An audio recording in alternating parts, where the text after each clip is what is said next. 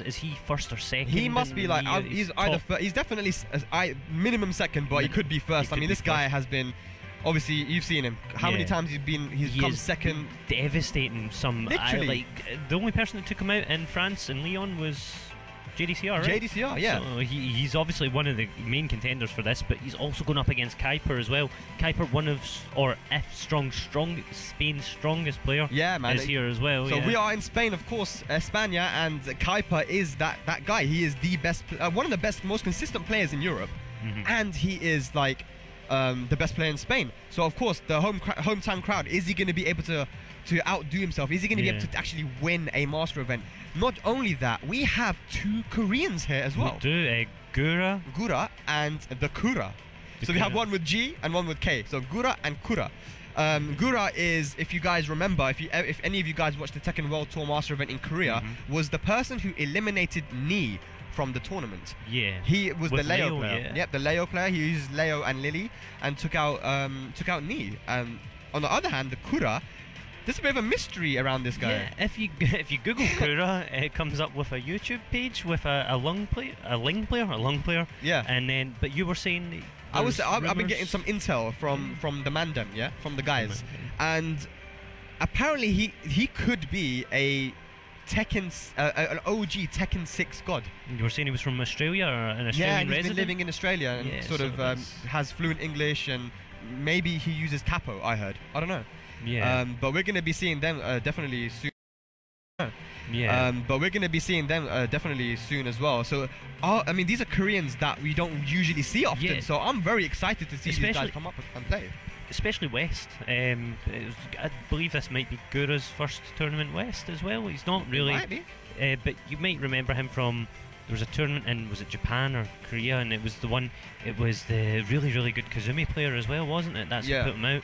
I've completely forgot the name. Yeah, Akouma, yeah. So it'll be interesting to see him play, but we've also got Fergus, who's in contention for the top 3, isn't he? He's right now, TDG Fergus is right now number 3 on the leaderboard after coming second in Milan in the Challenger event. He has been placing really well in these Challenger events. He also got top 8 in Lyon in the last Master event here in Europe. But it's about, there are so many players in Europe that are very closely matched when it comes to points. There are so many people that are capable of making it into that top 5, especially with the regional coming up in Paris. So these points are so important for so many people. This tournament could really change how that top 5 looks. Yeah, and it is close as well, as you were saying. It's 70 points for today, is it? If you want, it's a master event, so so it'll be 150. I think points. That genuinely one good win from Tishumon here as well, who we've got in the bracket, could upset things massively. But we've also got Bode, he's also came with Tishumon from. And that's the thing, like European Tekken, there are so many different styles, right? So that's what I really think about European Tekken. No one plays the same. Like no one person plays the same. I think everyone's got their own style. They've got their own setups and set plays. And on their day, anyone can win. Literally anyone can win. We've seen it. We've seen Rukan in Lyon have such a strong tournament. If you guys didn't see that, the 7 hell sweeps in a row was insane. So it just goes to show that when you're on your day, when you're feeling it, man, anyone can take this, and that's the exciting thing about Europe. You don't know who's gonna win, especially now that we ain't got JDCR here. No, I know. Shout outs to you, my friend, but you're not gonna prevent anyone getting points this time. First up, we've got this Bambino we're seeing right now. Bambino, yes. On the right, I believe, and it's the boss on the left. Hell's Gaming, the boss. So this is a classic Italy versus France matchup, and these two countries have a real good rivalry. I know that the Italians would often travel to France for big and small tournaments as well.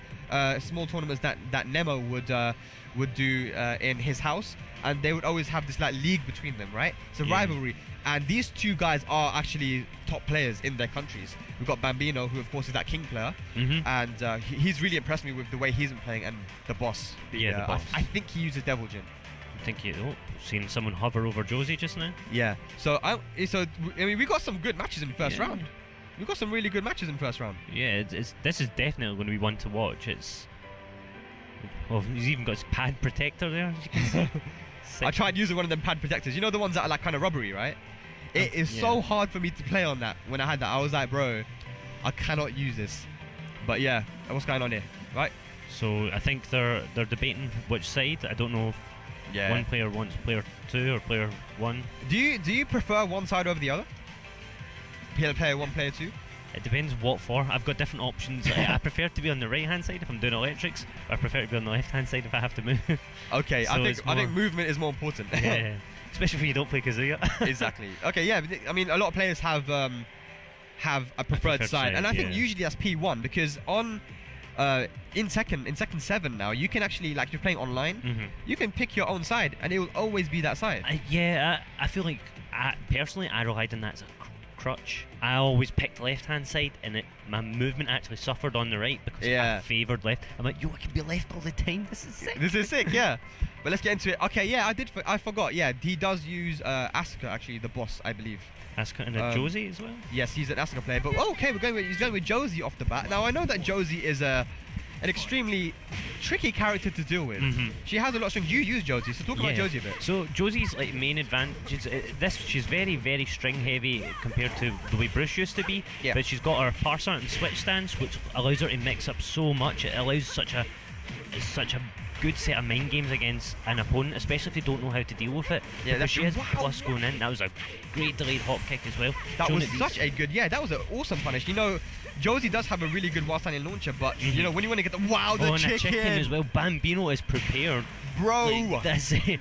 Bro. Maybe, do you think he picked this for a specific reason then? Do you think he knows about this matchup more? He feels more confident with Josie versus Asuka? I mean, I don't know. Like, Josie does have a forward 3+4, right, the knee, and it does beat the parries, but you saw there that Bambino doesn't really care. He will chicken those parries as well. That is a very high level thing to do. It was a preemptive buffer as well, so he'll know what to do. And it just shows a really good presence of mind, how prepared he is for this matchup. So obviously we have got a few Asuka players here today as well. Oh yeah, Asuka, man. Asuka's such a tough character to deal with. We've seen how strong Bambino was in that first round, but Boss brought it back. It was a very quick round. It only takes one cans, but it whiffed there, and he gets the good punch on the downfall too. You've also got Josie has an instant option against back 3+4. You've got up forward 3+4, the double knees, so there's a very quick and easy punish against it. Yeah, definitely. Her punishment is very, very good actually. Forward 1+2 is great. Her knees are great. Her jab punish is really good as well. It's 1-4-3, it's fantastic. She's a solid character, man. Wow, but back 3, it doesn't matter how solid you are. Yeah, that was a great reaction to the crouch dash there. So Bambino crouch dashed in from about range 3, and the boss just reacted. It was like, no, you can't get away. If someone knows the Josie matchup, you can't get away with crouch dashes. 7 golden letters. So that is final round in the first match. These guys are closely matched right now. It's going so back and forth. Let's see, try to go for the cans again, but floats them out of it. That's one thing you can do versus back 3 and cans that people don't really realize. You can jab. You can jab them out of the back 3 and cans. Back 3 people think that, because of the way it looks, it will crush jabs. It doesn't. You can actually jab float them. And another one, back 3, but no punish, and the cans. It's going to be a lot of damage as well, but Asuka not lacks damage, but she does have a lot of damage at the wall in Tekken 7, so this stage, it's hard to say if it does benefit Josie or Asuka more, because both of them get massive damage at the wall weight. Definitely, and the 1-1 to finish off. I think Asuka's jab strings are so good just to finish off the rounds. Vogus has often talked about how good they are in order to finish the rounds. It's so good, man. But yeah, good match there. It was really back and forth. Each one of those rounds was, I feel like they were lightning fast as well. They were really, both players are dialed in. They know what their game plan is. They're both going for it. And Bambino showed a lot of knowledge there, but it sounds like they've went right into the next match as well. So he's not going to waver and go to King. He wants to play this match up with Josie. It's interesting, right? He did show that he knew. I've seen this guy's King. Like, his King is sick. It is sick, and he knows all the multi-throws and throws and stuff, which are mix-ups. But I guess he's shown that he knows how to punish. It's just at the end there, he didn't deal with cans in back 3. He didn't punish the back 3, and he got hit by cans. And those 2 moves, I feel that if you don't deal with them, it's a losing battle, because you're giving Asuka a chance to just get damage for no reason. It's an abusable move as well. It's one of those moves you can, when an opponent stop dealing with it, you can use it to your advantage so much, because you've got the follow up as well off back 3. Yeah, definitely. Like, for example, Feng can punish back 3 if he does 4-2. Did you see that there? So Josie done down forward 4 and went for 3. And the boss back 3'd out of the down forward 4 mix up. So down forward 4 puts Josie into her stance. And it allows for a mix up of, the only thing that would have bet that there, I believe, is the 1. which is the high hitting move that you duck, but even then back 3 might low profile it, so it seems like the boss might be onto something there for that matchup specifically. I mean, I do know there are Josie players in Italy, so I'm sure he's got the experience. It is a character you see often. Are we going to see the rage drive? Not quite. Oh, the back 3 again! He just doesn't care. He don't care. Oh man, look, Bambino ain't happy. He's like, you know what? Nah, man. And this is best 2 out of 3 as well, so this is all riding on it. It starts off a down forward too.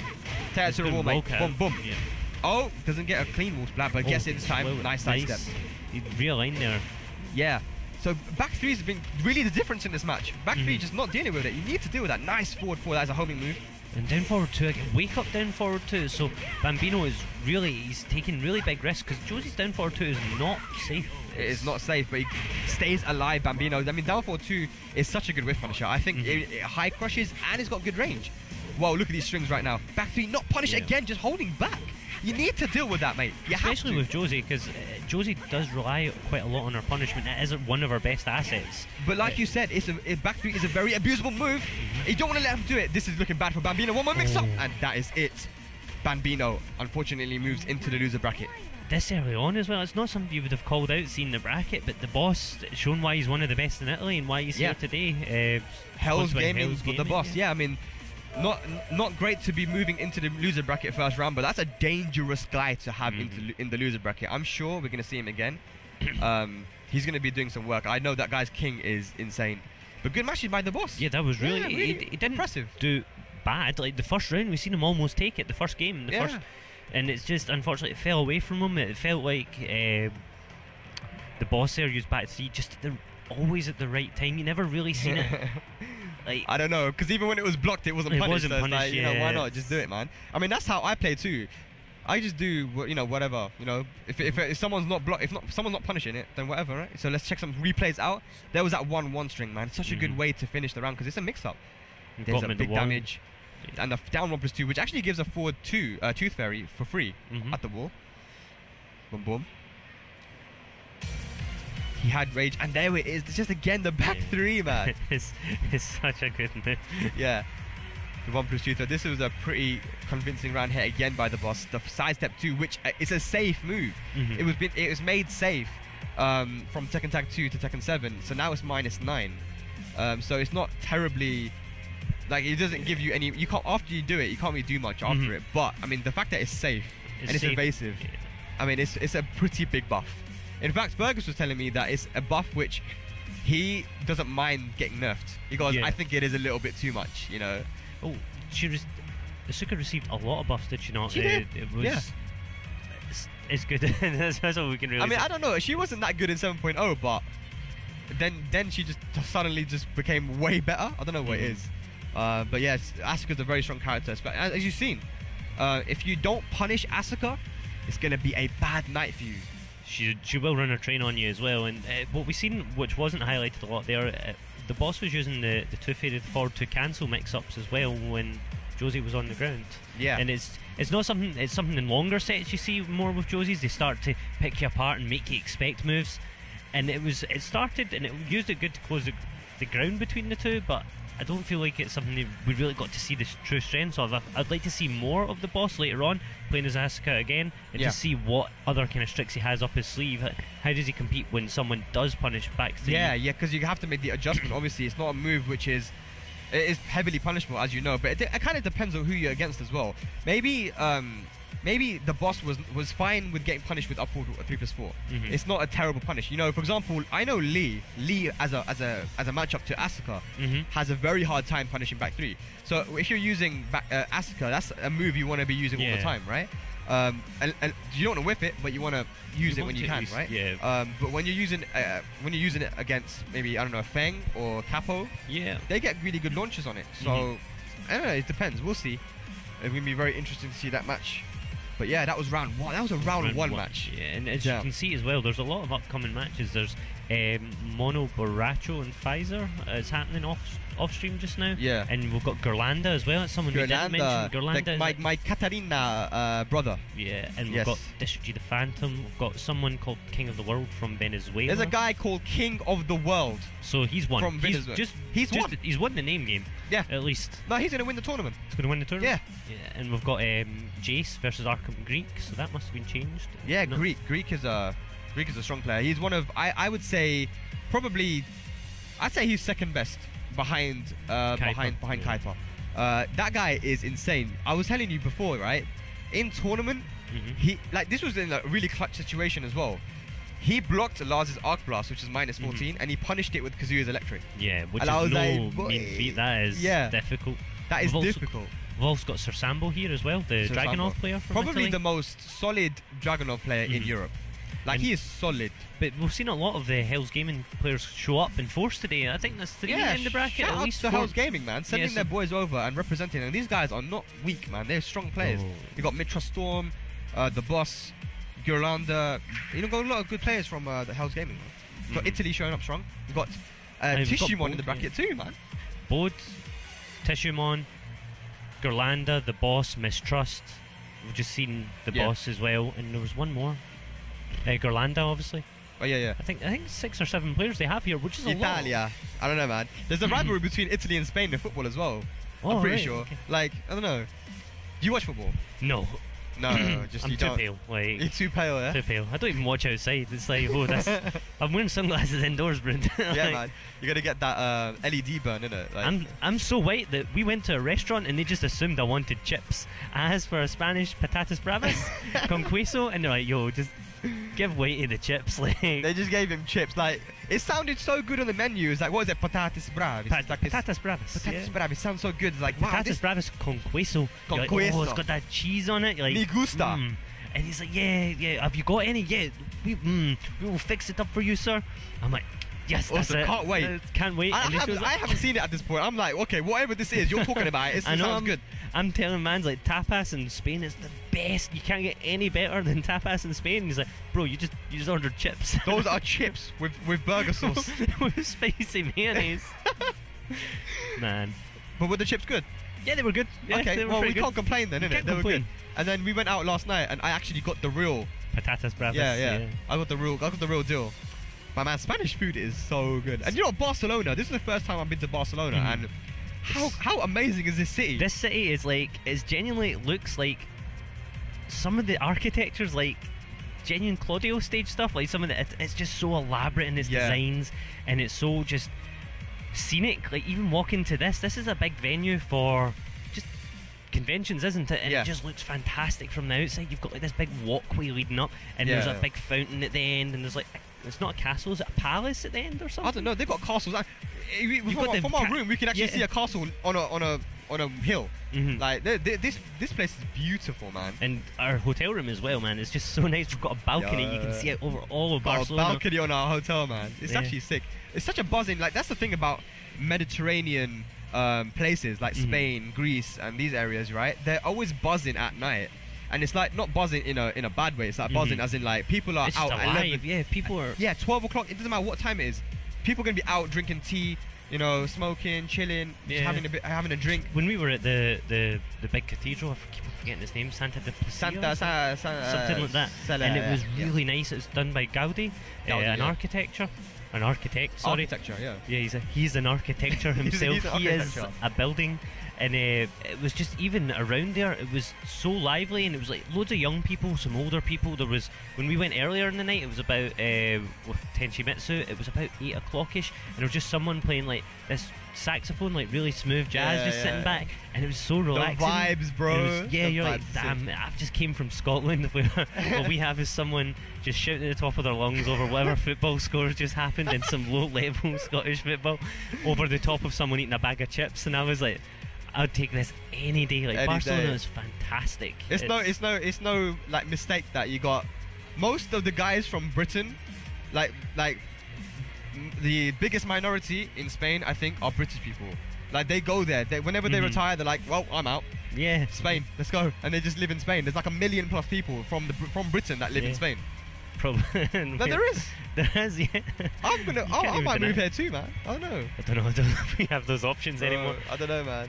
But we've seen some results as well. I've seen Sir Sambo win his first match. Yeah, I mean, of course, that is expected. I expect him to really do well. I actually expect him to get top 8. I mean, I don't like to say who would get top 8 because there's so many strong players, and I've said at the start of the stream that there are just so many guys that could, on their day, make it into there. But he's just such a solid competitor. But oh my god, so here's the moment of truth. This is TheKura.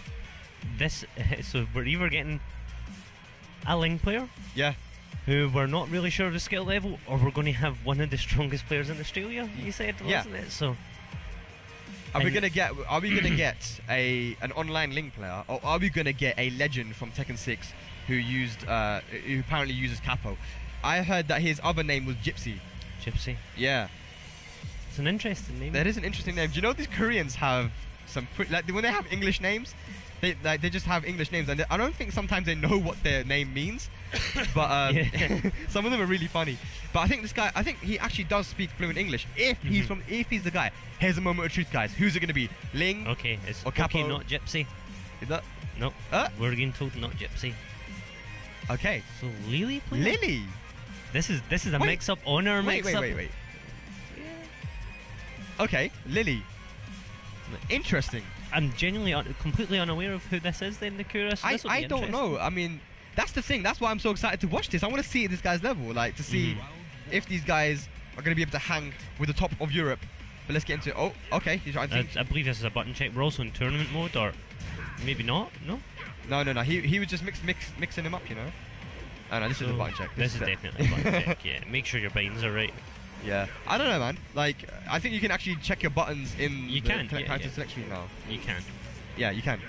But these guys obviously no. But let's see, man. I know that the other Korean player, East One, aka Gura, he does use Lily as well. Do you know what's interesting though? You don't see Lilies in top 8s, but when in Korea there were two Lily players in top 8 for what's it called? The Tekken World Tour Master event in Korea. Yeah. That's probably the most stacked tournament to have been in Tekken World Tour, because you had like all the Koreans and then really strong Japanese players, and to have 2 Koreans with Lily players. Yeah. Damn. Especially with a game such a big cast. It's like 36 characters or something, isn't it? Yeah. So it's. I don't know. I'm just hearing from a lot of Lily players that Lily needs to be she needs to be buffed. She's too weak, man. She needs to be buffed. And make Matterhorn safe. That's all you. Yeah, we need to make Matterhorn safe, and that's how they talk, by the way. That's how they all talk. Yeah, that's how they talk. But I don't know. That Lily players, they just I don't know. She's good, man. She is good. Yeah, and she's got some tricky strings, and she has back turn mix-ups. Like, you can make her work. Definitely, it's not. Yeah. You can't sleep on her, really. You can't, man. No. If you play her properly, I mean, she's got one of the best sidewalks in the game, side steps. So to be able to, if you can really maximize your movement and get your movement correct, then she can be a very dangerous character. I know some Lily players, and their movement has been. I mean, I used to play them in Tekken Tag 2, and I was feeling you can't normally step this move, but with Lily you can. With Lily, is it because she has a smaller frame, or no? It's just I don't know what it is. She just has a really good sidewalk. Can't touch the waifus. Can't touch him. Can't touch him. Can't touch him, man. But hey, let's get into it now. So do we know who the player on the right is wearing the Barcelona top? No, I actually don't know who he is. But Paul, he's gone with Paul Phoenix, and Paul is one of them characters. He's what Bobsy likes to call the businessman. Gets the work done. Paul is also one of those characters that leaves you so salty. You're like, I twitch ducked for a minute and you just eat a Phoenix smasher and yeah. You do all that work, poking away. It's like, yes, I am winning, and then and it's like, oh, okay, cool. You've evened out the health. Good. Sometimes you get hit by a wall splat and you're like, no, not like this. Not like this. But here we go, TheKura versus Paul. Paul the Paul player. Spanish Paul. El Paul. El Paul. El Paul. He's like, once this match is done, I want to speak to Esler and get him some chips. Yeah, get him some chips. Get this man some chips. Alright, let's get into it. Another Warless stage, man. And these are random selects. Kind of weird that his name is. Oh my god. that is a true Paul player. That is. So we're expecting Demo Mans, Shredders, and Phoenix Punch Smashers. He knows the Demo Man, man. No ducking that string. Oh wow, okay, nice. Korea versus Spain. Who's gonna come out on top? Yeah. Oh, nice. Okay, okay, Arg. Oh, he tried to go for the Arg. So the Kura. Wow, and Spain with the first round. Yeah, Spain's the first. Imagine Spain putting a Korean player out in the first round. Look at that. Europe beating a Korean in first round. Yo, stay free, Korea. Yo, stay free, bro. That's it. Put them on notice. But right now, the Kura doing pretty well. Nice, good launch to the Barcelona too. Right out of his Phoenix Smasher as well. You heard it. Oh, no. Oh, drops the combo. Wow. That was actually a good option. That was a really good option. Oh my god. One more's going to do it. One more. What have we got? Oh, we went for the power crush again. Don't think that was a smart. Not the best option there, but yeah. 1+2 throw not broken. That could be a good option to go for. You know, you definitely need to gauge and see, can your opponent break throws. That's something I like to do. And if they can't, I abuse throws, man. But Kura working on a perfect hit. No punish on the death fist. No punish on death fist. Follows it up with a shoulder as well. So obviously Kura was trying to hit something there. He tried to punch death fist maybe a little bit too late, and just followed it up. Nice. I love that name. That is a good name. It's just to the point. You know what you're gonna get with him. Just like, so what's this Josie player's name? Get ready, fly. All right, okay, we know. He's got rage. We know what's happening here. Okay. Oh, try to go for the death fist. Uh-oh. Is that gonna hit? Yes, it will. This is gonna do damage. Yeah, and he doesn't opt for the cancel to get the extra damage combo after. He just goes for the full rage art. Oh my god. Oh, I thought that was a Phoenix Smasher. He didn't commit to it, and he knows. He knows. His name is Arg, and he didn't commit to the Arg, man. Bro, I'm disappointed. He has to go full. He has to go full on Spanish. He needs to go for it, man. El Arg. Is that not the noise that Seven the Toolman Taylor? Was that not? Remember that Home Improvement, the TV program? Oh yeah. Maybe we're saying it wrong. Maybe he's really good at fixing things. Maybe the writing is different in Spanish. Yeah. So maybe we're just saying it completely wrong. Ago. I don't know. Maybe it's actually his name. Damn, I feel bad. And we just took the piss out of this guy's name. Like, okay. But Kura's showing a lot more buttons really this time. Yeah, He's going really in on this pole. And Kura's not getting a chance. Ago doesn't have the opportunity here. Nice. Kura doing pretty well here in this round. The flips seem to be the main issue here. It's the down 40 plus 4, and that's a good tool to use with Lily. Shredder anyway. kicks. The full shredder kicks. Big whiffs, and there it is. Oh my god, death fist. One more mix up. Uh-oh. Uh-oh. No. That's game. That's game. No, it's not. No, what? Oh my god. Wow, Kura, he choked it. He knows he choked it. Composure, lad. Composure. You got this. There we heard it. Starting with it. I'd like to see more demo mans. He's not really he's not taking advantage of. It seems to be a lot of high blocking from Kura. And, he fights nice punish as well. Not a full combo. It's still decent damage. Yeah, it was good combo. Really good damage. You don't need full combos with Paul. Uh-oh. Oh, back turn grab forward? Yeah, I think that might be a mind game, Ezra. It's a mind game. It's a mind game. Yeah. Okay, good. First hit going to Kura. Oh, nice the damage. That was a good option. That was a brilliant low crush. Boom, boom. And look at the damage on that as well. Yeah. Lily's combo damage is good, especially with the wall. Have you seen her combo damage at the wall? I've not especially seen on that one damage. where you can break the floors. I've not seen the floor break one, but dude, his floor breaks are scary. Like, bro, with Lily, it's intense. It's intense. Oh, nice backdash on the 1+2. No. Did he? What? Backdash into rage art. Unfortunately, Do you reckon he was trying to break the throw? And he got the rage art? That could be it. Is it just... Pulse isn't just 1+2 though, is it? But maybe he was holding back, and then he did it. Happens sometimes. Uh-oh. He seems to be opting for back. Oh, nice. And Kura now on set point. He seems to be going for back one when he blocks the flip. And that's not the best move to do because it's a high. Yeah. Lily has options to go under them. You want to use a quick mid. Quick mid. Yeah. But 13 frame.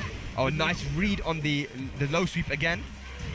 Do you think maybe even Phoenix Smasher against a back turn would work?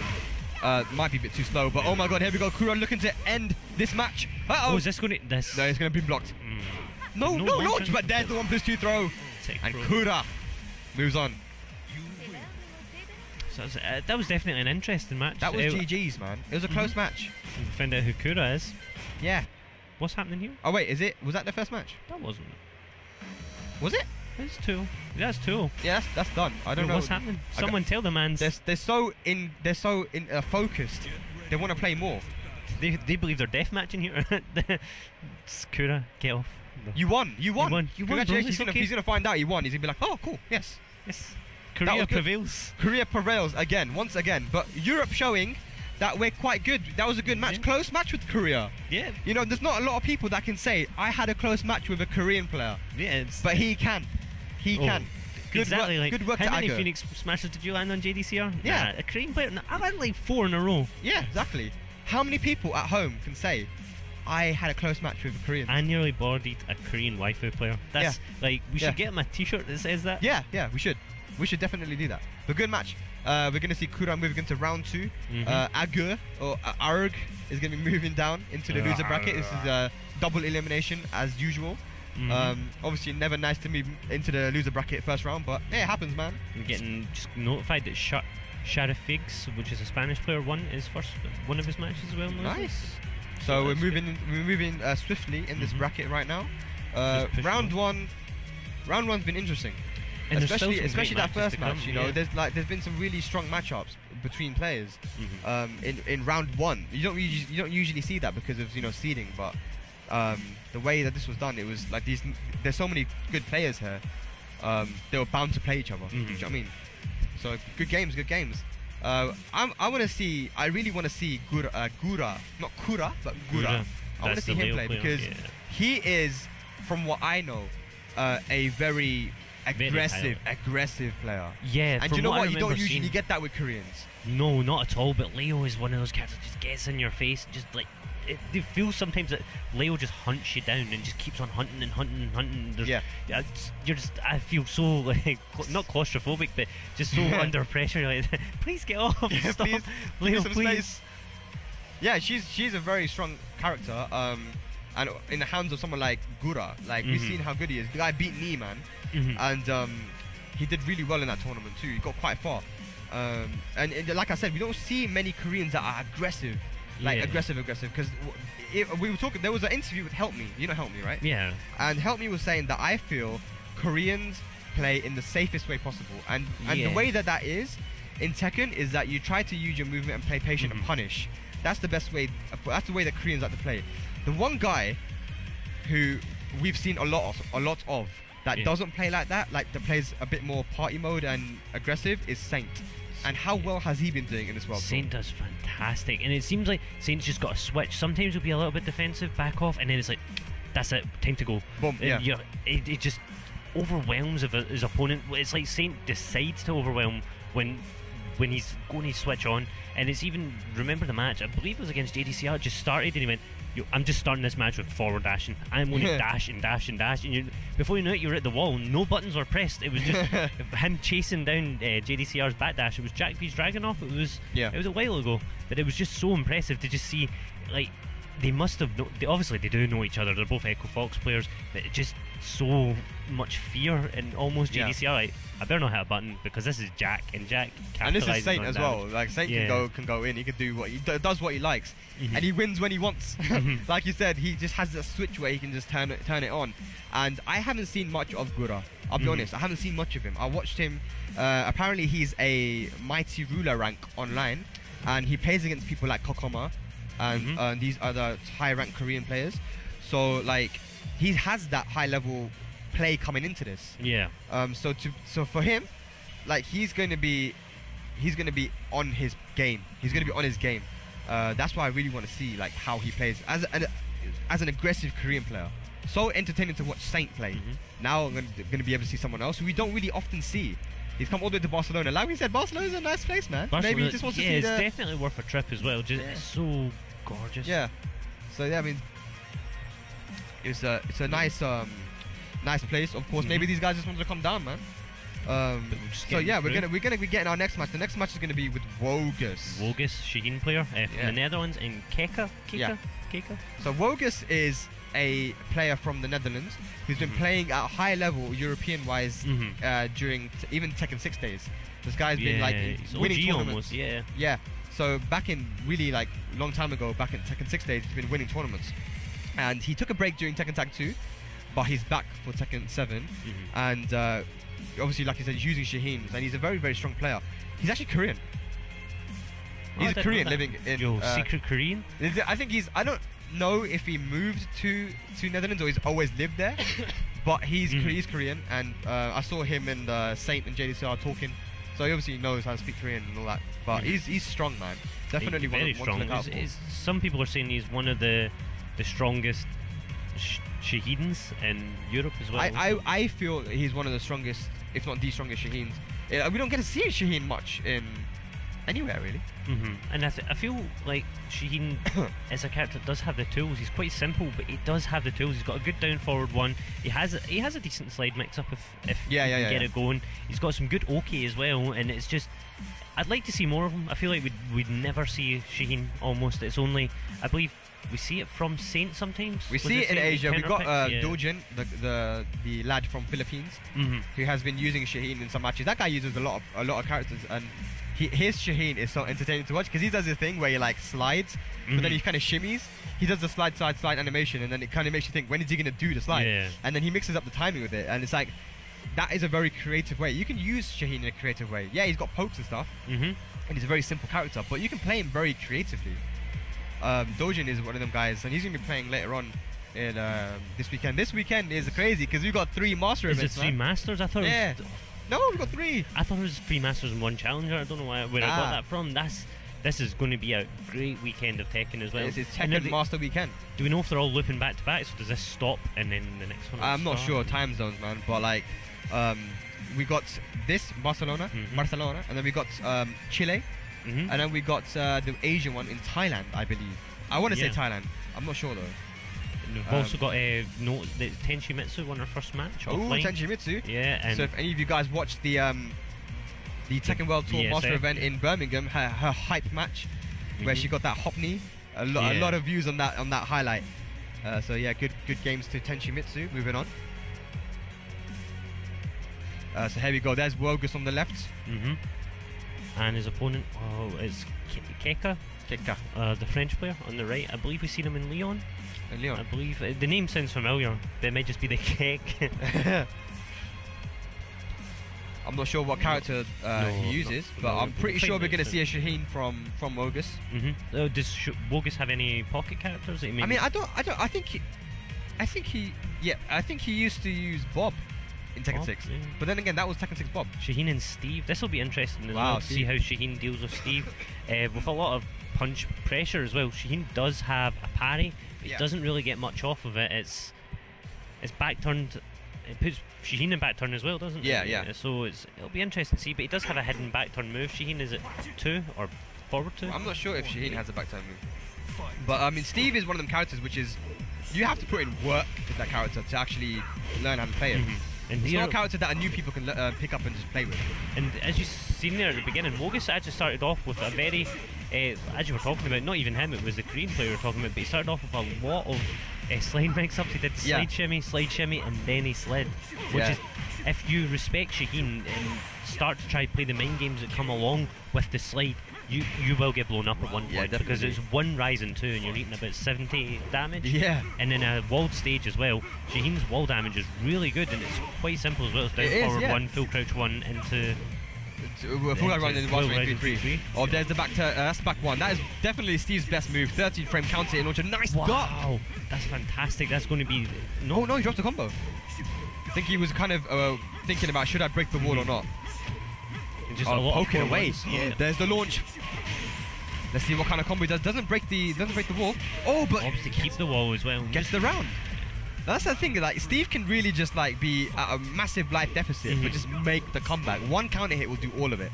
And we've got moves like down 4-2 now, which is such good keep out. I'm telling you, especially now that you can go into stance from it. Like, wow. There's a slide. It looks like he kind of weakened the legs, but ducks this time. Good mix-up. Slide in the hop kick. That's the mix-up, man. Yeah. Let's see what's he gonna do here. Goes for some Oki. Oh, nice. Mixing up the timing of it now, and now one running to. And this is what I was saying. Oh, he misses the 4-2 CT. Yeah. Doesn't matter. There we go. He gets the round anyway. Boom, boom, 4-1. You can actually duck that. You know that move wasn't duckable back in Tekken 7.0. Yeah, jailed. Yeah. It seems because they took that away from Law as well. Boom. But it's dead interesting to see 4-1 as well, because it's -4, isn't it? It's not plus. No, it's not plus. No. But a lot of players, you'll see 4-1 and then you'll do it again. Yeah. Well, There's a gap there. You could definitely get blown up by that. Yeah, definitely. But wow, it looks like this Kek is doing alright. Like he's actually holding his own. Yeah.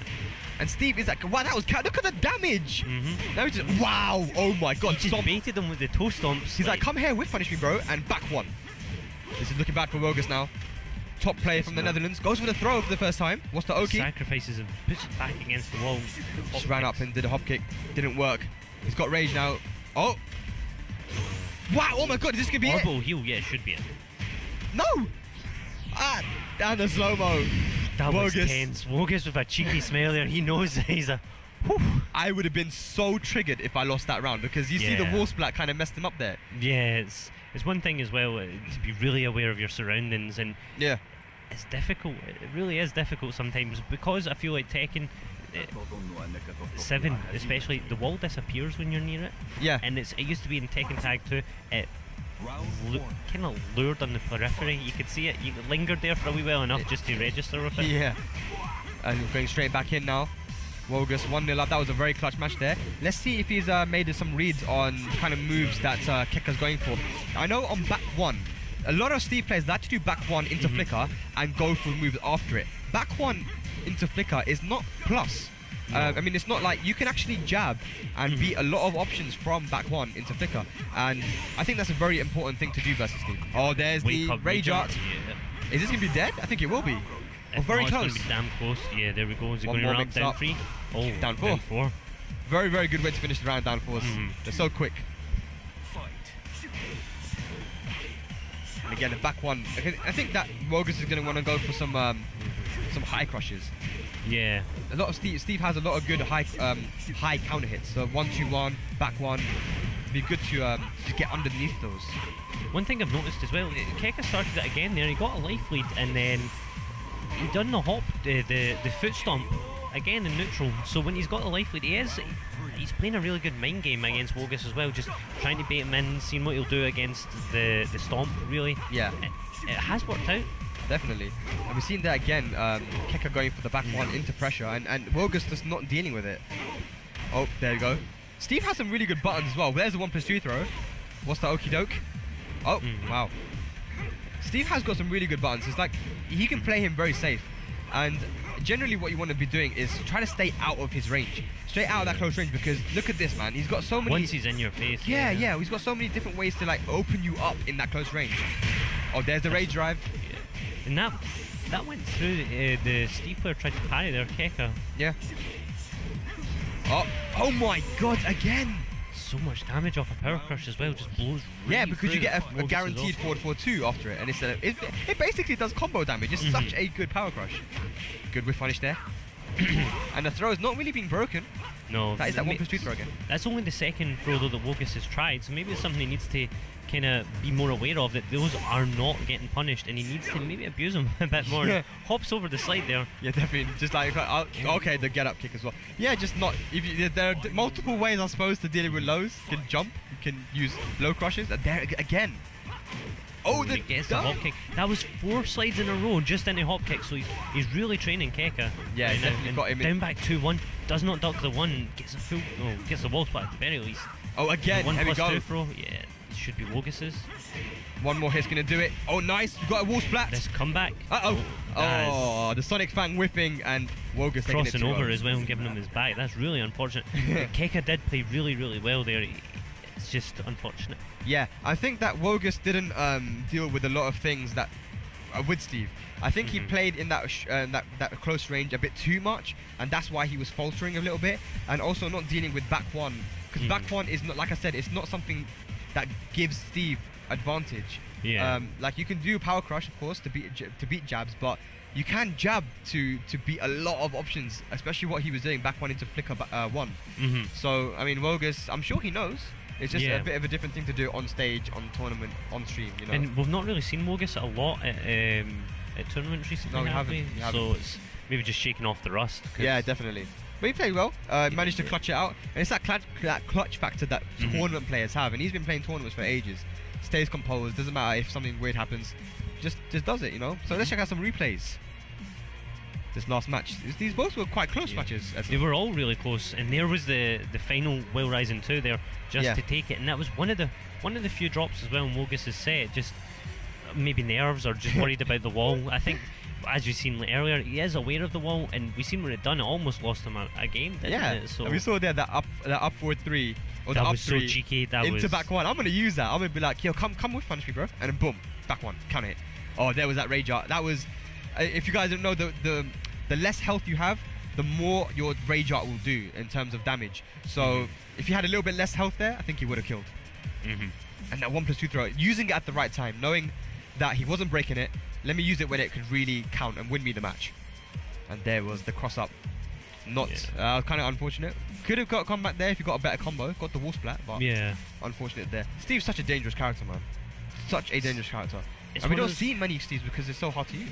And we did see Asim playing him early on, but Asim's now playing Dragunov. Yeah, because there was the pre-release where he was going through a lot of different characters to say what character am I going to use. Asim didn't really know, and Steve was one he was considering, because I think I think that in Tekken 7.0 or maybe early FR, Steve and Hwoarang were 2 of the top characters in the game. Steve and Hwoarang were like top tier, SS tier, right? Then they got, I think, nerfed. I wasn't following the nerfs and buffs much early FR in the arcades, but I'm sure Steve was top, and we saw a lot of Steve players. And Shaheen was a lot higher up as well. Shaheen at 7.0 was, according to Mr. Naps, shout out to Jimmy, was saying that Shaheen was SSSSS tier. Yeah. It's like, you got the Mishimas, you got these guys that they're good, they're good electrics, all that stuff, but you got Shaheen on that level, and he's on another level. Because I know they nerfed 4-1, they nerfed something else. The Wasani 3. Yeah. Because when you got the slide, the Wasani 3, I believe, was like guaranteed. I think that you can get the first hit, and I think at the wall it gave really silly damage as well. Yeah, because it splats as well while standing. Yeah. So they nerfed the hitbox on that as well. So yeah, good. It was good that they nerfed it, but he's still such a strong character. Shaheen, we're not seeing much of him. No. I'd say, do you think he's an interesting character, or is he boring? I tried to learn him and I thought he looked interesting. I think it's cool to have a kind of Saudi or an Arabian character in the game, and he has some really fun stuff to do, but sometimes it feels like he's just not got a lot going on for him. There's not a lot of options in his offense. When I saw him, I was like, I'm going to use him. And people were saying, you look like Shaheen. I was like, no, I don't. And then apparently everyone said it, so I guess I look like Shaheen, I guess. But I wanted to use him because of that. I was like, yeah, fine, Saudi, man, this is hype. And then I was like, this is boring. I found it boring. Yeah, it felt like sometimes I picked Katarina. It's like I can't play no one else now. But he does have some 4-4-4-4, man. really cool gimmicks, or counter hit setups with like forward 3, the hop over when someone wakes up and stuff like that. It does work for Shaheen. It just sometimes boring, man. Yeah, it's boring. I don't want to bash him too much because I do enjoy the character, but it just didn't. You just gotta say it, bro. Yeah. He's boring, and that's why no one's using him. But you know what? Like I said, I'll be fair. When I watch Dojin, for example, play Shaheen, it's extremely fun to watch his Shaheen because he's so creative. And I feel that's the great thing about Tekken, is that you can really make a character your own. You can play a character in such a specific way and really put your own trademark on that. Yeah, and it's one of the best things about Tekken, honestly, that you can play your kind of defensive characters, you can play your kind of aggressive characters, you can play mix-up heavy, and we've seen that as well. We've got Tenchimitsu and Kanan Trench here this weekend, and they're both 2 different types of Yoshimitsu player. Yeah. So and we've got who was a Paul player, and I'm sure Argar. And it's just loads of these different kind of players. We've got Phantom and Tishimon. There's another good pair. Yeah. So we've got so Phantom many different styles. They play completely different. So but they play the same character. That's the thing. They're so different in their play styles and their kind of approach to things.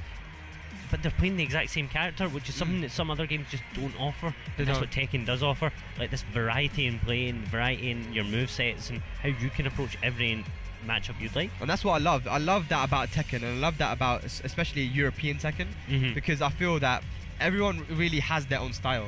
They don't like to really copy other players. You know, obviously you want to watch Koreans, you want to watch Japanese players, and you want to be like, I want to emulate this. But I'm telling you, so many players in Europe are like, no, I'm going to play it this way because this is how European play, and this is how I want to put This is my spin take on it. This yeah. is my take. Like, I feel the Tekken players can be like artists. Yeah. We put our own take, our own interpretation of the character. And especially when I really like watching long sets, because I don't think Josie's that good in tournament.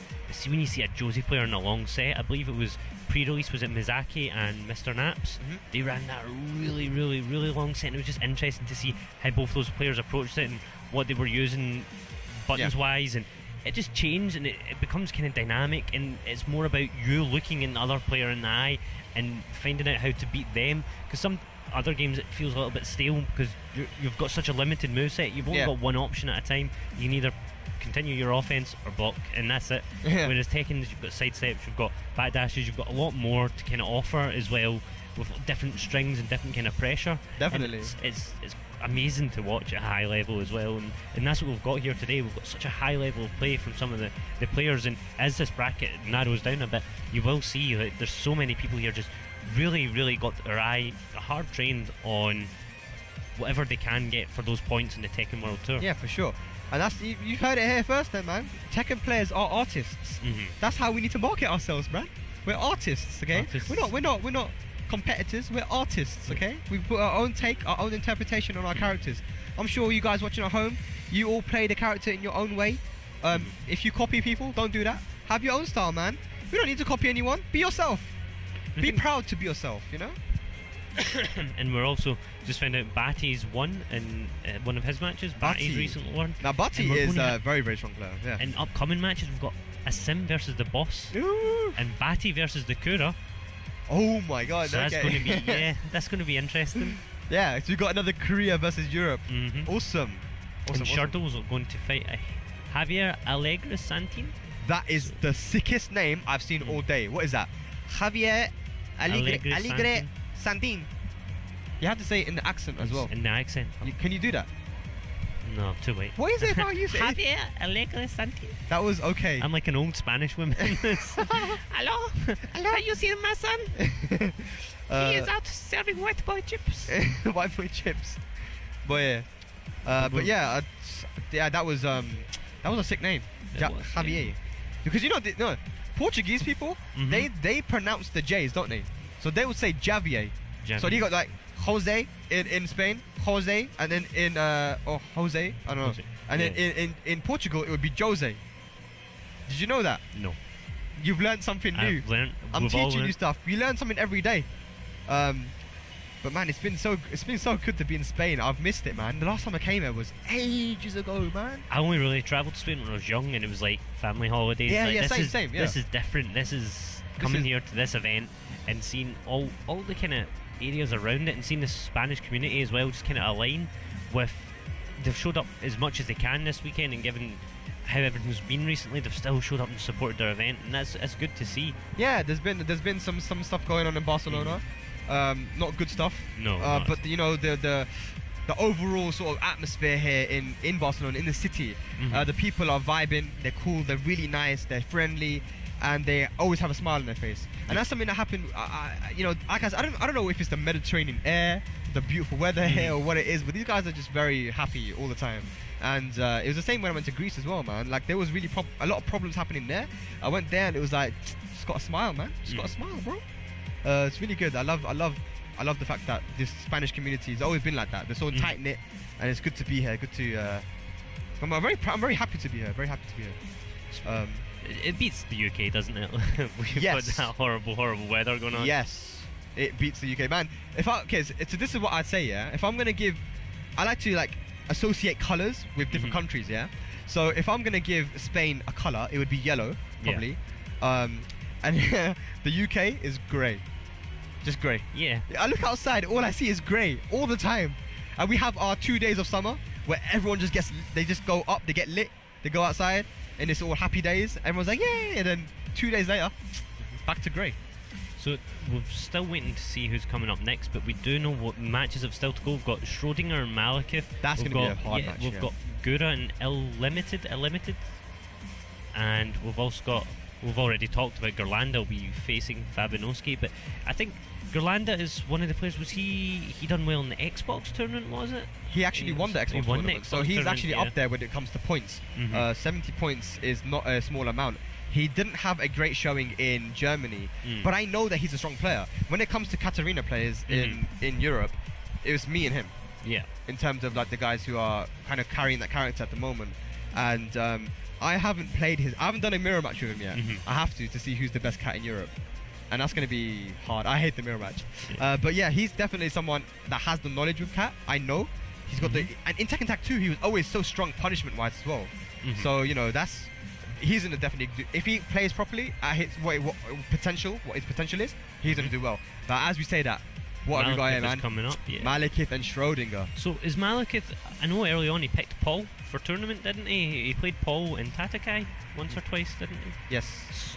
Do you think he'll stick with Paul now, or does he feel the game's been long enough? This is what Malekith has told me. And by the way, if you guys don't know, Malekith is a legend in European Tekken. A legend, known worldwide, has had a lot of tournament wins. At one point was Tekken 6 EU champion. So like Malekith, he's got the stripes, man. And what I was having a conversation with him in Birmingham when he came down for versus fighting, and I said to him, so what's your, why are you using Paul, right? Yeah. And he was saying, so I got Asuka. Asuka's his main character, but she's a very defensive character, and I also need another character which can play offensive. And Paul is that character for me. Paul is definitely that character. Yeah. Paul's one of those people where you just have to guess. It does feel very much sometimes that Paul is a 50-50 character, and I feel like saying that detracts from the character because he's not. Smart players play him very, very well, and he deserves to be played very well. But it feels like sometimes people just go, it's Paul. Like that's how people. I lost to Paul. Yeah. I got Pauled. I got hit by a Phoenix Smasher. But you still got hit by that Phoenix Smasher. You could have been blocking. Maybe you shouldn't have been hitting buttons at that distance. Yeah. They still earn that damage. It might be sometimes easy damage, but they still earn it. They still found a gap in your strings. There is obviously that really 50-50 gameplay. But that's not going to be able to carry you to the later stages in tournaments because you make one guess wrong and you're dead. What really is good about Paul is that he's got a lot of pressure. Like his lows are amazing. That's why he's up there in the tier list. You can get combos off these lows on counter hit, and he just got really good down forward one pressure. Like just that in close game, he plays really well, and that's what Malekith says he wanted. He wanted to have a character that he could play offensively as well as defensively. So you're gonna see, depending on the character and the player he's playing, is gonna dictate what character he uses. It's not gonna be a case of I'm gonna use Paul because it's early stages. He's gonna use Paul if he wants to just play offensively. And he feels, that's what he told me, that's the best way to play.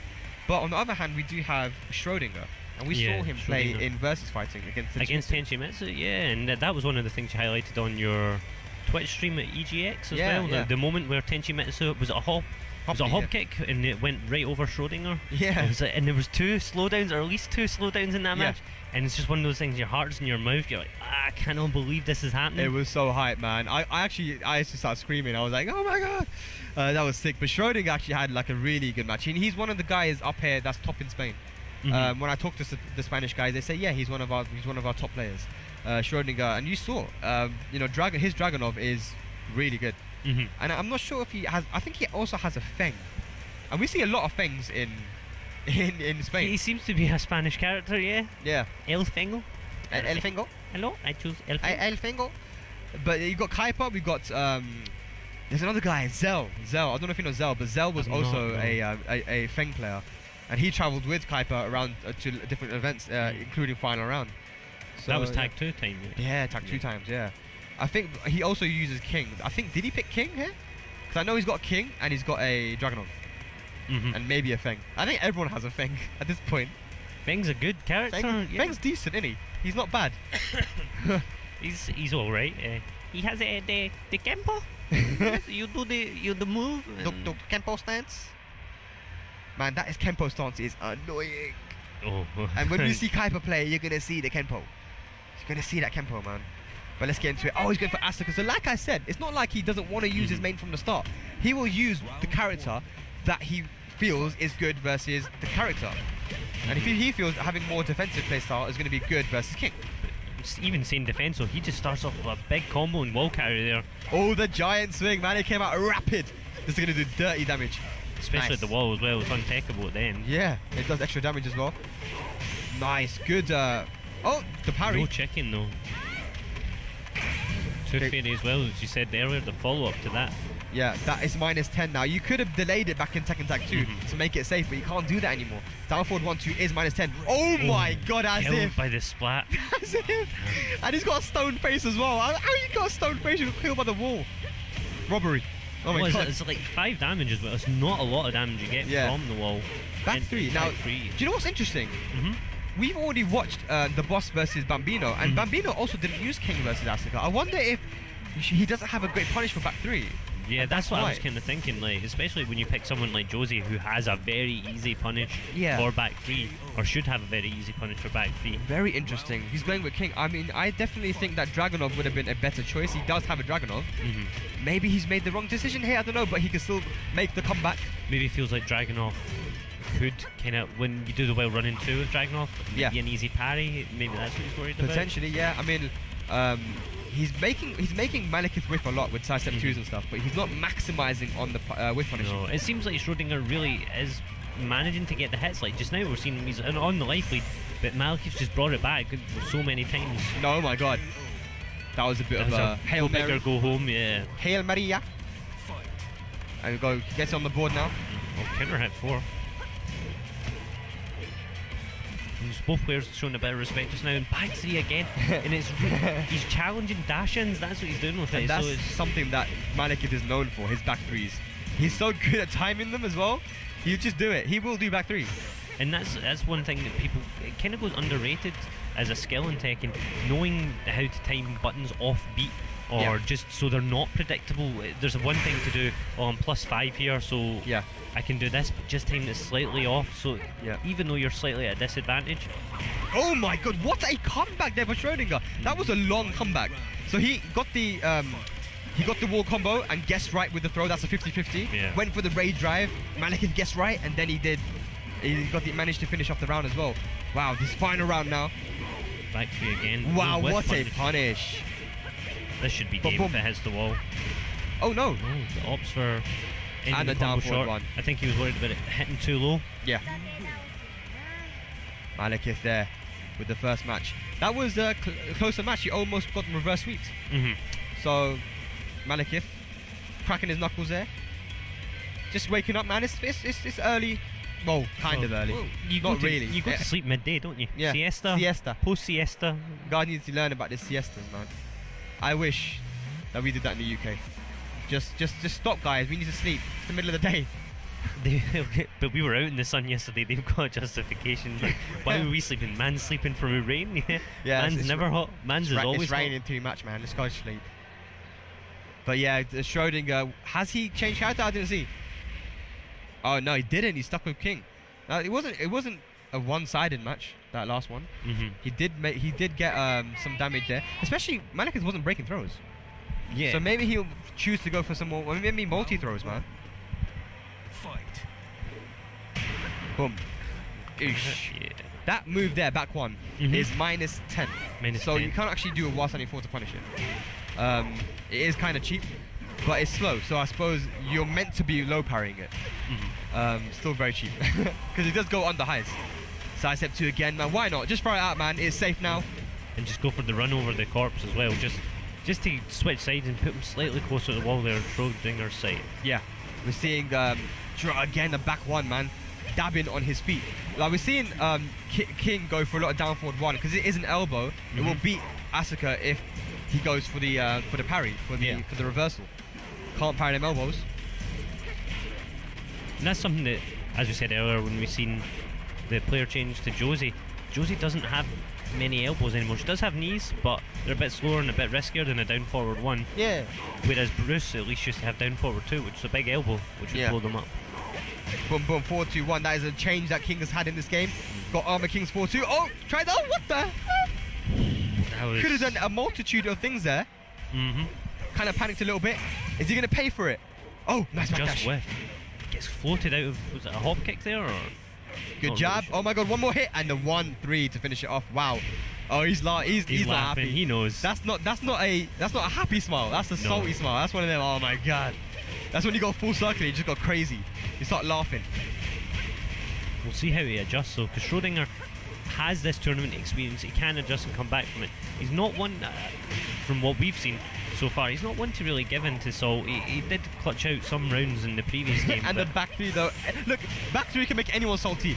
This is going to be very close to death, but he has rage now. Nice. Full crash down back one. Oh no, he drops a combo. One more hit. That is going to do it. Yeah, Goes for the guaranteed damage. Yeah. Obviously the throw mix-up will do more, but there's no point going for the mix-up. Just get if the you know you guaranteed can damage. kill, Yeah. That back three again. He's like, I don't want to be thrown, mate. Hey, hold this back three. Boom, boom. Alright, got this wall pressure again. Asuka's wall pressure so really crazy. Yes. Trying to keep him there with the side step 2, realigning himself as well. And a hop kick there just in the last second, just clutches Schrodinger out of the corner. Yeah, not a great combo, but goes for some Oki. Back Tekken Tag 2 Oki. Oh, nice. That was a power crush. Yeah. Big. That was a brilliant reaction if it was. And to again, the just whiffs, baits the get up kick. And Malekith does not look happy with that. No. He knows that he shouldn't be doing that. That's way too risky. Nice. That's a good punish on back three. But I believe that if he goes for back 3-4, it will go underneath that. I'm pretty sure. We'll find out soon, won't we? Yeah, we'll find out soon. I'm pretty sure we're going to see another back 3 from Malekith. Nice. Soccer kick, yeah. Trying to keep him out there. Counter hit, doesn't bite. Just catch them with the pokes, and that's something that Asuka does really well. Just chip damage, just small lows, small mids. Yeah, you saw Malekith play a lot differently in that round there. Just try to go for the small hits, poke, and Asuka does have really good pokes. Finishes the match. But both were final round, right? Yeah, both were final round. Yeah, so Schrodinger showing he was strong. It was very early on in the bracket as well. It was maybe not prepared for such a tense match early on in pools. Yeah. So was that was another Spanish player going into the loser bracket, another strong Spanish player. So yeah, are we going to see Spain come out and break it into that top 8? I'm pretty sure they want to. Of the course, hometown, man. They want to defend that soil. And we've only got three events left in the Tekken World Tour, including this one. European. So we got this, then we got Warsaw, Rome, and then we have the regional. So yeah. So let's check out some replays from that last match. Okay, so we're seeing that elbow being used a lot. I think that's when he got killed by the side step 2. We saw he tried to go for a lot of throws as well, but the back threes were really hitting him. Yeah. I guess that just really stopped him from trying to go for those throws. Side step 2, why not, man? Just can't punish it. Back in Tekken Tag 2, King would have been able to get back 1-2 there. Big damage, can't throw it as much out, but what a whiff punish there. This is where he could have actually gone for the circus ring and actually got the damage, but the kill, but he got it anyways, clutched it out. Yeah. And there's that smile again, just the salty smile. And he's laughing. You know when you just go like, it's just you just go full circle, man. It's like, you know what? I'm so pissed that I'm laughing now. It's one of those ones you take. Yeah. You kind of exhale and in your head you go, boom, and that's the power crush. That character. This could have been punished a bit heavier, but there's that bait on the get up kick. Stayed at that range just outside of the get up 3 and 4-2-1. Perfect with punish. Something that King was actually lacking back in Tekken Tag 2. He lacked a good low poke and he lacked like a punisher like 4-2 with King, Armor King. He had so like back 1 is a good whiff punisher, but it has a really high hitbox. So a lot of the times when you try to whiff punish stuff with it, it's hard. But having 4-2-1 is a great change for King. I think 2 of his weaknesses really got addressed in Tekken 7. Yeah. And has made him a way more well-rounded character. Oh, earlier, tier list had him really high, like really high for King, wasn't it? There was one or two tier lists that said he was one of the best in the game, and because of his grab game as well, it made him just that bit better. But we're going to jump right into the next match. It's one of the Arkham players, isn't it? I think that's the Mono Bakaras guy. Mono Bakaras? I don't know. I don't know how to say his name. It's something like that. I think I probably murdered that name, but it's cool. It's him.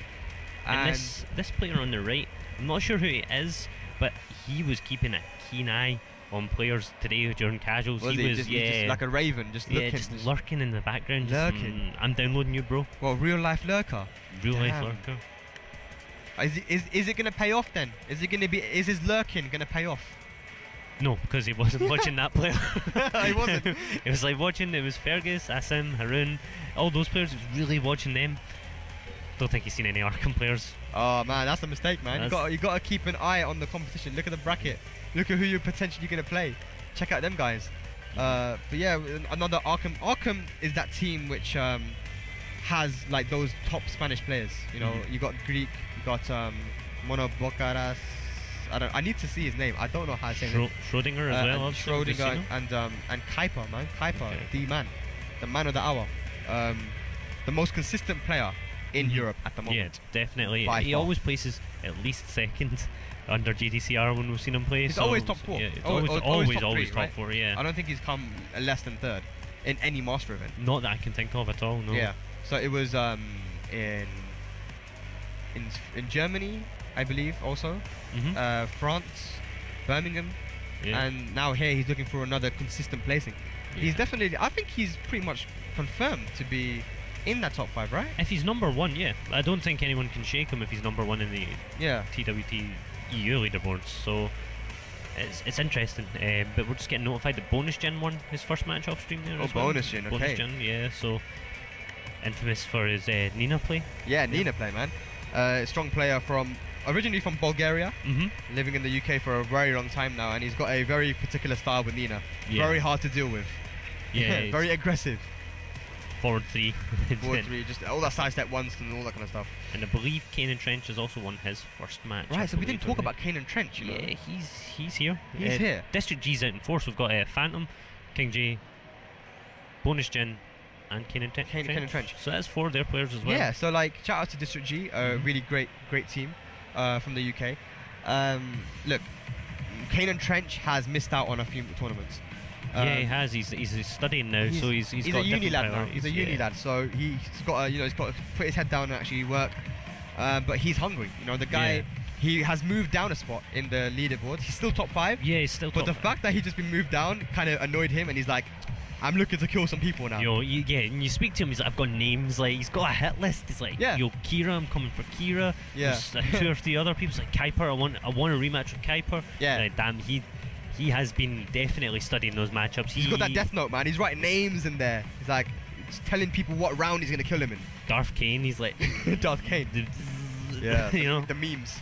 But yeah, Kanan Trench, man, like, are we going to see him get another consistent placing? I don't know, like, I feel that people kind of have figured out Yoshi a bit better now. Yeah. Now that he's been out for a long time, like, people are kind of figuring him out, but Kanan Trench is not your typical Yoshi player. It's not like you can say, I know the gimmicks, therefore I will win. It's just, a lot of the time, yes. But versus Kanan Trench, a person who knows pretty much every string in Tekken, and will duck every string, and will punish you maximum punish. This guy, his punishment is insane. With his punishment reactions, is fantastic. Yeah. That's what makes the difference between good players and really good players. His punishment. And he's got some of the best punishment in Europe. By far, that's in my opinion. Yeah, and I think one of the interesting points is when people go, oh, it's just gimmicks. People use the gimmicks to find out what you know about the matchup. It's not just gimmicks for the sake of gimmicks. Someone is actually picking you apart and seeing what you do and don't know. So, oh, they didn't launch, like, for instance, when people were fighting against Super Akuma was like, oh, they didn't launch my sweep. Even when they are blocking it, they're not getting their max damage punish. So I can abuse that more. I can take advantage of maybe lacks in matchup knowledge, or even just people not having the best reactions in the world, and you start to get used to that, and you enforce that knowledge on your opponent as well, and they start to you frustrate them, you pester them, and you wear them down, you whittle them down, and you don't need to go beyond that point. You save your big opportunities for a lot later. Now we're going into Jin and Kazumi. Jin and Kazumi. So what is Kazumi to Jin? It's grandma or great? It's grandma, isn't it? Yeah, because Kazumi's Kazuya's mom. So it's his grandma. Yeah. So wow, what a sidewalk on that was it the fly mix up? Yeah. And hop kicks as well, so a lot of damage here. Yeah, that was really strong, and that's a command throw, so you have to break that with a particular button. Goes for some good Oki, and wow, what a quick round. So here we've got the lurker. Yeah. The lurker. Let's see if his lurking can pay off. Oh, so it's a player from the Netherlands. That's the lurker, I believe. Yeah. Fazio? Yeah. Kazumi's a very strong character, and recently in a buff, in a patch, she got nerfed. Yeah. And it wasn't a huge nerf. It was a nerf on her jab and down forward 1 range. Now, in certain situations, it has made her worse. In matchups, for example, Lucky Chloe. Someone also said it's made her worse in that matchup and some certain other matchups too. And it also affected some of her combos, or people were worried it might hurt some of her combos. The down forward 1 nerf as well. I mean, it has been nerfed quite a bit in terms of the range. So I don't use Kazumi, but I wouldn't be surprised if perhaps it did. But wow, what a quick match there. That was by, a really quick game by Mono Brackle. Yeah. Mono, I'm going to call him Mono. That was really quick, and that was a very impressive Jin play. Stepping around that fly mix up, not dealing with it. But even our lad here from the Netherlands, lurker lad, he's showing some knowledge as well, and being able to step certain strings as well. So both players talking about something now, maybe character select or stage maybe talking select. about stage select, yeah. One thing I did notice there is the Kazumi player, 1-1-2 that didn't hit confirm. So that might be something that Mono Brackle can take advantage of, because now we know Perfect Electric when Hook Fist is a launch. Yeah. So he could easily launch 1-1-2. It is launch punishable. We've seen him use that electric wind hook fist as a punish already, a launch punish, and it does so much damage as well, man. It does so much damage. Like the combo from it. If you do the proper combo from Jin's electric, it does so much damage, man. But we haven't seen a character switch. I always say there's that in Tekken 7 you need to have at least 2 characters, but preferably 3 characters. You should always have different options. Just like Malekith said, you want to have characters to deal with all different types of playstyles.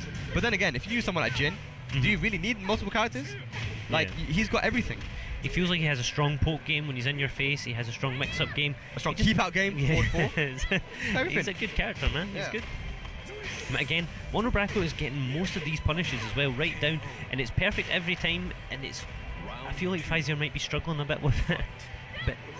And a whiff punish there as well. You should have been watching, man. You should have been watching this lad here. Oh my god, that's going to be big damage. That wall splat, wilding 3. Steamrolling, man. And he gets the punish again. No wall splat. I thought that would have, but just a little bit off. Oh my god, 7 golden letters again. He's already on set points. Mono. And Perfect Electric winning Hook Fist to start the round off is going to be wall carry. Oh my god, what's the Oki? Stays down. So we've just seen him standing patiently at the wall. Good power crush to get her off. Yeah. But Mono Brackle is scouted out the run-in. That was impressive as well. And the running 3 again, and Mono takes that quite convincingly actually. Yeah, a little eyebrow raise there from our Netherlands. And we can see Sir Sambo as well playing in the background. Yeah. Just to the right there. Good games, man. You got to shake that hand. Yeah, good games, good games. Very strong. Do you know what? I actually haven't seen Mono play before. No, I'm really surprised we haven't seen him at more events, because that Jin looks strong. He was in Leon. Yeah. He was in Leon? He was in Leon, yeah. But I've never seen him play. I've seen him everywhere. He also commentates as well. Like I saw him commentate a tournament in Spain. So he's like a really big community guy, and obviously Arkham member. He seems like a really strong player for Arkham. And yeah, as that's well, the first time I've seen him. I actually didn't know if he was good or not, but he's definitely showing that he's a decent, good player. Like, punishment was there, everything was there. Let's check out some replays. So there's one of the few 1-1-2s we've seen from Phaser, and then a big risky down forward 2 for, and just get punished for it. And got the full punish on it as well. And the wild running 3 there, I mean, just really steamrolled. I think he just, the punishment wasn't there. The punishment was not there, so you can be a bit more risky, play a bit more, you know, raggo, as we say in the UK, raggo. You know, just do what you like, because if you're not going to get punished for it, why not? It's not, and some people see it as being a bit like dishonest and being a bit like scummy, but I don't think it is. I think if someone is not punishing you, just do it. Yeah. Just do it. Why would you not? The reason some things are punishable are to deter you, because there's a load of high risk reward, but when you remove the risk, you've only got rewards, so why not? Like, why not? But it was a very, very, very strong match there by Mono. So look forward to seeing him in the future as well. So next we're going to have Super Akuma. So we are being told that the person who just sat down on the stream setup is Super Akuma. Now, I don't think there's anyone watching at home right now who doesn't know who this lad is here. Crazy Super Akuma. And look at me, looks so relaxed. He's like, yawning as well. And he's a dead fun guy as well. He seems to have a lot of fun just when he's talking to people and playing Tekken. He seems to really enjoy it now as well. He's got Akuma. It seems a character he's gelled with so much. Yeah, he's also gone for a shave as well. He had a bit of fluff on his face before. Nice, I like that. Good, clean shaven. I don't think we can be firing shots about clean shaven mans. Nah, but crazy Super Akuma, man. Here's the thing about a Super Akuma. The difference between him and many other Akuma players is his execution. Those really hard execution combos, they are very hard to do, and he's able to do them. a lot of them require just frames. Yeah. And he does those just frames. And the damage you see, you have to work to get that damage. Yeah, I think a lot of people kind of dismiss Akuma because of the way you play him. He's not traditional Tekken. You hear, oh, it's not traditional Tekken. And you're like, well, learn the matchup, body the guy, prove your point. Like, just learn the matchup, man. And he's been around for such a while. Like, he's been winning. He's becoming second at so many events. Like behind JDCR, having good matches with JDCR as well. So like really beating everyone in Europe. Why wouldn't you actually now go home and learn the matchup? There is literally no excuse. Everyone needs to do this matchup now. They need to know. If you're looking to win these tournaments, who wants to come to a tournament to lose? You want to come to win. And if you want to win, you're gonna come across this lad. Yeah. You've got to do the matchup, man. And that's what Tekken is. If you're frustrated against people, I think there are certain characters that you can identify. If you come to this tournament, you know you've got Super Akuma, you know you've got Fergus, you know you've got Kuiper. You need to there's 3 of those matchups you need to know. Feng, Asuka, Akuma. You need those matchup knowledge.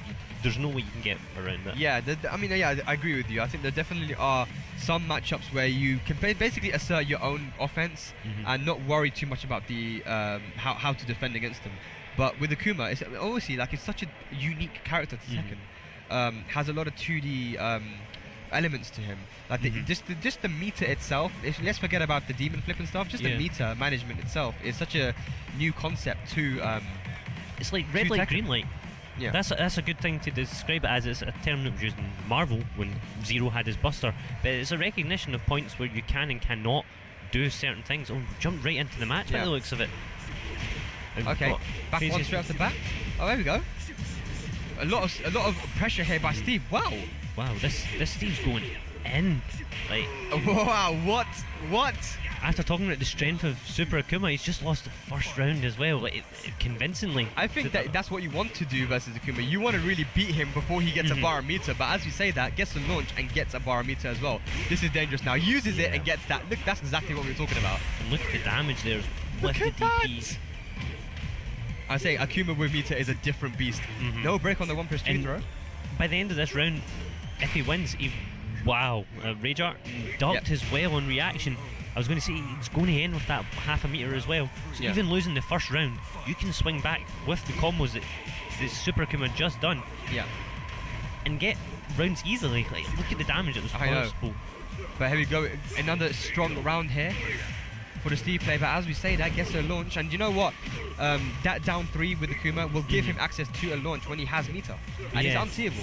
So it's about you having to stay out of that range. And then this is another thing as well. We just seen him use a meter, EX Dragon Punch. That was the sickest thing. Oh my god. The reaction on the demon flip. And that's going to do it. Wow, that was sick. That was a brilliant reaction. Akuma's looking unfazed. He's like, nah, I got this, bro. It's cool. Yeah. But that was really good. Using the Power Crush, not Power Crush, the Rage Art. Rage Art, yeah. And the armor on the Rage Art as well. Yeah.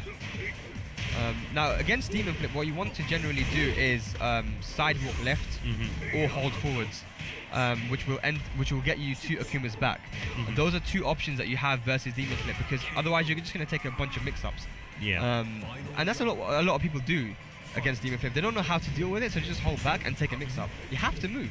And that's what we've seen JDCR do really well. When he plays against Super Akuma, we saw how well he did. He used his movement to beat him. Well, JDCR does come from an advantage of having to play Punko, the most raggle Akuma player in the world. Like, you need to know Akuma, because we've seen Punko, who's never played Tekken before, to the best of anyone's knowledge, and he's never really been a high-level Tekken player. Make America look free. Like, he's just come in top 3 in almost every single major he showed up at. Didn't he get top 3 at EVO as well? Yeah. And he was not playing Tekken, and that's when people, and I think like JDCR and saying, like, we need to learn this matchup. Because it's so scary as well. And when you see movement as well, focus dash movement, you can absorb blows in that as well. It's another plus for Akuma. No one really has the same ability to do in this. Absolutely. But we're seeing this Steve play is no slouch. He's part of the ES crew, and we've got there are a couple ES guys here. Black Kazama, one of them as well, really strong player. So these guys are no slouches at all. Just needs to be able to get that clutch factor and finish off the rounds. So what does ES stand for? Espanol? I actually don't know. Oh my god! And just use the meter there, and the sweep's going to kill. Yeah. That is a high. That Rage Art is a high, so it goes right under it. Super Akuma will laugh in there. I wouldn't be laughing though, because that he's been hit by that rage art already and on reaction, so. Nice, goes for that wild sending 2, doesn't go into team flip from it, gets a small combo, take it to the wall. Now this is so dangerous now, it's going to be mix up time. He gets up, no, he stays on the floor. Yeah. Oh my god. Did he wake up and do some buttons? I don't know. But this is it hard now. to tell. Looking for set point now for Super Akuma. Starting off with focus. Yeah, there's the focus dash in twice. Yeah. Just test him with jabs. Is that an instant overhead? I don't know. In Tekken? But he has 2 bars of meter now, but gets launched. Now Akuma is going to, when he gets up here, let's see what's the decision making. Nice orbital punch. Yes, it's looking good. Bang. You know, that's the thing, you can't just play really because of that EXDP. Yeah. I think that's twice both of us have went to comment on that, and it just happened. EXDP is invulnerable. Uh-oh. Oh, Is nice that going to be dead? Yeah. Yes. Nice. That's the second time he's got that rage art. But I think Super Akuma not really worried about it. He's going to think maybe going for more down 4s to finish off the round, because it will go under, like we saw, it went under the rage art. Okay, using them Hadoukens now, them fireballs. And it's a good way as well. Very few characters have such an oppressive tool at range to keep someone out when they're at advantage. Yeah, and you want to be keeping Steve out as well, so them fireballs are going to be pretty good versus Steve. He's got 2 bars of meter here to play with as well. Is he going to go downstairs? Yes, he will. And it's going to be the okie dokie. Just DPs. Yep. Moves him even closer to the wall. Nice sidewalk launch. Boom, boom. Nice, good. So he's using that sway now a lot as well, just to get around these moves. It's one of Steve's strengths. Oh! There's a mix-up. One more hit's going to do it. Oh my god! Ooh. And a great Super Akuma gives respect to that. Again, yeah. Hats off, yeah? Wow, what's going on? He's partying hard now. Yeah. I think that's what we're going to see from Super Akuma. Yeah, Super Akuma now not messing about. Now looking, that's already 50%. Right in his face. Not rage art, power crushing or yeah, back on a counter hit. Big damage. Nice. Big spin. I think he's figured out that he's using a lot of that sway, so went for a homing move. Nice low parry though. We've got the wall nearby. Yeah.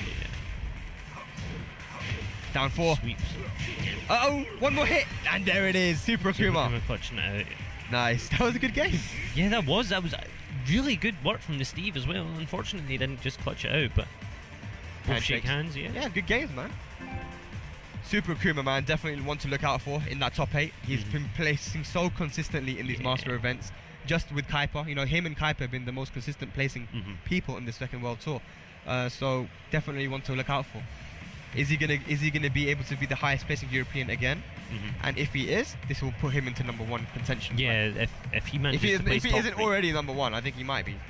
Yeah, but I think he's touchable just now. I think if he wins this, that's it. Yeah, he's untouchable. And then we've still got Paris to come as well. Yeah, the regional. He'll undoubtedly be there because it's local to him. He's been making an effort to travel to quite a lot of European events. So why wouldn't he go to Paris? Why wouldn't he go to his local, yeah. But that was a good game there. I think we're going to get some replays. Have some replays. Check out some replays. Actually, you know what? No, we're going to have a break. So we'll see you guys in a bit.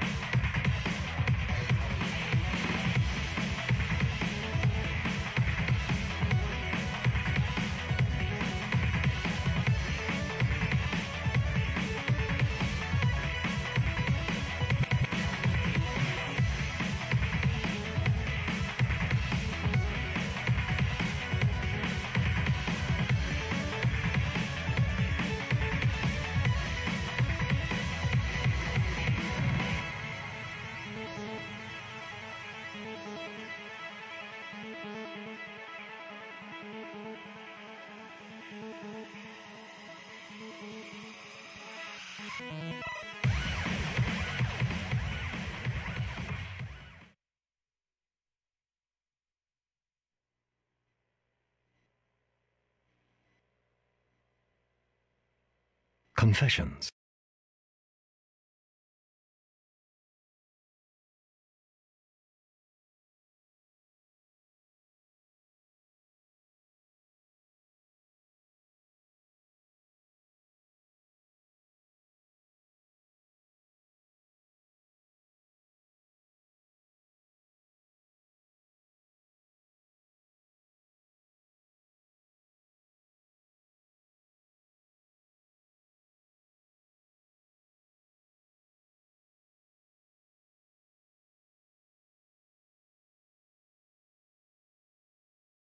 Barcelona Games Week presented by Nissan Cup Noodles. With me, I've got...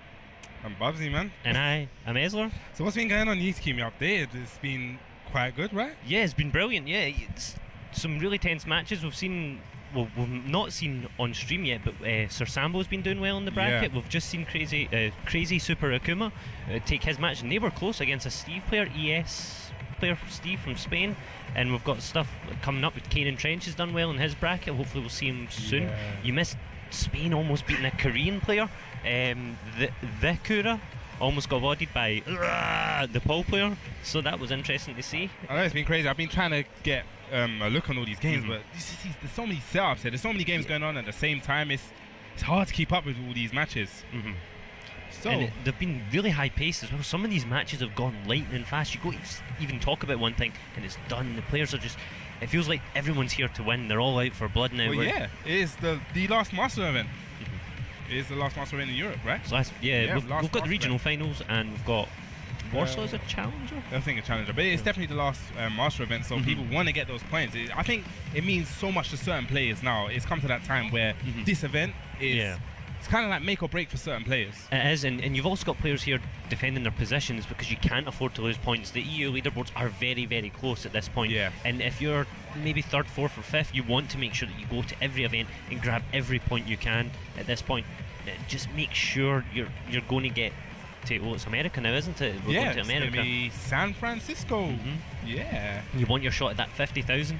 Your shot at all those, and you know, it's going to be great. I've seen a lot of players now. We haven't seen Kanan Trench that much. He's now turned out. So like you said, this is really, I feel, the make or break. This tournament, I feel, after it's done, it's going to kind of put more clarification on the EU qualification. Yeah, and it'll be great to see some of the best players in the EU, like Crazy Super Akuma, Kuiper, Fergus, Tishumon, all those kind of players. Whoever comes out on top at the end of this, go and see how they do against a lot more Korean players, because we've seen JDCR, we've seen Saint, and we've seen, now we've seen Gura and Kura come across, and how people adapt to them.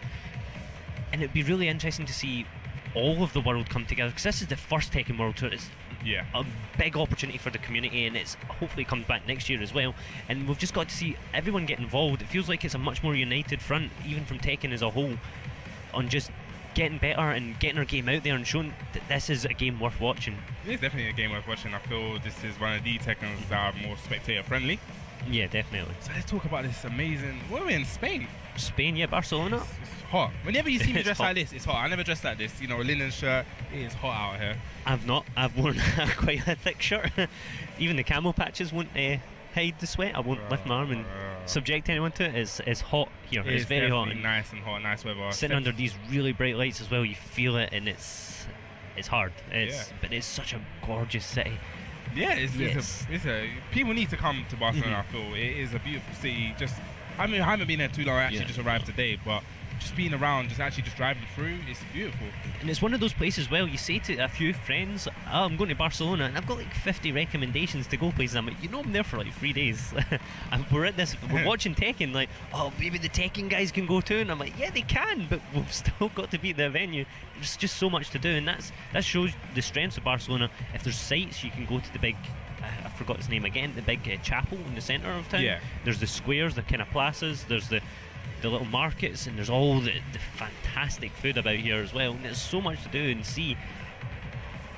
So we're gonna have people who haven't seen on stream, because you've seen that you've seen Malekith, you've seen Akuma, but we haven't seen Asim on stream. We've not seen Asim. We've got Asim, we've got Jay here, we've got Batty. We've got Batty here as well. There's gonna be so many great matches still to come. Yeah, Kanan Trench, yeah. Tenchimitsu, she won earlier on, I'm sure. Yeah, they've all won their games. We're into the second round now, so anyone you haven't seen, but we're still talking about, they're still available in the brackets to see them. But Tenchimitsu, I believe she's in winners. We've got Gura is in winners, the Leo player from Korea. We've also got Kanan Trench, the Yoshimitsu from the UK. He's still there. Batty is the Polish player. This is actually probably Kanan Trench. We haven't, since I feel earlier on, so we haven't really seen him out that much. No, but obviously personal life and studying, he's become a study. That's what he wants to be. He's studying at university, and obviously you've got to focus on some of your studies. Yeah, it can't just be all Tekken. But I know today I've been reading the tweets, the little indirects at people. He's really out for blood today. He really wants. And that's something as well. I feel like Kane sets his mind to something and he chases it. He's really good at doing that. That's how he was even before Tekken 7 even came out. He set his mind. He said, I'm going to play Yoshi. I'm going to learn this character. Before he even touched the game, and it's like as soon as he touched the game, he was like married to the character. He was like, he's been playing the game for so long. And he kind of embodies it. We often talk about how Phantom embodies his character so well with his hand signs and his kind of the Naruto stuff. Whatever he's doing, whatever kind of jutsu he's doing to help him win.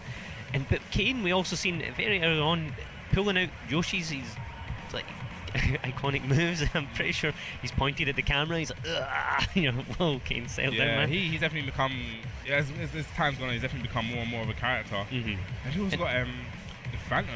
Got Phantom here as well. Well, we're talking about him. We've not seen him on stream. We've not seen Bonus Jin on stream. So there's a lot to talk about off stream, but hopefully we will get to see them at some point. Yeah, definitely. It's really a stacked tournament. We've seen, like, even early on, we've seen Schrodinger and the King player from France. Bambino. And they took on each other, and that was a really close match and a really, really tense match for round one. And we've seen Sir Sambo as well. He's now into the second round. Sambo's here. He's a strong Italian player. Definitely one of the strongest. Dragunov, yeah. Even we've seen Galanda here as well. We've seen Galanda. He's definitely in a strong position because if he gets a good result here, he won the online event, so he's got a big chunk of points. So a good place in here today could potentially put him in that top 5 as well. So it really is make or break for a lot of these players. And we've seen some Spanish players as well come through the ranks. We've also got Grimjau from France. Okay. He's here as well. But yeah, there's a lot coming up. And I'm sure Phantom won his first match, but we've not seen it. But in losers brackets, obviously no one's out yet. I don't believe we've ran the first one in losers. And we've also got Bode here. We forgot to mention him. Bode, Haroon, and a few others. Black Kazama. There's so many people. Like, it's hard to keep track of everyone here. It's really, as I said already, it's stacked. There's so many notable names. We've seen Malekith. Yeah, Haroon, I think this is probably the second one. I've seen him. He was at the first Master event versus Fighting, but I think since that, I haven't actually seen him play. He's not been out much, but earlier on I was watching him in casuals against Asim. He was doing really, really well with Haroon. Yeah. So that is his character. It's an iconic character for him. But just never seen Yoshimitsu and an Akuma. So this could be an interesting match. Who is this playing? It's funny because I was speaking to Super Akuma before the event. He said that he's seen a lot of Akumas today. Okay, so we're going to have Tenchimitsu versus Demolition. So are you familiar with Demolition at all? Not really familiar with Demolition, but like I said, I was speaking to Super Akuma. He said it's weird that he's seen so many Akumas come out today. He thought that Keka was training an army of Akumas just to defeat him, get that practice, but Tenchimitsu taking it really strong. So we got more Yoshi. What do you think of Yoshi in this game? Do you have any opinion? I've always been a fan of Yoshi. I like Yoshi's design. I think it's always one of the most carefully thought out and interesting looking designs in Tekken, to say the least, but I'm not mentally prepared to play as Yoshi. I don't think I get the playstyle. Yeah. He's definitely fun. What about yourself? Do you enjoy him? I've actually never played against Yoshi, but I feel like Yoshi definitely in this game is very strong. He's got a lot of gimmicks, a lot of setups, and I feel he can end a lot of his combos into that helicopter and actually gives him Oki, where in a game that not really strong on Oki, but you know, he still gets something and a wake up option mix up. So he's saying there's so much in Flash as well. Flash makes a lot of things, it makes you think, because it's 6 frames, it's really, really fast. Yeah, definitely. It's one of those moves when you get hit by it, just like, really? It's one of those things you don't have to think about that in any matchup bar against Yoshi, really. I kind of disagree. Now you got the whole rage art stuff. You don't want to be too pressing buttons. And just this was it around. just out of nowhere, just EXDP, no respect shown. I wonder if Tenchimitsu has options with Yoshi to get around Akuma's Demon Flip, because obviously Yoshi does have the spin, the side of the spin. So I wonder if Tenchi can actually react to that and get to Akuma's back and then do the back 2 string to launch. It could be an option. Yeah, it could be it. I imagine it being very difficult, but I think the spin's rather fast. So I guess on reaction, as we say that, oh, it's Rickety. It's not Mr. Demolition. It's Rickety. Wherever it is. Shots fired at the man's plane. We see Tenchimitsu going for some unblockable setups as well. The first time she did get the spin, I forget, the sword spin unblockable tech trap, but now not so much. But Ricky, is this a player we've heard of?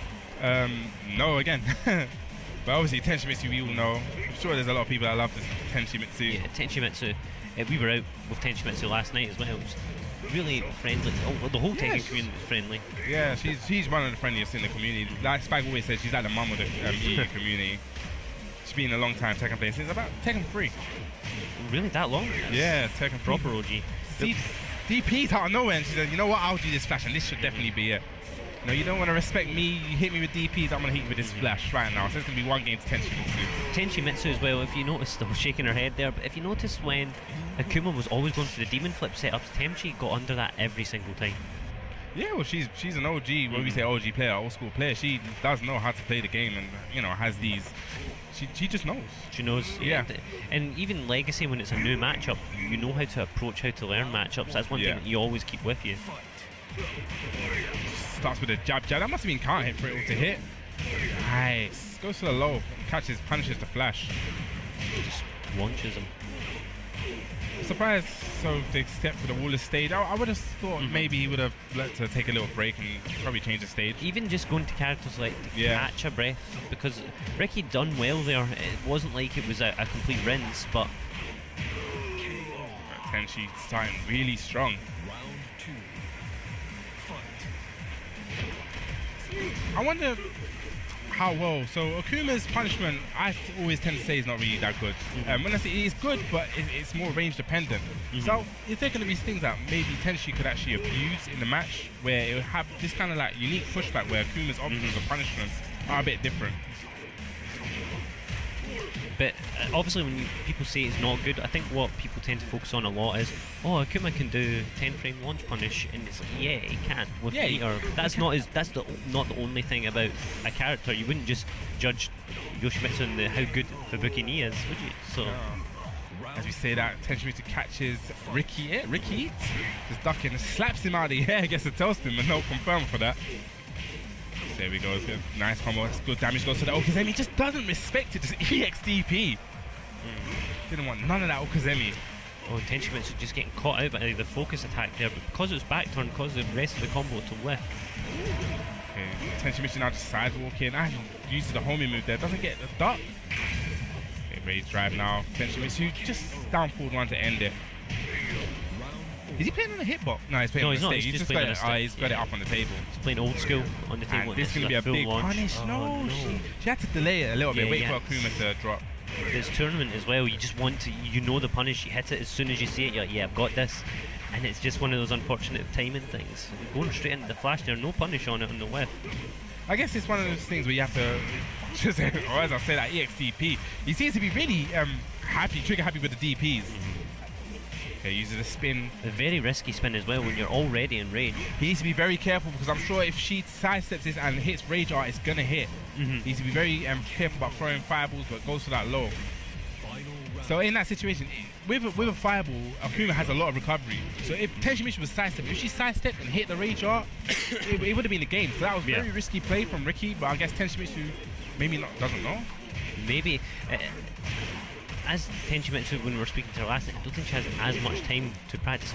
Nice reaction EXDP there on the unblockable setup. He seems to be really going for those DPs. Just be very careful, DPs are very punishable, you don't want to get caught. Nice hop over the fireball. Just shown in neutral as well, there's different options to deal with it.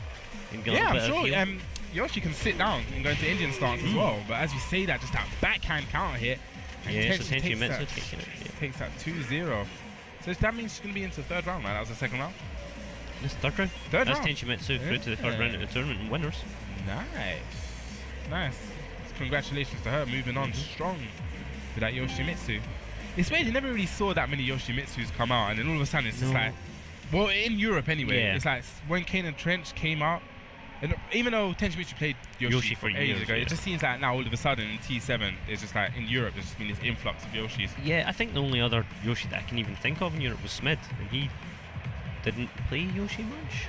He played Yoshi sometimes, but there wasn't a lot. But you had. It seems Yoshi players are really dedicated to playing Yoshi. You've got Just Frame James. He always played Yoshi. He played Law as well. But the whole point was, in Tag 2 he was known for Yoshi and Party Time. Really, Party both time. of them. And it feels like everyone who plays Yoshi is synonymous with the character because there's something about them that clicks. Like even going out with Tenchimitsu, it's like you've got to order squid. Yoshimitsu likes squid, and you're like, damn, that is commitment. It's funny you should say that because how people stick to characters. So when what character did you first play? What character would you say you would have first stuck to? Bruce. Interesting. I've kind of stuck to Bruce. Josie is new Bruce. I liked Bruce's, well, when I was young, I just thought it was cool. Like, Kazuya was this badass character. Bruce was his bodyguard, so Bruce must be more badass than Kazuya. I was that's Tekken 2, right? Yeah, that was Tekken 2. I was like, that's my character. And then I kind of fell away for a few years and came back. And it was just one of those characters you recognise. Like, oh, he's still wearing the same trunks. He's still got the same mohawk. Do you know what? Yeah, I'll play Bruce. Yeah. So we're gonna move on, I guess. Yeah, we will be moving on. Definitely going to be moving on. So many setups out there, so many games going on. It's hard to actually keep up. There's a lot happening as well. There's definitely a lot happening. You've seen the setup. Obviously, when you look out the stream cams just now, in the background, that's all the setups for the casuals as well. We actually tried to count the setups, and it's just like 1, 2, 3, 4, 5, 6, 7. They have a lot of setups. So there is a lot of matches going on. And I believe this is Gura. Yeah. Gura. Ah. Okay. And I Limited. Yeah. Haven't actually seen Gura play. I think he was Gura playing. he plays Leo. Plays Leo. Was he playing casuals with Kanan Trench earlier on? Yes. Did they have a set? Yes. That's when I actually walked into the venue. I saw that. I didn't actually look. I just kind of saw it in the background. But Gura is the Leo player that came, I believe it was top 3, as Rip was saying earlier. One of the earlier ones, he put Help Me Out, or was it Knee Out? I think he knocked Knee into losers. That's the rumour mill that I heard anyway. I don't really do the following tournament lore too well. It's just there's so much as well. There's so many Tekken World Tour events that it feels like you've got a long time, like a really long time to watch all these matches at the weekend. And you feel like you're catching up. You've hit Wednesday. You're like, oh man, I might have missed another one. Talking about even like this whole weekend is there's 2 other master events going on as well. Yeah, back to back as well. So if anyone's in the stream chat and got a lot of caffeine, that's what I'm saying. You've got a lot of Tekken to look forward to. A lot of Tekken. A lot of Tekken. Up next we'll have Gura and TheKura, and then after that we will have Batty versus TheKura. So TheKura's that's 2 Korean players back to back. TheKura was playing Lily earlier. It was one that almost lost to the Spanish Paul player. Okay. So hold on, it's Gura and then TheKura. Gura and Kura are the 2 Korean players. One letter apart. Can I think of something more easier? That's gonna be helpful to try and remember. Gura and Kura. All right, we'll be in there. We're gonna get there. So yeah, Batty is spelled with an I, by the way. B-A-T-I, not B-A-T-T-Y. And I Limited, do we know who I Limited plays? No. At least won his first round. It's quite like it's great because there's so many Spanish players actually turned up today. I was looking in the bracket, I see all the Spanish flags, and a lot of these players actually are people that I've never seen, never heard of. But it's nice. They seem like they're a decent level. I've seen some of the not casual matches, some of the off-stream matches. I'm trying to say the off-stream matches go on, and they were looking like it's cool. They're looking like they were doing well. So big ups to them for all coming out and supporting their events. Obviously they got like the leader. I say the leader Kuiper, the guy strong Kuiper. But even Kuiper's teammates, the other teammates, Greek and Greek. Oh, I forgot his name. The other guy we've seen on stream done really, really well. It'll come back to you. It'll come back as soon as he's on stream and I can read it again. We're getting old, innit? Tekken 2, you can remember Tekken 2. We're getting old. Alzheimer's and all that, missing memory. Yeah, I don't know. We're lost. But Gura will be playing. He plays 2 characters, I've been told. Leo and someone said some. it is two characters, but I think you'd stick with Leo. Leo was a very dominant. Yeah. Leo's really good in Tekken 7. It's funny because when the game first came out, someone I know, Real Menace, was actually telling me he really feels that Leo is really strong. Leo's good. Leo is this really good character. And I was thinking, I never saw it because you never really saw that many people use Leo. And it's like the more I agree now, the more I see of her, especially with that while standing 4 into 1+2, I was like, this character is rather good. She's got that dab on them, the low dab. Yeah, the dab. Yeah, chunks of damage. That was recently nerfed though, wasn't it? The dab slightly. I think. Just slightly. No, it wasn't the dab, it was the other one. Oh, the the down, dab, the down 2+3, is it? Down 2+3. Yeah. But yeah. if So- there's anyone that can still make a convincing play with Leo, it's definitely the Gura, and there's a reason why she was nerfed, even just to normalise some of the moves, so it's interesting to see how that will go. Yeah, she was definitely strong with that new addition, that orbital hill. I see certain man get trapped in that kind of vortex where they just don't know how to wake up properly. So this is the Barcelona Games World Tekken World Tour Master event. This is the first day. I think we're going up to, is it top 32 and then tomorrow's tomorrow's top 16 Oh, onwards, tomorrow's top 16. So we're going up to top 16 today. We're already we're 2 in now, so we're in deep, we deep in. And I believe a lot of the casuals as well, not the casuals, the losers bracket's been done off stream. So Yeah, well, like you said, there's like, well, if you're in the event, you'll see like there's tons of setups here. So, you know, we're going to try to get as much as we can on the stream. Yes, we can see. This event, I really like this event. It's nice and open. I really like it. It's a nice big event. It's cool. I like it. Something ahead. Probably a little bit of a hold up. I don't know. Probably just waiting for the thumbs up. yeah, it seems the iPlayer is giving the thumbs up. Gura's already hovering over Leo. It seemed to have some discussion. It's not very clear what's happening. Yeah. I'm sure we're gonna get this going on. As we say this, we got them sponsors, them cup noodle boys. I see the chat go crazy about the cup noodles. Yeah. Got them ramen noodles, boy. Have you tried them? No, I should. But maybe we should put in a request for, you know, get a little supply, little something, a little box. You know. I actually eat a lot of Nissan noodles. You do? Yeah, I got the name Noodle Boy in work because I just stock up on them. And I'm a really big fan of the spicy chicken one. Alright, well, so you're gonna have to write a review for us, yeah? Yeah. You're gonna be that guy to write the Nissan noodle review. I'll trust you. When it came out as well, I was like, yo, I know this. I know these noodles. These are my noodles. So anyway, let's get into this. We got I Limit. So this is I Limited now. I Limited, the Paul player, yeah. Paul player versus Gura from all the way from Korea. Big shout outs for them to coming down. Yeah, it's a long way to travel as well. Definitely a long way to travel. So you know he means business. You know he wants to walk away with that moolah, that the position. You know, get that top position, get that moolah. So Leo with that. Oh, I think he could have confirmed that, but it didn't confirm in the end. Doesn't get the throw break. But going with the all-American Paul as well. Rage drive right to the wall. He tries to answer back, but misses. That's gonna hit. Yeah, down forward 1. Just it seems like nothing happened, and it was just like, you know, rage drive. I'm gonna throw this rage drive out as well. And why not? Like Paul's rage drive and Leo's rage drive, they both give a lot of damage as well. We've seen there from Leo, Will Rising 4 1+2 as well. That is a 10-frame interrupting and a 10-frame punish on block. But it is very difficult. Yeah. So down for 2. Tries to punish it, but doesn't get a proper jab punish on that. Yeah, he's back against the wall and gets the wall splat, and that's going to be it. Gura up 2 rounds, sorry.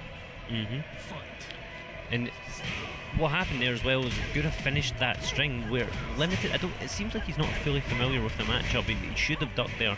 But yeah, Leo does have a mid variation as well from that string. But I believe he has to duck the 3rd hit, so it's to eliminate the mix-up. It's the 3rd or 2nd hit, and just jabs him out. Just gets it. It seems like he's really pushing him to the wall. It seems like every single round is like deja vu. He keeps pushing him to that wall, and he's looking for that big wall splat. I guess Gura needs to try and, not Gura. I Limit needs to position himself a lot better. Try to get him out. Try to get himself out of that kind of situation, back against the wall.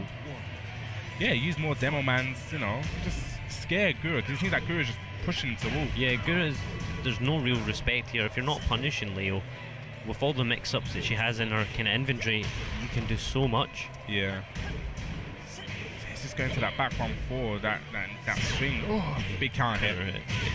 So hopefully this gets him going, yes, gets that nice wall push. But goes for the stomp and side rolls it. Sometimes I don't like people going for that stomp because it gives you, it changes position. Yeah. He would have put himself back to the wall where he doesn't want to be, where he's been and losing the match.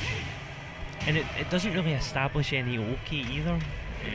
It's just, I'm running at you, you can see them running. That's big side relief from Gura. He knows he's 2 rounds away from moving on in this bracket. These are the pool stages, the early stages. But once again, he's back against the wall. This is not where he wants to be. It's just he's basically one wall splat away from dying. Nice punish. Yeah, it's a great punish on it as well. You can't test the Koreans punishing. What are you doing, sir? Okay, just backing out. Feeling each other out, yeah, neutral. But I feel with Paul, just presses a button there. You can't press a button in that situation. No, not at all. I think the knee you have to sidestep left. Yeah, against back 140, yeah. And if you can't do it, then you know she's got so much, or she's got so much potential for a mix-up after. He's got big death fist, and this is going to be the round. Yes, nice. Keeps it simple. So hopefully this gives him more confidence. You know, he's got a round on the board. Yeah. That's what you want to do. Okay, starts off with a nice launch. That's it, pushes him towards the wall. But then he kind of just backs off. Well, I guess he's got the life lead. But that's not the situation you want to be in. Here we go. Is he in that vortex? I'm telling you, I told you about this orbital vortex. People do not know how to get out of it. That was straight up abuse. Like that was hard to watch. Yeah, I told you. Look, even like I limited shrugging it. That's not cool. That is it. He's just like, was that it? Yeah. Talk about it was first to two, mate. But I told you, I mentioned this before about Leo's orbital hill. People do not know how to deal with it and actually wake up from it properly. And as you saw there, it took away 95% of his life. Yes. And you know, he just disrespectful. You don't know how to do this?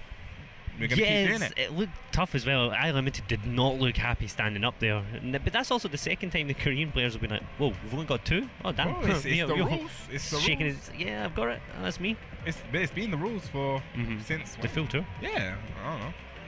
Apart from maybe thought this was top 3. No, it's only just expect to be top 3. It's Korean. It must be in some kind of finals. Nah. So yeah, that was pretty convincing. I guess it's one of those things. If you don't know how to wake up properly. That's the whole thing with Tekken and Oki. Oki is very dangerous. Yeah, I feel though that Tekken 7's Oki is easier than it's Tekken easier, Tag 2. But in that kind of situation, no. You need to know how Tell to me wake why up. that was easy. Yeah, at least you don't get refloated for back Tekken now. Man, I would have rather got floated than to stay on the ground yeah. and just stomped on repeatedly. So the Gura just going to move on strong. So I guess next we're going to have Batty from Poland, which is the king player, right? Yes. Yeah, the king player. And Kura, the Lily player. The Kura. So we had Gura, and now we're going to have the Kura, Lily player. He played earlier on. Yes. Right? How was he playing? Because I heard, see, you know, when I was out there, you know, Tekken players is funny because there's like so much whispering, like it's like Chinese whispers, and I heard some things about the Gura, the Lily player. The Kura. The Kura, yeah. Yeah. There were rumours that it might have been a different player that people assumed it was from Australia, who's a gypsy, but it wasn't. That's false information. The Kura, although being Korean in origin, did not play Korean. It was a rough match, and it was very, very close with the Spanish player. But that's what you've got, and it's not to say it was bad. It was just. It wasn't the level you would expect. Okay, so yeah, that's what I was hearing. I was hearing a little bit of rumours and that. She's got the player sitting down. Kura, yeah. So that's Kura on the right, and we've got Batty on the left. Yeah. So Batty, he's a solid player. I've seen him play a lot. Very solid. He's travelled quite a bit for the tour as well. Yeah. Someone that supports the scene as well. He's known in amongst the EU community. Everyone knows all Batty. I've seen him in the UK as well, before the game came out in one of the tour events. I've seen him, and so I know he knows definitely what he's doing. He's a definitely strong king player. King, I feel very strong in this game. Yeah. I feel there's so many characters in this game which are strong, but just I feel people haven't tapped into like their full potential just as yet. Yeah, the strengths. It's hard when people look at strengths in Tekken. They kind of not overanalyze, but there's some that obviously have very, very clear moves. Yeah. And it was when I was talking to, I believe, Harry Potter and Cyrox after our Leon event, said, yeah, lots of characters have loads of really strong moves. Dragunov has it down too. He's just like, and that was it. And it was a brilliant conversation to be part of because they only talked in noises. So obviously Cyrox being from, is it Sweden? Sweden, yeah. And Harry Potter being from Italy.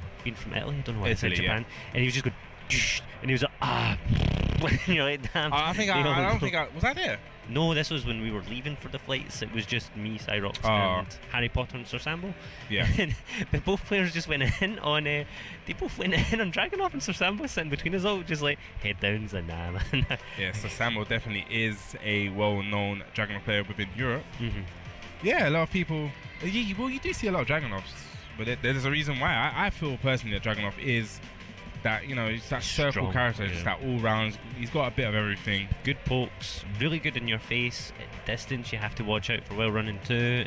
Yeah.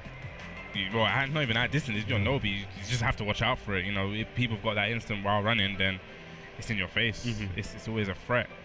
But King, I definitely feel that King, once people tap into his full potential, he's going to be a strong contender for one of the strongest in the games. You know, he's still got those chain grabs and those command grabs, which you have to break like manually by watching his arms, and giant swing is still mix-ups.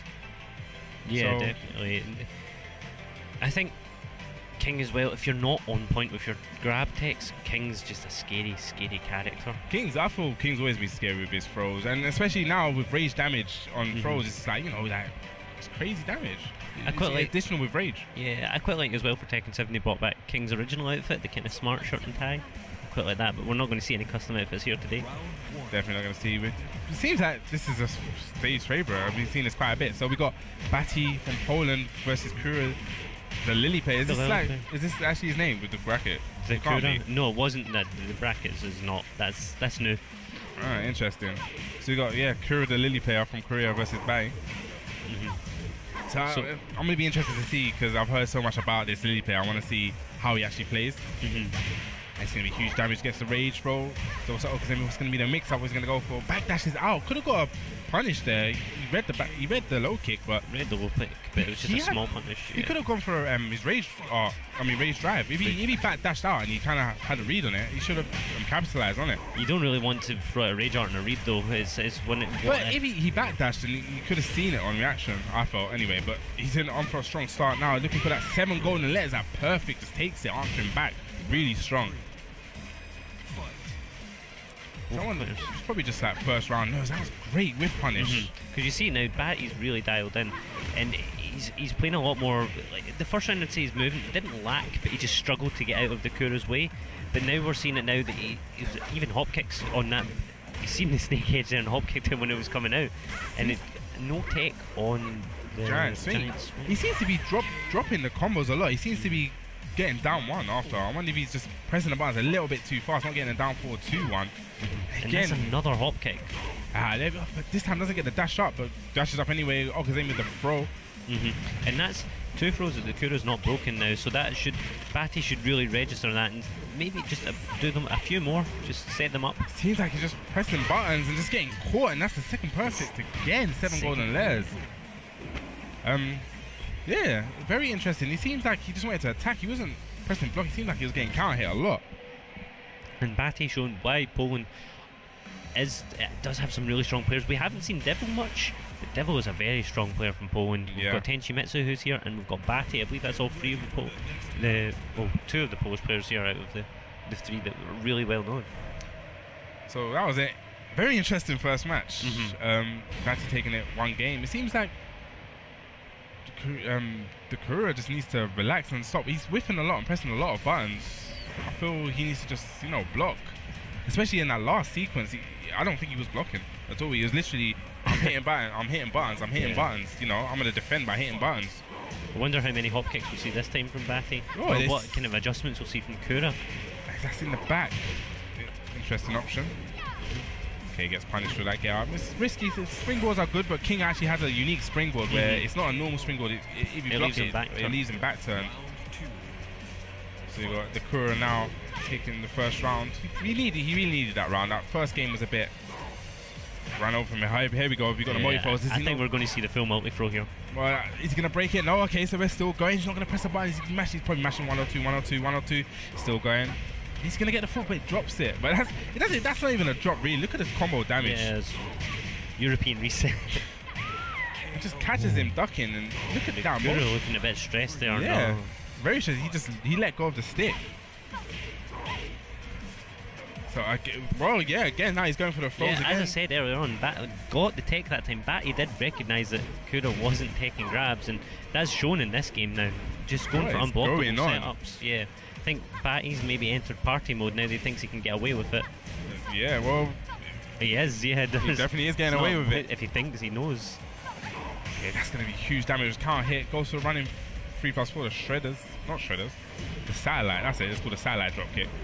And again, just goes for the plus frame, just goes for the toe kick at the end, and seems to be really overwhelming the Kura, and the Kura is on the verge of going into losers. Yeah. Starts off with that low. That low has to get he needs to. Well, it's punishable now, so but doesn't block it. It's quite a slow low. You can see it. One of the more seeable lows in the game, anyway. Yeah. And Kura just does some okay there with the snake edge, but I feel like there's something missing from Kura's gameplay. And this is going to be huge damage. This thing. Got a rage, fast hand punch, goes for the alley kick to end it. Just he's shaking his head. Why is he? I guess that's not what he expected. Gives him the handshake, and guess the Kura goes into losers. Yeah. Interesting. Very early on for what you would expect from a Korean mix-up, a Korean player. But it shows though that maybe not all Koreans are atomic robots. Yeah, that was it was funny because before the event happened and they got the names in the brackets, people were just like, you look through the brackets, it's like, oh, this guy's Korean, he's coming. Yeah, he's gonna be a problem. Everyone was like, look, and people like put a star on his name, and that's when I was out there, I was hearing people whisper like, this guy is like automatically seeded as well. Like, oh, it's a Korean flag. We need to seed this. It's a Korean player. He got seeded as well. Yeah. So well. But up next we've got it looks like Asim versus Sherd. Not to be confused with Shorty, the UK player. Just Sherd is a Spanish player. So this is going to be the first time we've seen Asim on stream. And I've been speaking to Asim quite a lot actually out there, and he's one of the players that knows that this event is a make or break for him. He really wants to get those points. I think he's teetering outside like the 10th place, but one good like position and place in here, because like we said this before, the points are so tight between.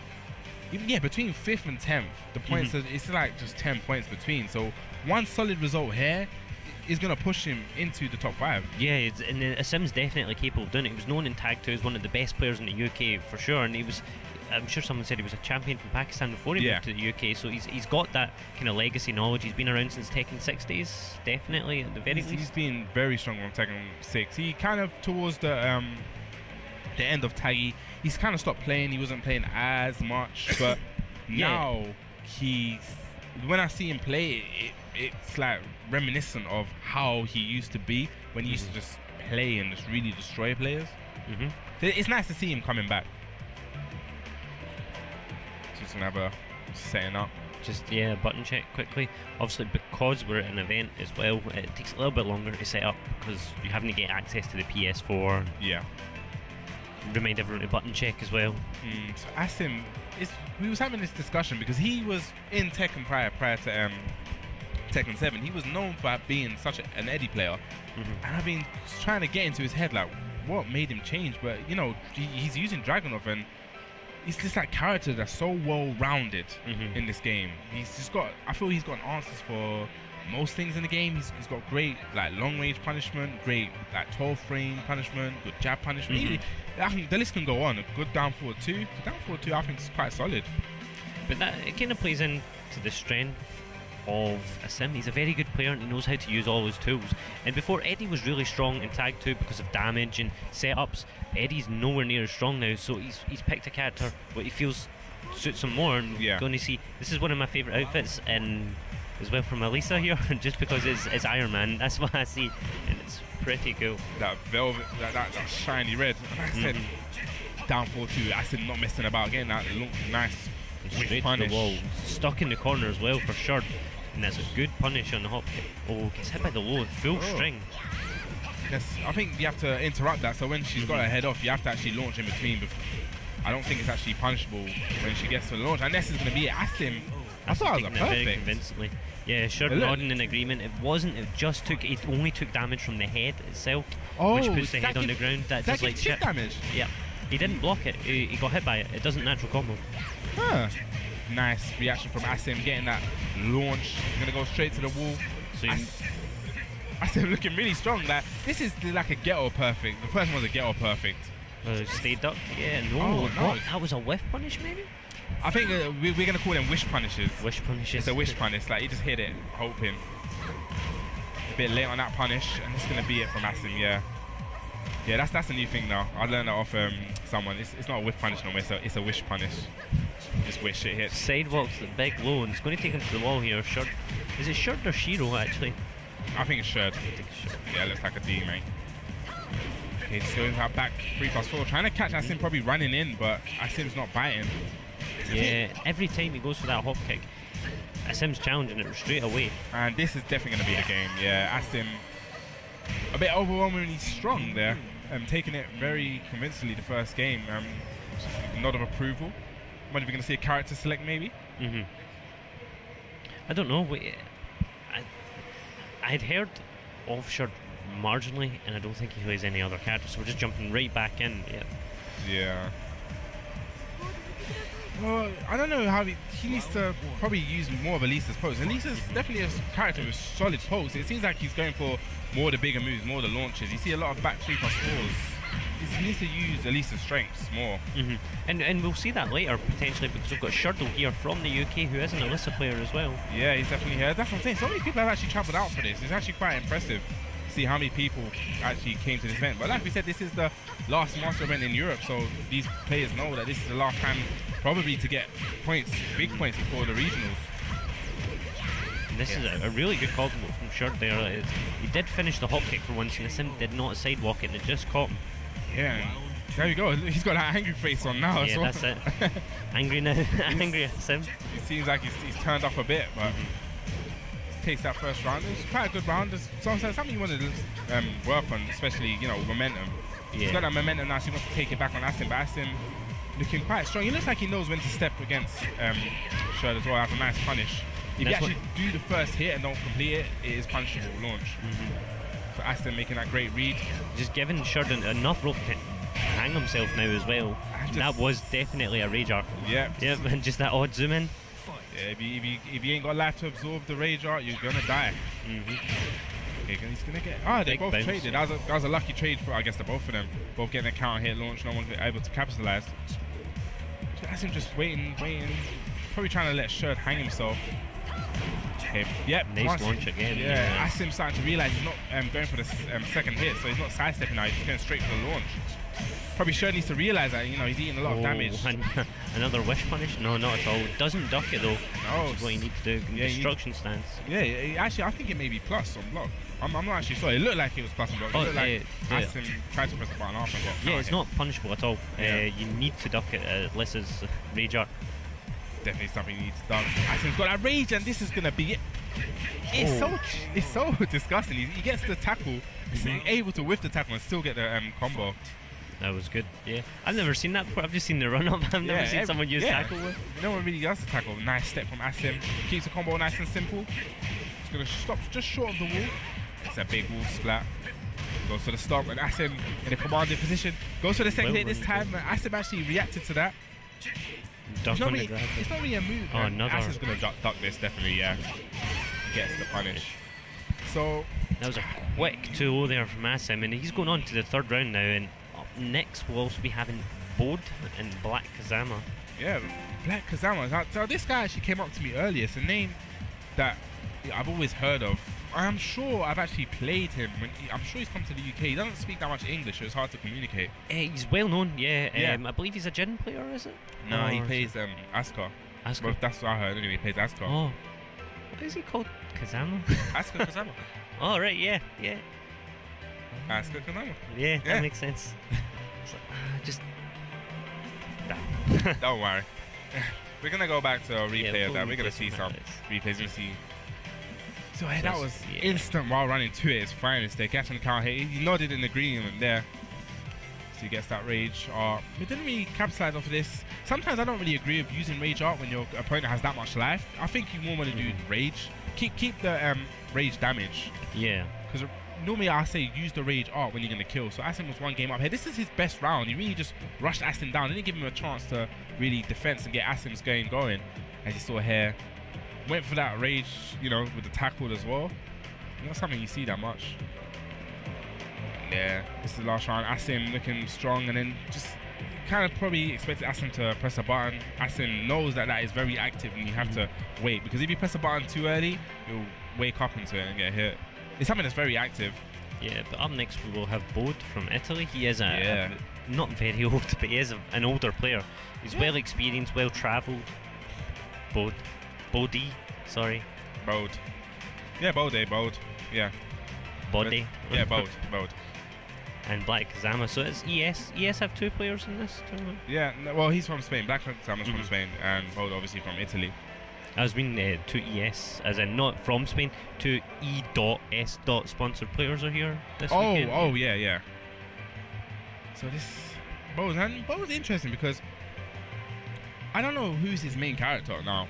Because he used to be such a Julia, like that. He used to be one of, well, even like the go-to Julia.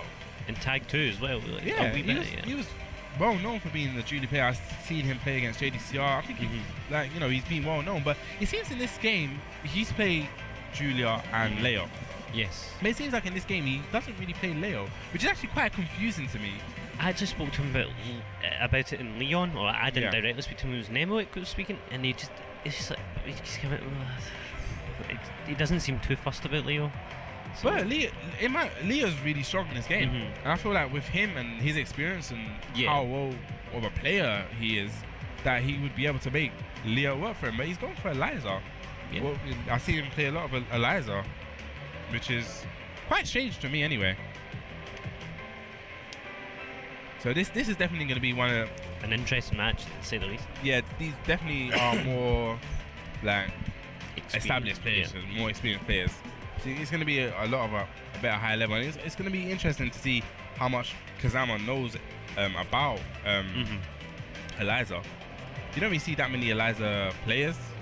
Well, we do have a couple main Eliza players in the EU. So we have Kira.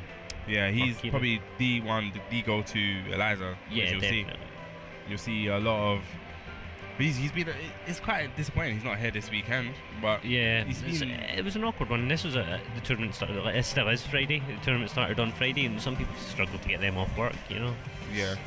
One of those. But looking at, so we're going to see Kazumi, I presume from Black. Interesting. So has Bode gone for Kazumi? I never actually got to see any of those matches at Leon. I think a lot of them were played off stream. Yeah. So interesting. So I guess he's playing Kazumi now. This is the first time I've seen Bode play Kazumi. We've got Kanan Trench lurking in the background next to Sir Sambo and Spag. I'm sure we're gonna see. We'll need to get him on at some point. Yeah, I'm sure we're gonna see him later. I'm sure he's gonna. I'm guessing he's gonna progress through the brackets. We're gonna see him later on, definitely. Hopefully, anyway. Got him conversating with Galanda, another strong EU player. Galanda, strong Katrina player. He's got the Katrina, 2 Katrina, so Hassan there as well. So we're gonna go in. So I haven't seen Black Kazama play as much. I've actually seen him play in Tag 2. Yeah. So I guess this may. No, I guess this may be a button check. Okay, no, it looked like it was him. He just stood still at the beginning of the match. That's what that is, and punish on the down forward 1-2. So Bode, I wonder how long he's actually been playing Kazumi. I really don't think it's long. I'm not entirely sure, but I don't remember anyone saying he was playing Kazumi at Leon, so we'll find out soon. But Kazumi is not an easy to play character, but due to her limited movesets, you can be very effective learning just her key buttons, and gets caught by the parry there. I've always said that Kazumi was, I felt, strong, and people didn't really see it. I've said this to Hassan so many times, that Kazumi is a strong character. She may not have the knockdown low, but you know, I feel it works in her favor with the twin, well, her down forward 1-2, like twin piston. I feel it really works in her favor that she wants to keep the opponent standing and actually just chip them down. Yeah, but that's also it's a very Kazama gameplay, isn't it? Keep your opponent standing, chip them down. Yeah. Obviously, we've got big sweeps from Jin, but all of them seem to have exceeded chip damage. It's a big whiff. I'm surprised Bode didn't. Does not hit confirm the 1-1-2, and that is launch punishable. That is definitely something you need to. It's one of those moves which is so confirmable, and that's going to be a punish, yeah. Calling the tiger. Yeah, 1-1-2 definitely is something that you need to. I think it's the most confirmable thing in the game. It's 1-1, and literally you have so much time to press the 2. So you go 1+2 throw broken. Just catches him there on the whiff. Bro, sets up okay with the tiger. Tiger, you don't really see that much okay with the tiger. Obviously, one of the things that have a lot of recovery. Especially if it whiffs, for as long as her hand's out pointing, your launch punishable is. It is so much recovery. It's something that you don't really want to do. It's going to carry him towards the wall. We've seen Bode obviously knows the ranges here as well. He's staying just out of Asuka's effective range, but one set of Can-Cans is going to take him. Goes for the unblockable setup. Obviously, you cannot duck that. In Tag 2, you could duck that, but that was one of the changes going in as well. That was nice from Bode. Just staying out of that range, you run forward, the back that's baited out the low kick, actually with punch with a down forward too. So you got Bode now 2 rounds up to 1. It's going to go definitely towards the wall. And that's the third time we've seen Bode float out with jabs, so I think maybe Black Kazama's going for, I don't want to say he's going for a lot of hop kicks because it's not very clear, but it does seem he's getting frequently floated and taken to the wall. It's one of those things with Kazama. A lot of Asuka's panic moves, her back freeze, her shredders, when you actually jab, it actually floats her out. So it's one of those things that if you know that, because he's been doing a lot of parries, so it seems like he's more wanting to make reads and make those kind of kind of panic moves. So Bode, very experienced players using those jabs to actually just float him out. So it's something that he's aware of and he's actually, using. Yeah, he's taking advantage even with a new character. You've seen his spacing was very, very, very good, even just against Asuka, forcing her to use moves that were less safe. But I'd like to see Black Kazama maybe just play a bit more patiently there, because he was getting life leads, he was getting chip damage, and that's what Asuka succeeds in. But it looks like he might have had the wrong buttons, which is a bit of a concern. Yeah, this is why this is there. You need to learn to actually change your buttons. It's there for the beginning of the match, so Yeah, and it's a good adjustment as well to games like this. Just button check right in the main menu. The first thing you do, even if you play default, make sure you hit that default. Save it twice. Yeah. So maybe this is gonna better his play. Hopefully, it does better his play. We don't want to see him go out just to wrong buttons and losing the first game like that because of you didn't check your buttons. But it is his fault. But we'll see how it goes now. Hopefully, he does a lot better. I know you pad players and you need those button binds. But we have Kane. Yeah, Kane Trench is here as well. Kane Trench definitely. We definitely. I'm sure we'll see him later. Yeah, it will definitely. He'll be the next matchup against Gura or 9RA or. Yeah. So there we go. So we're going to see some Kazama and Kazama action as well. So that Gran, isn't it? Kazumi would be Asuka's Gran as well. Yeah, I'm guessing from the lore. So Black Kazama. Okay, 1-1-2. No hit confirmed, but Bode really making a ballsy read, and that was a great whip punish. Seems like Black Kazama now, when he has his buttons set, it seems like he's a lot more comfortable. Goes for the unblockable setup again. Doesn't work this time. Bode just being really patient on the ground there. Gets the throw. No breaking that throw. Again, goes for it again. That's cheeky. He knew. That's a great whip punish. Yeah. And I thought, so that's the thing with Kazumi as well. One of the things I don't like about her is when her combos are off axis, they don't tend to work as well. She seems like she needs to be really on axis, otherwise her bread and butters are not going to work. And this is going to be it. No, why did he go for the full combo? But great low high. This is definitely going to be the round. Bode is not going to drop this. Yeah, you can't use those strings against Bode. Bode knows. He's played the game for so many years. He knows these strings. You can't kind of cheese him out with that. So just dancing at that range, using those jabs, trying to float Asuka out of any panic moves that she's doing. Okay, gets that 2-3. Just backing out of that range. Doesn't want to be close to Asuka, but then just comes in. Just kind of. I like the way Bode's playing. He's just really like chipping out. He's staying on that range, coming in, doing his damage, and backing out. And Black Kazama keeps on going for the unblockable options on wake up, but every time Bode, after getting hit by it the first time, he just stayed down. So I'd like to see some kind of adjustments, even just hit him on the ground, force him to get up, and then put him back into the kind of situation where he'll need to deal with the unblockable setup again. Yeah. But really seen that Bode's in full control there. His spacing is just so well. He's spacing, not letting Black Kazama get anything started. But as I say that, he's got Black Kazama's got quite a healthy life lead, which just kind of just went. It's commentator's curse. It just went. It just disappeared. Okay, Bode doesn't duck that hit, but gets the throw again. Sees he's not breaking those one throws. Yeah, using will them. run into as well for pressure. And he presses a button in between that, and this is going to be the game. Oh no, I lied. That's definitely going to be it. Down forward one to take it. That was... Black Kazama looks a bit let down there, but... Yeah, I know he's a decent player. I know he's... I'm sure I've played him before. I know he's a decent player, but Bode, obviously, he's just... like people say he's an OG. He's one of the founders of EU Tekken. He's that good. He's been around since, I think, Tekken 3, maybe. I'm sure someone, when he was talking to Teshimon as well, they have been around for a long time. They're very dominant players as well, and I don't want to say their era because they're both still very, very good players. Yeah. But they've been known for that period of time. But this is definitely a match to get excited for next. It's Kanan Trench versus a Korean player, Gura or 9RA is what we've got noted here. So that is one of those bringing back, that shiver in the spine, bringing back those memories of that. That seems so long ago now when he played Cherry Berry Mango. It wasn't a year ago, was it? Yeah, it was. It was a year ago. A year ago. It seems like a lot longer than that. Time does fly. And that was the event that put Kane on the map. Like, it was the chrysalis to who we know now as Kane. And it was just, I think the most iconic moment was the rage art. Yeah. And people still remember that. The rage art, and it froze the stream, and everyone didn't know why it froze the stream.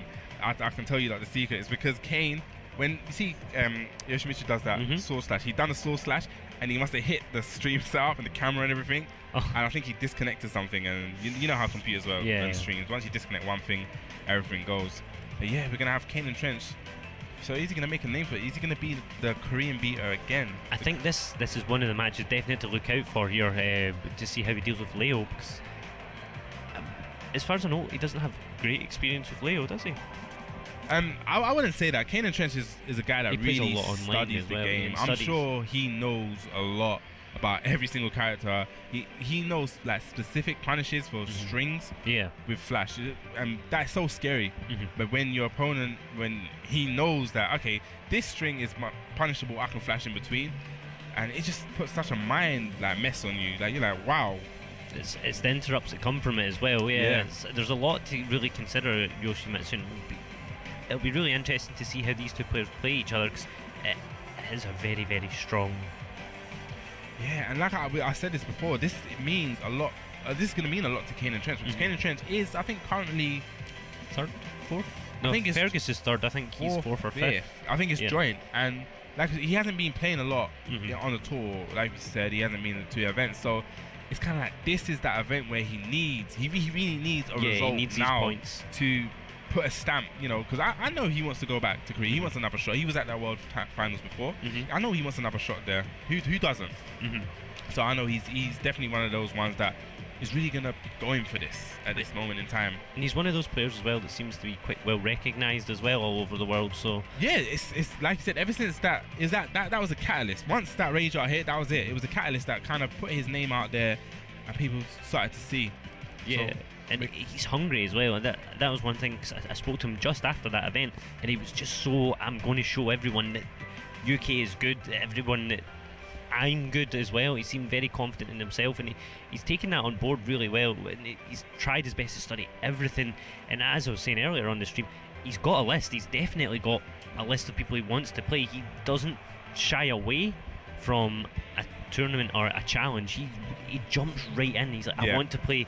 I lost against Kira. I want to play Kira now, and that's it. That's who he wants. And I think given the chance, he would have JDCR here right now just to play him again. And that's what I like about him. He's not someone's like, oh, I lost to him, I'll play the easier players again. He's like, I lost to him, I want to run sets with him.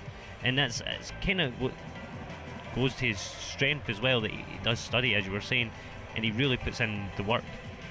Said he's one of those young boys with that young kind of passion, that young hunger for the game. It's really good to see. Because he is He's about 20, isn't he? He's very young. He is very, very, very young. So, and then after that match, we're gonna have another probably classic. We see. If you're from the UK, you'll see this a lot more. We're gonna have Bonus Jin versus the Phantom, and that's gonna be another very hard hitting matches. I think we're getting to the stage now where we're gonna start seeing these matches, these more higher level. I want to see, you know, no disrespect to the other players, but more higher level matches. Yeah, I understand. But more interesting about that match is that's a team line. District G, Bonus Jin, and District G, the Phantom. Both travelled out, both from the UK, although Phantom's originally from Italy. He is a UK player now. He's been UK for a very long time. Yeah, you can't say Phantom's from. Would you say Phantom's from England? Was he not from Italy? He's from Italy. He's from Italy, but he's been from the UK. We can't really crown him. No, we're claiming him. We're claiming him. We've been told we can't claim him. Nope, we've been told that. Who told us that? We can have words. He told us that personally. Oh, right. He told us. It's the man's wishes. Respect the man's wishes. Because I want to put the flag, but no, that's right. He said it's politics, isn't it? It's politics. There's a lot of politics behind it. So you see, obviously Kanan Trench going for that Yoshi, what he's known for. See, this is what. Check your buttons here. This is what this is all about. Okay, so we're gonna have like pattern Yoshi versus Leo. And look, can Yoshi flash in between back 1-4? We're gonna find out. Yeah. Stay tuned. Stay tuned. I'm sure. I know Kane's gonna have his answers. It's gonna be interesting to see what his decisions are against it. He's already got that smirk on his face. He's looking very cool, calm, and collected. We've got Jay in the background, Bonus Jin, that whole District G. A lot of them, yeah, it's good. A lot of the District G guys actually came out as well. A lot of them. A lot of them. So there we go. We're gonna have District G's Kane and Trench versus. Is it Gura or Kura? I thought it was Gura, but we've got 9 RA here on the stream now. But it's Eastone Gura, as far as I'm aware. Yeah. From Korea, as we've noted. So there was 2 Koreans here, Gura and Kura. So let's go. It's gonna be very interesting to see. Like I said, it's gonna be see how well Kane knows Leo, and seeing the kind of level that's gonna be played. Kane, like I said, definitely wants this and definitely needs to go further within the world tour. So there's the back 1-4 getting flashed, as I say. So there's your answer. So Kane knows already that you cannot use back 1-4. He was so ready for that. Like that was the first one. Normally you'll see someone do it and be like, okay, I'm gonna keep this in mind for the next one. On the first one, straight flash. You will not do it again. And he also put away the sword as well when he got the knockdown from the flash. So we'll see what he does with that. And if he prefers to get rage drive, just gets hit out the rage drive. So Kanan Trench, I wonder. So he's going to put that into his mind now that back 1-4 is not going to be a thing that he's going to be able to use. Unlucky on the punish there, a little bit slow from Kanan Trench. And also forcing a Leo to not use back 1-4 is very difficult as well, as that is one of their key moves. So, well, it's one of the moves. It can be dealt with because you can sidestep left, but it's one of those. It's like Eddie's back 1-4. It can be dealt with, but it's one of those things where you just have to be ready and be able to step.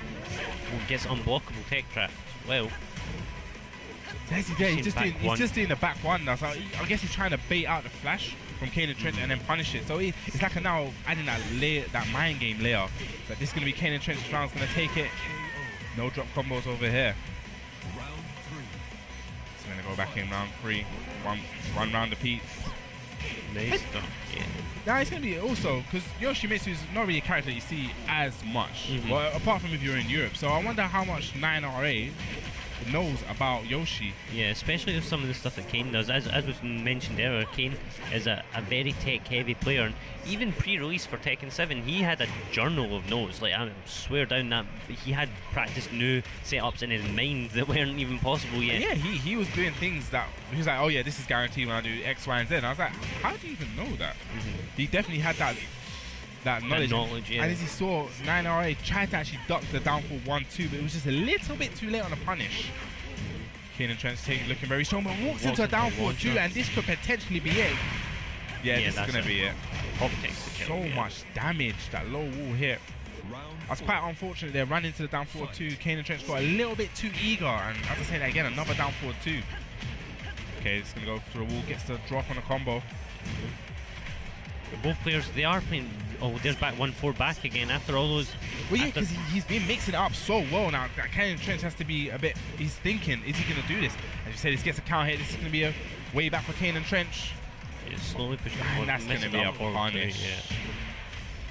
Kanan Trench is a player though that adapts. He could adapt, but you know, 9R8 looking quite. He looked quite comfortable there towards Very the end. Especially that last round was really, like, really steamrolled and didn't allow Kanan Trench any way to get any offense. Yeah, no offense to get any offense started. So we got. It's Gura, right? Gura 1 game up. Gura's 1 game up. Yeah. But I'd like, obviously, Kane going back to rematch, not going straight to rematch, just taking a few moments to breathe is probably going to be the best for him. But a floor break stage, this is one of the kind of games that can just fall away, literally fall away from you very quick. I'm sure Kanan Trench knows those specific maybe throws or something that actually break the floor. So he needs to actually be careful, because I know if you stay grounded and Yoshi does I think the flip where he jumps up and that'll break the floor. Break the floor. So it actually now adds another layer that you can't stay on the floor, which forces you into the helicopter mix-up as well. Exactly. Or even worse, the unblockable mix-up to put you into a knockdown again. So it really works in favour of Kane. It's very dangerous. Kane now playing a lot. He seems to be playing a lot more tightened up. And as I said, I walks into the forward 3+4. And he's going to get in the back. Nice awareness from Kane. Stops the combo. He knew that wall splat was there. Knocks him out before he gets the well rising 4 out of the spins. And just goes to the down forward. Kanan Trench probably expecting a down forward 1 at the end of the round. Both players, they are feeling each other out. And it has been a very good, like, high-end match. But it's the first to 2. There can't be that much time between now. Kanan Trench needs to come back with an answer. Goes for the fake up forward too there. It was interesting. And again, it seems like he's walking into that down forward too. It seems like Gura has a really good kind of eye for when he thinks Kane's going to advance, and that's happened so many times now. He's just challenged it with a launch, and Leo against the wall, as you've just seen, is terrifying. The down 2+3 and just orbital heals that we've seen earlier as well. That orbital heal with the I lost count of how many orbital heals there were. Something you have to keep in mind against Leo, especially at the wall. Yeah, Kanan Trench looking really bad. Again, it seems like you said, he's got such a good read of when Kanan Trench is going to approach and catching those down 4-2s. But as I say that, Kanan Trench catches the launch of himself with the twin pistols, but doesn't get a full combo. We got a combo. I'm sure he's going for the floor break. He doesn't get it. He's poking him down, yeah. It feels like Kane does need to be very... But he needs to be very careful now, because he has the rage drive. He knew he just wanted to get out of that situation. Caught by another launcher. Another down 4-2. It seems like down 4-2's been the one that really killed Kanan Trench there, but Gura taking that quite convincingly. Yeah, that was 3 rounds straight. And up next, as we've noted, District G's the Phantom and Bonus Jin coming up. But going back to that was really convincing and strong plays from Gura. That's got a sting for Kane. He was confident, and as we've mentioned already, it's one of the matches, or this is a tournament he really had his eye on to perform really well in. But he's not out yet. He's just in losers. He's still. I'm sure he's gonna fight through losers. But it just seemed really like it was the down 4-2 that really killed him. Launchers, yeah. It was almost exclusively launchers as well. It seemed like he was stepping. And then when he was advancing, he's getting caught stepping, and he's getting caught advancing. It's like Gura just had such a great read on when he was approaching to actually throw out that down 4-2, and the success rate spoke for itself. So we're gonna take a look back at that, because I want to see. So Kanan Trench, he got caught out of the rage drive. I just want to think that Kanan Trench is probably well known for using that rage drive a lot. He opts to go for the rage drive, but we've never seen it again after that point. I think that's something great to deter Kane from doing. There was no more rage drives after that, and for someone that has woke up rage drive or used it just to keep pressure, and there's another down forward 2 lands. The down 4-2s, yeah, and then gets that rage drive, and it just he had that round, and he just kind of got a bit too eager and walked into the down 4-2. And as you saw here, this is when Kura really just had him at the wall, and there was nothing that Kanan Trench really could have done. Got the counter hit there, but it was not enough. And down 4-2 again. Really something that Kanan Trench is probably going to look back at and just be really disappointed. And this is going to be a big combo. Gets the respec, goes for the orbital hill for the Oki. And that was a sidestep punish this time. And it goes for the low and then catches him waking up. quite unfortunate there, but like you said, he's not out. He's not out, no, it's anything but out, but that is something to keep in your mind. It's the kind of thing, he is an experienced tournament player, but sometimes people just weigh them down. They beat themselves up over their losses. But hopefully we'll see him come back on stream, we'll see him kind of persevere and get, if he can get top 3 this weekend, that does put him in a good standing as well for the Tekken World Tour. Yeah, well, actually, he's in the top, he's in the top 5, so getting a big chunk of points here, especially with, there's only like one more challenger event, right? Yeah, one challenger, then regional. And in the regional finals, it'll still put him in a great position for going into the regional finals, that if he gets any kind of placing and standing, that he will be guaranteed for that final. So it's not over for him, but I know he probably wanted to progress as much as he could through winners. Obviously, he won that cushion, that bracket. And then up next, as we said, we've got Bonus Jin and Phantom. So that's Master Raven versus Nina. Yeah. So these two are teammates as well. So it's gonna be a thing where these two guys they're gonna have played each other plenty of times. They're good definitely friends. Experience. Yeah. They're good friends, like we said. And it's gonna be a thing now where it's not gonna be playing the characters. They're gonna be playing the player. They're gonna be playing against each other's tendencies and what each other likes to do. So it's gonna be an interesting one. You right there? Yeah, it's one of those kind of fluid things you get from these tournaments. Mate, please, when I came back from Leon, I was... I'm still really recovering from Leon. Recovering from that? Yeah, it's bad. Them EU flus. So he's going to get that set up, probably just doing a couple button checks. Yeah, it's because of jumping from pad players to stick players to pad players to stick players. Yeah. So like we said, we're going to have up to top 16, you said, today, right? Up to top 16 today, and then 16. Tomorrow it'll be, I think we're starting early tomorrow, and we'll get as many matches on stream as we can. Yeah, we're just looking through, so I'm just looking at, we got the setup is so nice. We got like a screen here which is kind of updating us with what is actually going on. So we got Crazy Super Akuma, he's undefeated with 10 and he's won all his matches so far. Yeah, I believe so, yeah. I think he's in top 16 now anyways. So top 16? Is he? If we're in the 3rd round. We're having a little look-see. We're in the 3rd round. I can't do math. I'm not very good at math. If Crazy Super Akuma made it to, I think he is top 16, yeah. Ah, interesting. That's cool. So that's good for him, yeah. And I think if that's true, Malekith, Tenchi Mitsu, they're all in the top 16 as well. Tenchi Mitsu off stream put Vogus into losers, the Shaheen player we've seen earlier. So we're getting to see some of them. Those kind of matches coming up. And we've just seen Kane lose to Gura. So it's going to be Gura versus Tenchi. So he's going to run the... That'll be tomorrow, yeah. That's going to be the Yoshi gauntlet for him, right? It's going to be Tenchi as well. Oh, I've never really thought about that. And we've got Sir Sambo and Mistrust will be playing each other. So that's another team kill, HD Sir Sambo and HD Mistrust. And what will happen there is they'll go on to fight Crazy Super Akuma. Yeah, so Sir Sambo, I believe he'd be very hungry for that run back, because they did have a chance to play, didn't they, in Leon? Sir Sambo and Crazy Super Akuma? Yeah. Ah, I didn't even know that. Did they play off stream? I think they just played in casuals, yeah. Oh, casuals, oh. So it's going to be that. And maybe in team tournament as well, because Sir Sambo's team... Oh, yeah, that team tournament, that was... It's quite Salt funny. was created, so there was bare Salt, man. People needed to actually be... You actually needed to be there to see Salt levels. I don't want to say anything because I don't want to upset some people and open some wounds, but certain people really upset. Don't like Akuma at all. You said it, mate. not me. You said it, not me. Oh, okay. So we just got where they're just setting up, getting ready, taking a few moments to button check. So District G's the Phantom. I actually need to check how his points are standing, because he was doing all right. I think he was in like the top 10. I'm not sure. He's one of those players that he seems to he always places, but it seems like when he gets that like last hurdle for the like more chunk of the points, he just falters there. You see at Versus Fine he placed, and he faltered to the truth, and he just fell outside that stack of points. So it'll be interesting to see today to see if he can actually make that push, because he is a well established player. He's won like European tournaments, but it just seems that in this tour he's kind of not really shone in getting those points that he needs and deserves really. Yeah.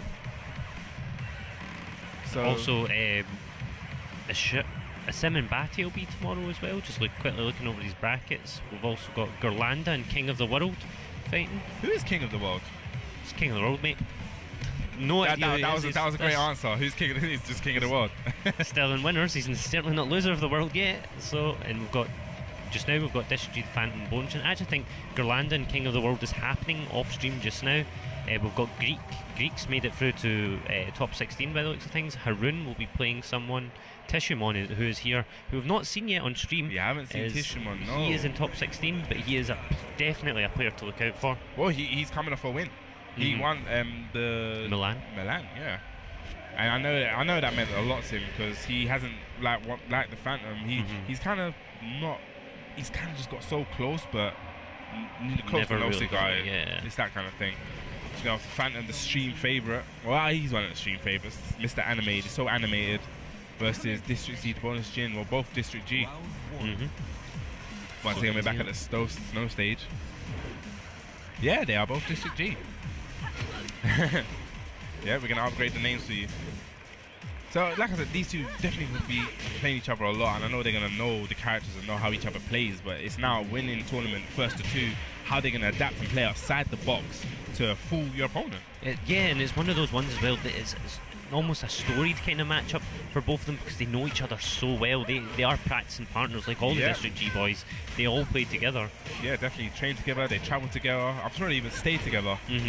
So, well, not stay, live together, but travel on journeys.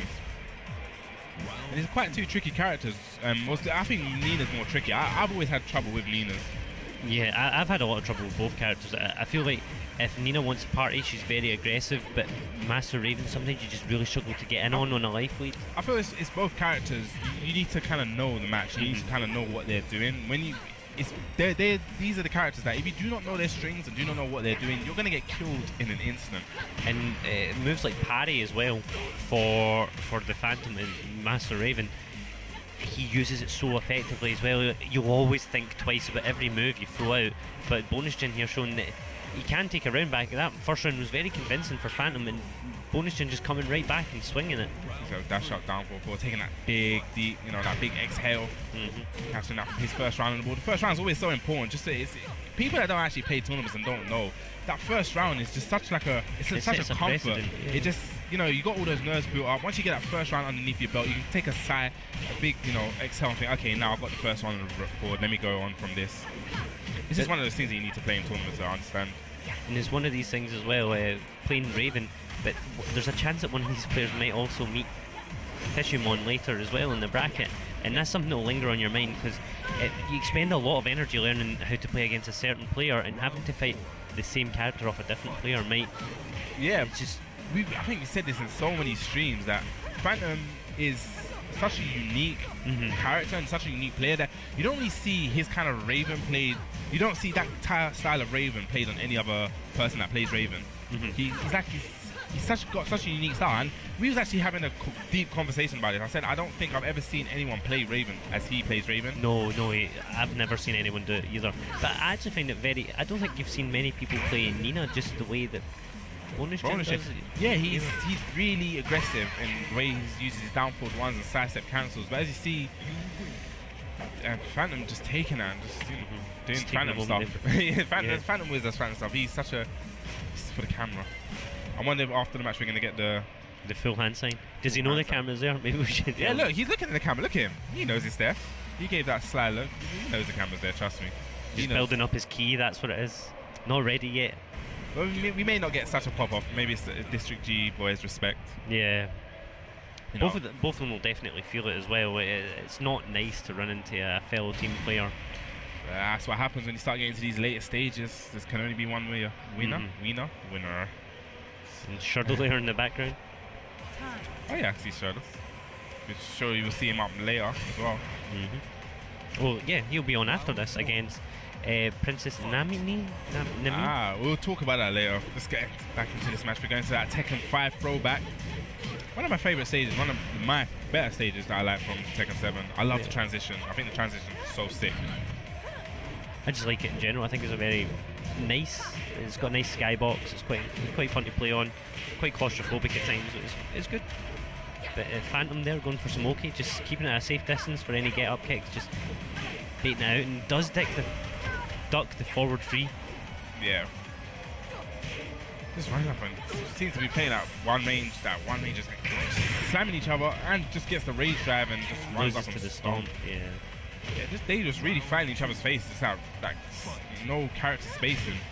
Starts off with a big launch and this is gonna go towards the wall. There we go.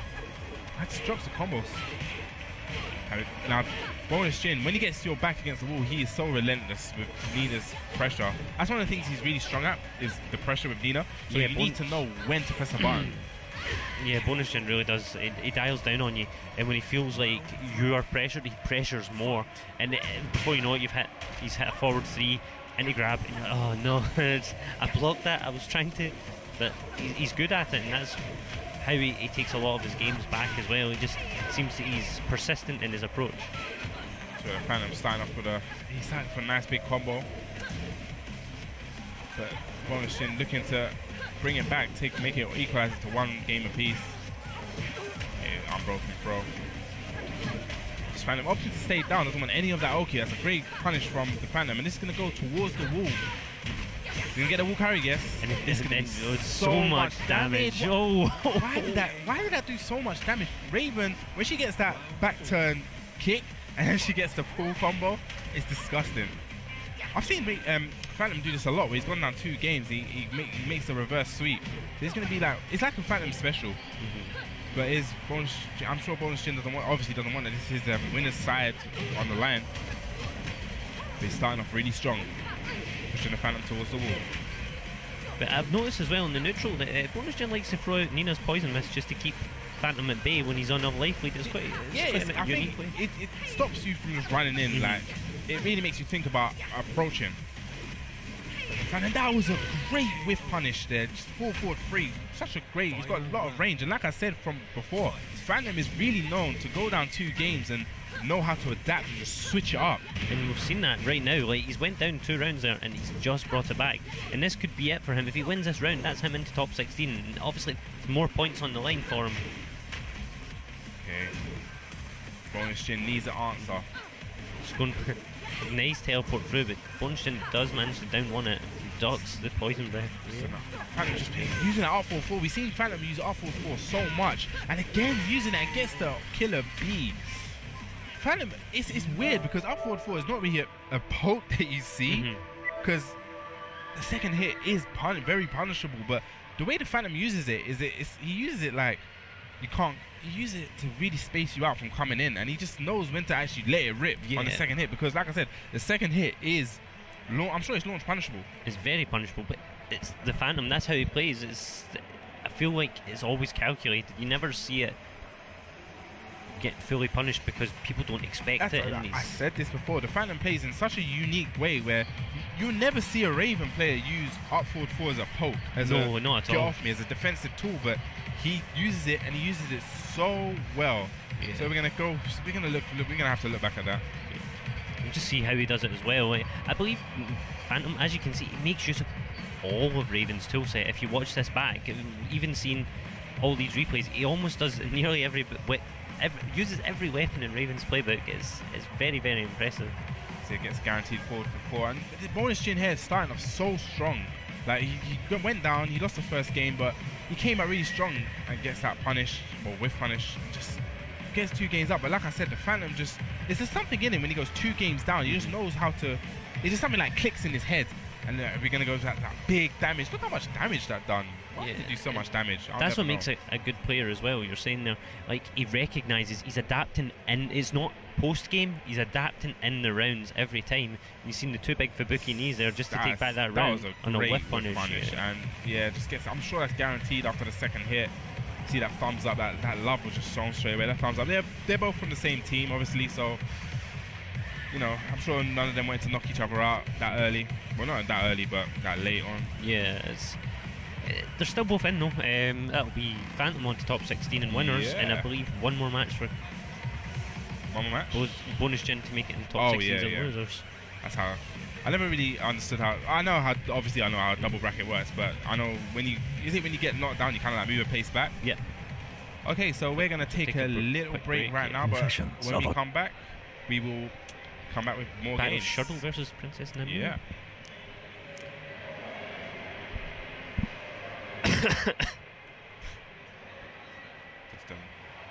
Confessions of a Cup Noodles lover. When no one's looking.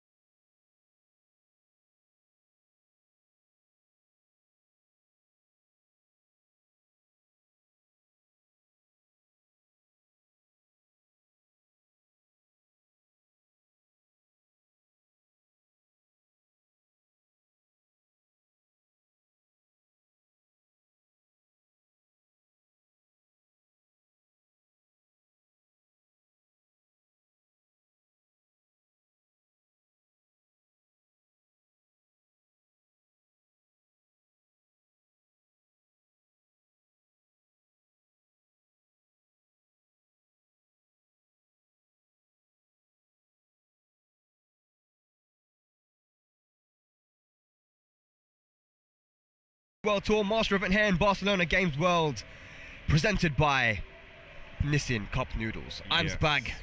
I'm Babsy. What is going on? Yeah, so cup noodles, isn't it? Yeah, bro. You had them? Yes. You have?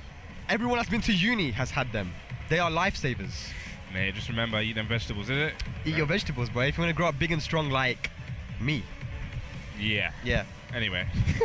So, how's your experience? So, we've been in Barcelona. You've been in Barcelona. Barcelona's been sick, bro. Yeah. It's been sick, man. It's such a nice city. I was saying before, man. Sick city. You obviously just came today, but you know we're going to show you. We found some good places. Yeah, I'm looking forward. Shoutouts to delays on the flight where you're sitting in a lobby doing nothing. But here we got right now. We have Princess Namine versus CKT Shurdle. Yeah, Shurdle's really been making a little bit of a name for himself, ain't he? He has, yeah.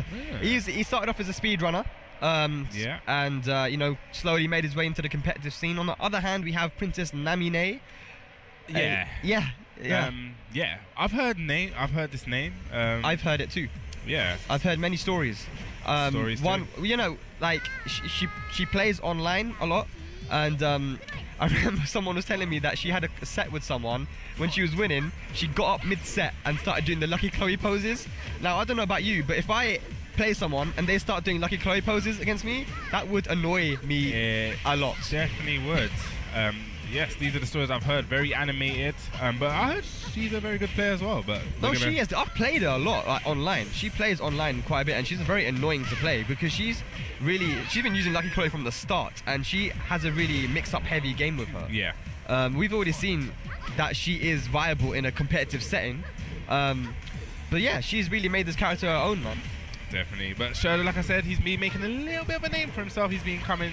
See, I see him place higher and higher as time's gone on. Yeah, honestly, he's improving a lot. He's part of the clique, you know, CKT, and you know, ever since he joined, he's just been improving more and more. And he takes his losses on the chin, and I think that's a great. It's a great attitude to have. You need it's a great attitude to have. As you say that, just. Boy, he's gonna have to take those 2 rounds on the chin as well. Looking good for Princess Namine at the moment. Yeah, I like that camera zoom. Anyway, let's go. There's a new move from Alisa. Try to fly around to the back, use those plus frames. That's one thing I know is Shurdle who uses the destructive stance a lot and uses the sidestep a lot more. I see a lot of Alisas do that actually. Like they use whenever you see the chainsaws, you always expect them to be doing a sidestep. Yeah. So for me, I'm always looking to do a homing move just to get you out of that. Oh, nice spacing, and what he punished! That was solid. He's lucky though. We'll save him, but kind of woke up with that a bit too much and got floated. And here we go. He's dancing on them. Got the dancing shoes on. Goes for the 1-2, and what a block! Be punished. She had the dancing shoes on, but we ain't gonna. Here we go. Oh! Seriously? Shout out to the cameraman who knew to get that shot. He knew, man. She's got a reputation around these parts. Damn, Princess Namine, looking chill. I wonder if she, you know, maybe do that 1, 2, 3 after and all that, you know. But I expect another pop-off. Yeah, we need this. That's it. This full screen. This is when the match. When she go. If she wins. If she wins. If she wins. Let's just say that. We want to see this. Yeah, trust me. I don't know. Is she gonna start doing breakdancing? Who knows, man? Stay tuned. Let's get into it. Second match. We're on a Waller stage now. I'm sure that it's first to 2. When you lose the first match, it's always really bad. You don't want to be losing the first match. Especially if someone's doing the poses after. I hope, because it's a head-to-head setup, I hope he can see it. You said he can or can't? Huh? You said you hope he can or can't see it? He can't see it. Why would I hope that he can see it? I don't know, you know, as that little I wouldn't wish that upon my worst enemies. Right, Lucky Chloe. It's that move there, the down 3+4. Now, when I play Princess Namine, that's one move that gets her a lot of mileage. And I feel it's a fake mix-up because you can actually block the rest of the kicks after getting hit by the first. Okay. It's one of those things that you just need to know. Obviously, Lucky Chloe is a newer addition to the Tekken 7 roster, so if you just don't know, you don't know. And I never knew that tail spun. Wow. Well, you know now. Yeah. So Shurdle on the board now, looking to make this comeback. Nice jab interruption. She could have ducked it, but doesn't matter. Gets a nice jab interruption. Oh, bad. Okay, so he doesn't get the combo, and here we go again. Nice down jab. Okay, just wanted to alleviate the pressure. Didn't want to deal with any of that. You know, that mix-up after. Now, I think Princess Namine, she's quite adaptive. She is quite adaptive, so, like, she'll notice that he went for the down jab and perhaps even try to go for a hop kick maybe next time. Yeah. It's one of those things that that was a great... Wow. That done so much more damage than I expected. I don't know. Maybe it just doesn't like. It's because it's so few hits. The scaling doesn't really affect it too much. Ah, yeah, that's Tekken 7 for you. Yeah. Doesn't get the full step, but brings out the chainsaws. We're gonna have carving, Christmas turkey, Thanksgiving is coming soon. Yeah, boy. Even though we're in the UK, but yeah, you know, shout out to the Americans. Good 1+2 break there as well. That's very, very vital in this matchup. Wow, doesn't break the normal throw though. And this is gonna be a bad situation. Got no life at all, but can Shorty bring us back? But no. Wow, what? Did she actually backdash in that situation to make that win? Probably. Her movement's been pretty good so far. Very good. Really utilising that really quick while standing launcher that she has as well. Doesn't get the... But catches him, Shorty waking up with that 3+4 from Elisa. Wow, good combo, good conversion in this situation. This is going to be a lot of damage. Mix ups. No. Just no. Oh my gosh. She's got them dancing shoes on. She's really going out tonight. And while standing 4. Did you see that? It's like she's dancing mid-screen and getting Shorty to run in. Yeah, and then crushing it. Yeah. But these are actually thought out setups, I'm sure. She is in Shorty's head rent-free at the moment. You know, I'm going to put my dance shoes. We're going to have a little party, little MJ out here. Shorty's going to have to try to get the momentum back now any way he can. Don't get hit by that. That's a lot of damage. Oh, no, he tried to sidestep, but just didn't. You need to side walk. I talked to him before the match and he told me against that specific move you can sidestep right and do something to option select it, but what a low parry. It looks like it's working out for him. Looks like his option select ain't selecting properly. His pad's broken, bruv. Oh, there we go. Oh, and there it is. Here we go. What's gonna happen? Oh no, she's chill. She's chill. No. She's not. Oh, she is chill. She's chill. Respectful. Aww. Okay, just a thumbs up. Thumbs up, yeah. Okay, yeah, that's cool. She's out to win this tournament, man. She's like, hey, job done, move on. Yeah, it was quite impressive. Very impressive. You don't really see that many lucky Chloe. Well, you do see a lot of lucky Chloes, but not to a not in a competitive level. That's the one. And Jadong Ding or yeah, but apart from John Ding, innit? Like, that guy can I call him Jadong Ding. Jadong Ding, mate. Jadong Ding. Yeah, check out some replays. That was a cool set actually. Cool set. But I think the big thing about this was her punishment. See there again, like with the while standing 1-4, I think it is. She had a lot of while standing 4 punishments at the end of the round. It was like she just knew where to space Shorty and stay at that range, duck while standing 4 punish. And that in itself is very impressive to be able to do because there's not many players that do that. I'll be honest, they kind of just hope for the best and that's it. But she kind of really did stay at that range where she could punish. Yeah, what's it? I'm adapting the new term, wish punish. Wish punish. When you wish, when you get a lucky whiff punish. I adapted it from someone, I didn't create it, but yeah, I'm taking that. Wish punish. You wish punishing now. I've seen that so much. It's like, you did not mean to do that. And I've had it as well. I've done quite a few whiff punishes in my... No, it's not a whiff punish, it's a wish punish. Wish punish in my times. Nice, that was a good 14 frame punisher there as well. Slam dunks on them. Wow, a little taunt. But I always say, if you taunt, you better win, man. I've seen and look, there we go. Just baited it out. And now, like I said, the backdash, the duck right there. I think Shorty nodded her approval, kind of saw it. Yeah. And then just down forward 1, just didn't want no mix up. Just not respecting those frames from the rage drive. Good reads. Yeah, all round solid play. That was solid play. Solid. Like, as funny and finicky as Chloe can be as a character, that was solid play. Definitely very. Got to give it up. Princess Namine moves on. Shorty not out of it yet though. So this is more. We're getting to the later stages of the brackets now. Yeah. Right? Because starting to see a lot more of the matches are starting to become a lot more close, a lot more tense. Yeah, and we should mention that there are already 3 of the guys that are in the top 5 are in the losers bracket. Okay, talk to me. Kanan Trench. Yeah. We saw that on stream. We did. Yep. Fergus. We saw on stream in this first match, loser against Arkham Greek. Oh, great. Well, yeah. Well, and he's a top player in Spain. Yeah. So, obviously, it's like you can't really say that that's a upset. Greek is a strong player. And then we had Kuiper in the loser bracket too, losing to his teammate again. I don't know how to say his name, man. I love the way you gave up halfway. I didn't even want to. Mono Senor. But here we go. That was a team between a match between 2 teammates, and here we got another one. 2 top Italian players, Mitra Storm and Sersambo. Mitra Storm, we haven't really seen as much of it, but he's one of, I think, the top tier players in Italy. Mitra Storm, for sure. He's always been. I mean, I feel back in Tag 2, he was very high placing player. He used to use Nina and Ling. Didn't he go to one of the South American countries and finish top 3. Did he? Mitra Storm. The one where Harry Potter went as well. I'm not sure actually. I'm sure he placed really high in a South American tournament. I know he went to UT and he placed higher than most European players there.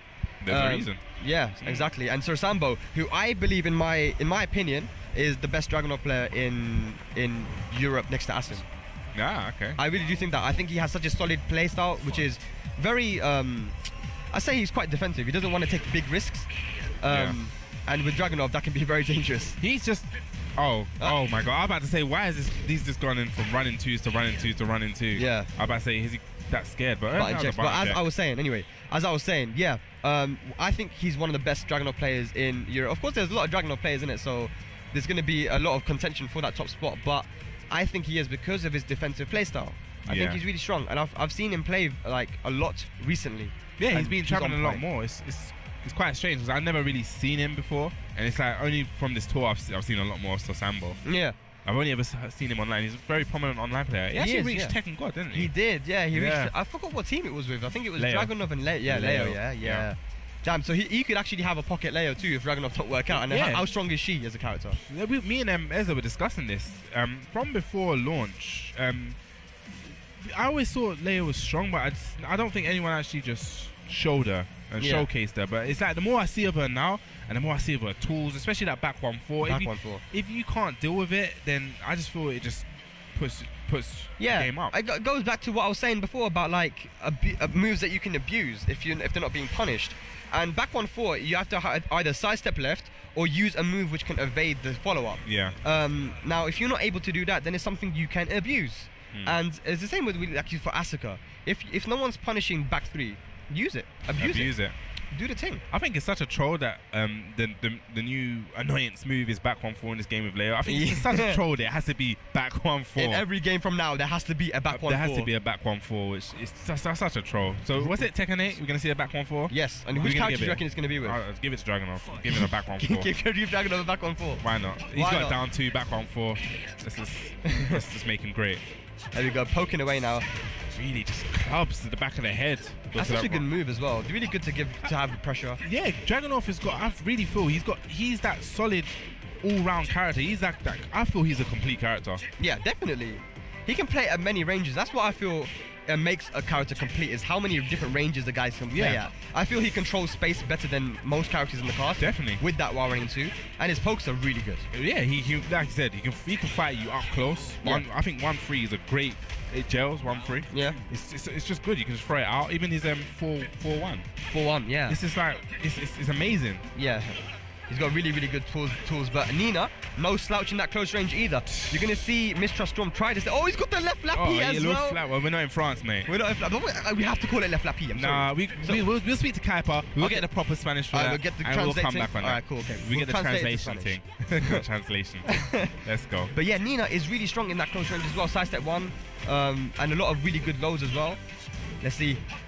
Oh, good duck, but no punish. Down 2. Both in that range and just while standing 1, the first flap. Tried to go for that mix up. Sasambo with that. Zooming in. That's that patented Sasambo hair. Boom, boom, boom. Nice. Well, that was an instant while standing 4. You didn't even see that. Oh, yeah. Instant. Now, Nina does have a really good 13 frame while standing punish as well. So I don't think Nina's got a really bad matchup versus Dragon. I think it's pretty good actually. Oh, yeah, I think Nina also is probably a character which is well-rounded and has tools, but it's just a lot harder to bring them all out. She does have an execution barrier which prevents a lot of people from using her. Nice punish there. These rounds have been so close. Goes a rage drive and a mix-up. Yes, and that kind of situation is, what are you going to do? Mid, low. Yeah. So let's that was 3 rounds clean from Mistrust Storm. Yeah. And, I think I haven't really seen much of him in this World Tour, Mistrust Storm. No, I haven't either. But he's really proven that he is still the top guy in Italy. Like, he's still one of the top players. Solid. He's always been, like I said, he's always been a solid player. He has that, he has a Ling as well. And yeah. And how strong is Ling, man? Even though she got nerfed, she's still strong. She's one of the strongest. Yes. So we're gonna go straight back in. Is it straight back in? Yeah. Bro, Sasambo's got some cool hair, man. I know what I'm saying. It's that patented Sasambo hair. It's just. It's actually. It's cool. Yeah, it's cool. I know. There we go. But You know, Mr. Storm's got that nice parting, that nice como. Yeah, these Italians, they got swag, man. Yeah, no, swag. They got pretty good swag. I'll give it up. Italy though, Hell's Gaming, is it? These guys are both from Hell's Gaming, the sponsor. I'm gonna let you. I think this Hell's Gaming, and they got some really good players here today as well. They got Grolanda, a lot of players. Yeah. They brought a lot of players here, and you know, shout outs to them for doing that, because now we can see some really high level Tekken, and the Italians are known for a long time to be the strongest scene in Europe. Yeah, definitely. Oh, didn't commit to that. These guys are really just trying to poke each other out, but that's gonna be it. That's overkill. He didn't need to do that. He didn't need to do that, man. This is your boy as well. Why would you do that? There we go. We got this. What is she doing? What is she doing? UFC. Oh. She took like 20 seconds to just Ronda Rousey? Nah, I actually don't like that rage bar. You don't like it? No. Why, man? It takes 20 seconds for an arm bar. That's true. Mate, I could have done that in 2. Let's go. No, this guy Bubsy does Brazilian Jiu-Jitsu all of a sudden, yeah? Cool. You never know. A man of many talents. Nice slide, but just out of range. Yeah. You see these guys stepping in that close range as well, trying to just get away from each other's pokes. There again, another side step block. Okay, commits to it, gets a punish though. Yes. Goes that forward 4-3, doesn't duck it. Forward 3, sorry. Yeah. Get a bit tongue-tied. While running 2. Tries to stop him from stepping. And there's a raise. Look at the damage, man. Just slaps him back and you can't challenge that. Running tackle is a power crush. Yep, yeah. And it has that armor. It's just something you can't challenge no more. Definitely. Nice. Counter hit. This is 5 rounds clean right now for Mr. Storm. Like I said, these two probably they know each other. This is a team kill. Mitchell Storms probably just knows how Sambo plays. He just knows, and it's first to 2 as well. So of course you don't have much time to adapt, and this is going to be a big damage. Might even be dead. I don't think it's going to be dead. Oh no, sorry, it probably is going to be dead. He's got the flappies. Sorry, I forgot. He's got the butterflies on deck. Le Flappy and Mr. Storm taking it 6 rounds clean versus Sir Sambo. That was a clean combo. Boy, that was squeaky, Mr. Sheen, all one. You know, just. That was polished, bro. And you know what? That's what it is, man. That's why people don't play Nina. They see that and they try to do it and they can't. I can't even do one. I can do one, but I have to be like while standing. And then even you can't do it. You got pretty good execution though. Yeah, I can't do it. You can't do it. Then I ain't even gonna try and do it. If he can't do it, I ain't gonna do it. But yeah, we've got really good execution shown there. Good matchup knowledge as well, and the movement was really good as well to just get away from player. Mr. Storm always been a top player, but that was 6 rounds straight. I didn't really expect that. I did not expect that at all either, because Sir Samba has been doing really well in this in the tour. Yeah, been beating a lot of top players. Just wasn't up to the task, I suppose. Another team kill. So that's like this loser bracket is looking very dangerous. Yeah, so we're gonna have Sasambo, Kaipa, Vogus, Kanan Trench, Bonus Jin. Bonus Jin, yeah. It's already looking very, very, very tough. It's like what is it? A shark pool, yeah. Like just. That is more than that's a shark pool, and someone's dripped the blood in there, so they're raging right now. They are out for it. They are. And I was talking to Kane before the tournament. He's like, I'm out for blood. I know. I was saying this, Kane. So looking at the leaderboards, Kane hasn't really travelled out as much in the past couple of events, and he had that mishap with the online event as well. Yeah, where his connection just died. His connection died. Unfortunate, but it is an online tournament. But this is kind of like he needs a result now, even though he is in the top 5. But I feel that people now are they're catching up. There's a lot of people. Not catching up. They've caught up. They've caught up. I mean, Malekith is literally 5 points behind him. Yeah. And you got Tishimon, who's now on 80 points. And you know how dangerous Tishimon is, man. Yeah. He had a bad start to the Tekken World Tour. Definitely a bad start. But now he's he's making a comeback, and he told me today, just now, he goes, "I'm very happy I won that." Like you could see in his face when he won in Milan. I've never seen him so emotional. Joy, yeah. He was so relieved and happy that he won. That he was hugging his trophy. Like he's won so many tournaments. That trophy was nice though. I would hug that. I would definitely hug that trophy. That was some Champions League thing, you know. Yes, exactly. That's what I was thinking. That was you've won it. You know, the confetti. Guys that play FIFA and all that, you know, you see that at the end when you win it. So here we go. We got Daniel Mado versus Haroon from the UK. Now this is the first time we've seen Haroon today. Yeah, and I asked him, I was like, how's your tournament going for you? He's like, yeah, I won my first 2 matches. My movement's kind of off a little bit. But I said to him, you know, you'll get back into it. You know, just got to keep playing. I know sometimes when you play PC and you go up to PS4, it can be a bit tough, you know, making the transition. But, you know, let's see. And Daniel Mado, man, we saw him for the first time in Lyon. And how well did this guy do? This is the gym? Yeah. Yes. Does Haroon know this? I don't know. Okay, well, he's about to find out. He's about to find out. This Daniel Mado guy is no joke at all. No joke, no slouch. But I know Haroon definitely will have experience with Jin. We have Ezzy. We do. Starscream. You know, shout outs to him. And I don't know how much Tim is playing now, but I know he's playing a little bit, and he was a pretty good Jin back in the day too. Pretty good. He was a solid Jin. He was a scary Jin. Once he got going, he got going. Yeah. It has a really nice adjustment on the combo from Haroon, and yeah, but oh my god! But now he puts himself to the wall now. But he went for that grab. He went for the command grab. No duck on the down forward 1-4. Haroon only needs one more hit, but he's got a bad positioning here. Very bad. Just goes to that. What's the mix up now? Nice. Just, you know, slap on the back of the head. You know. Nice. Finishes it. Haroon with the first round. It's interesting about Haroon, but people don't know. He is actually one of the only players that you'll see that's transitioned from stick to pad. Pads, yes. This guy, he was like, yeah, you know, because I was playing him, right? And he was doing like just frame skyrockets. I'm like, all right, cool. And he's like, Spag, what do you think about my execution on pad? I was like, you're using pad? You're using pad? Like what? Yeah. He said that it's easier for him. He feels that it's easier to move and it's way easier for him to transport as well. Yeah, I didn't bring my sticks. Yeah. I made that manly decision. I was like, I'm gonna have to just watch everyone play Tekken this weekend. I can't play Tekken. Oh man, yeah, it can be a bit annoying, but Haroon just steamrolling right now. Yeah, he looks very comfortable in the match. Definitely. Uses those plus frames, just backs into the wall. Daniel Mado is in a very bad position. Just gets that, you know, that foot. That was a toast to the side of your chin. Boy, that was 3 rounds clean. He's just sitting on him now. Like, yeah, Haroon's just like, yeah, you know, I got this. Look at him.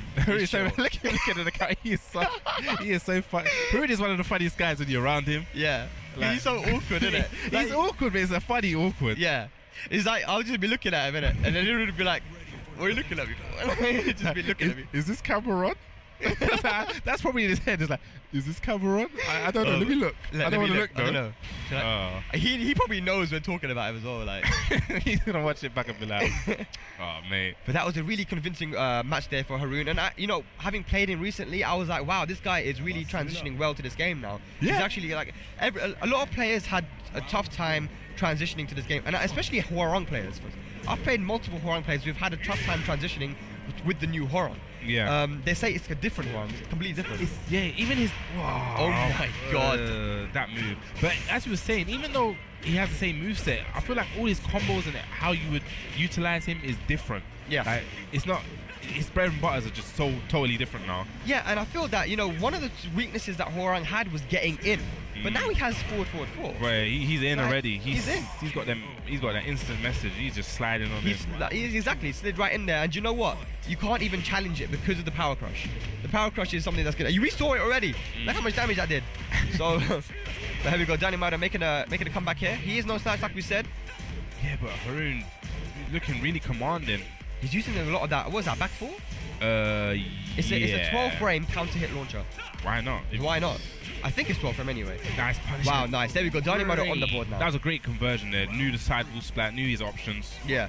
So this is it now. It's the first of two, of course. So Daniel Mado is going to have to try and take any momentum he can. So he actually just dashed up at the back three. Yeah. I remember ages, and again. Oh my god. This is dirty Haroon now. He went from pad Haroon to dirty Haroon. Dirty Haroon. Dash up back three and oh my god, the damage, man. Haroon with those combos. Haroon looking really impressive. This is not the Haroon that I'm used to seeing. He doesn't usually play so raggo, man. Like, you know, it's funny because dash up back three. One time he was playing, I was like, oh, you really gonna do that? Dash up back three. You know what he told me? He goes, when I said to him, oh, well, I hope you do well, man. He goes, I don't care. I think that's what we're seeing. But here we go, Daniel Mado with the cans. Drops the combo, unfortunately. Oh my god. Oh, if that splatted, that would have been game over. Nice low parry. Is he going to get the combo? No, the wall messes him up again. This is a very bad position. Oh, I didn't even know what was going to happen. My mouth was open. Catching flies. Some hype slow-mo there. Daniel Mado evening it out in rounds. This is it now. Can Haroon? Is Haroon going to take this? Or Daniel Mado going to save his tournament life? Bad position for Haroon to be in. Oh, nice. But he switches it. That's what you want to do. Get your back away from the wall. I think that was a misinput on the forward. Okay. Can he go for the health? Can he get the wall? The wall break. Bad combo. Could have actually got a could have got a full combo. Tailspin, yeah. Yeah. That wasn't good awareness from Haroon. Hopefully it doesn't come back to bite him. Yeah. Yes.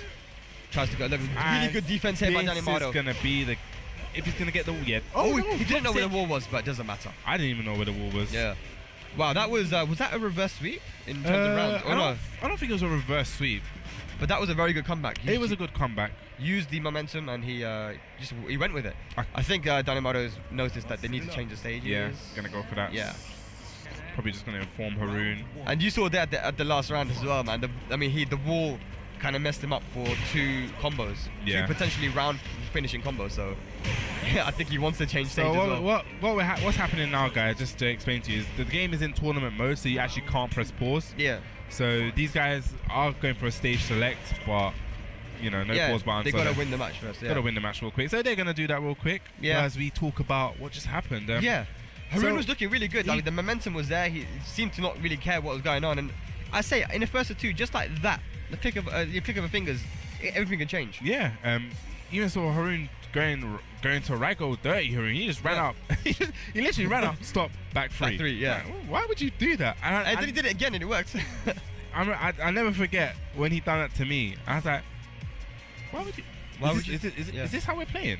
Is that how it is? Is that how it is now, Haroon? You're never gonna run up and do like a safe mid. You're just gonna think, you know what? I'm just gonna do it. I was like, all right, Haroon. Yeah, right. I played him recently. I swear down. I'm telling you, 2 days ago I was playing him. I'm like, Haroon, you're like a different person now. Ever since you switched from stick to pad, you've just changed. It's like I don't know you anymore, man. Pad Haroon, man. Yep. The memes. So this is 1 game apiece. Yes. First to 2. Haroon was looking strong, but Daniel Mado with that great adaptation, adaptamantation as they call it in the UK. We call that in the UK. Yes, and he definitely made adaptations and just swung the momentum his way. That's what I'm telling you, man. First to 2, it's all about who has the momentum. Yeah, it's all about who can get each other in the head, and obviously Haroon with those dash up back 3s, that's definitely going to be something that Mado is going to be scared. I'm not going to want to duck. Yeah, you know, Daniel Mado has just been like sort of sitting back a little bit and not ducking. Yeah. And here we go, Haroon with a really good whiff, and he's really good at back 3 whiff punishing. Yeah, well, it's something that you need to have with Haroon. With Haroon. That was a command throw there, and now he switched the positions again. Haroon, 4-4-2. He went for the rage trap. Here we go. What's the mix up now? Goes for it again, uses the plus range, but jabs out. Nice down 4. You see that he tried to go for the parry. How is he looking at? Oh, okay. I don't know. Must be getting some advice from the crowd. I think it's Galanda that's giving him the advice. Nice punish.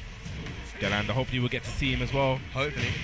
That's a great conversion on the counter hit. It's going to go towards the wall. Haroon does not want to be here, but wakes up with the Garb kick and gets a full combo. Gets a full combo. Now let's see what's he going to do for Okie Dokie. Forward 4-3. Oh, he tried to go for a power crush, and now he's got some nice wall pressure.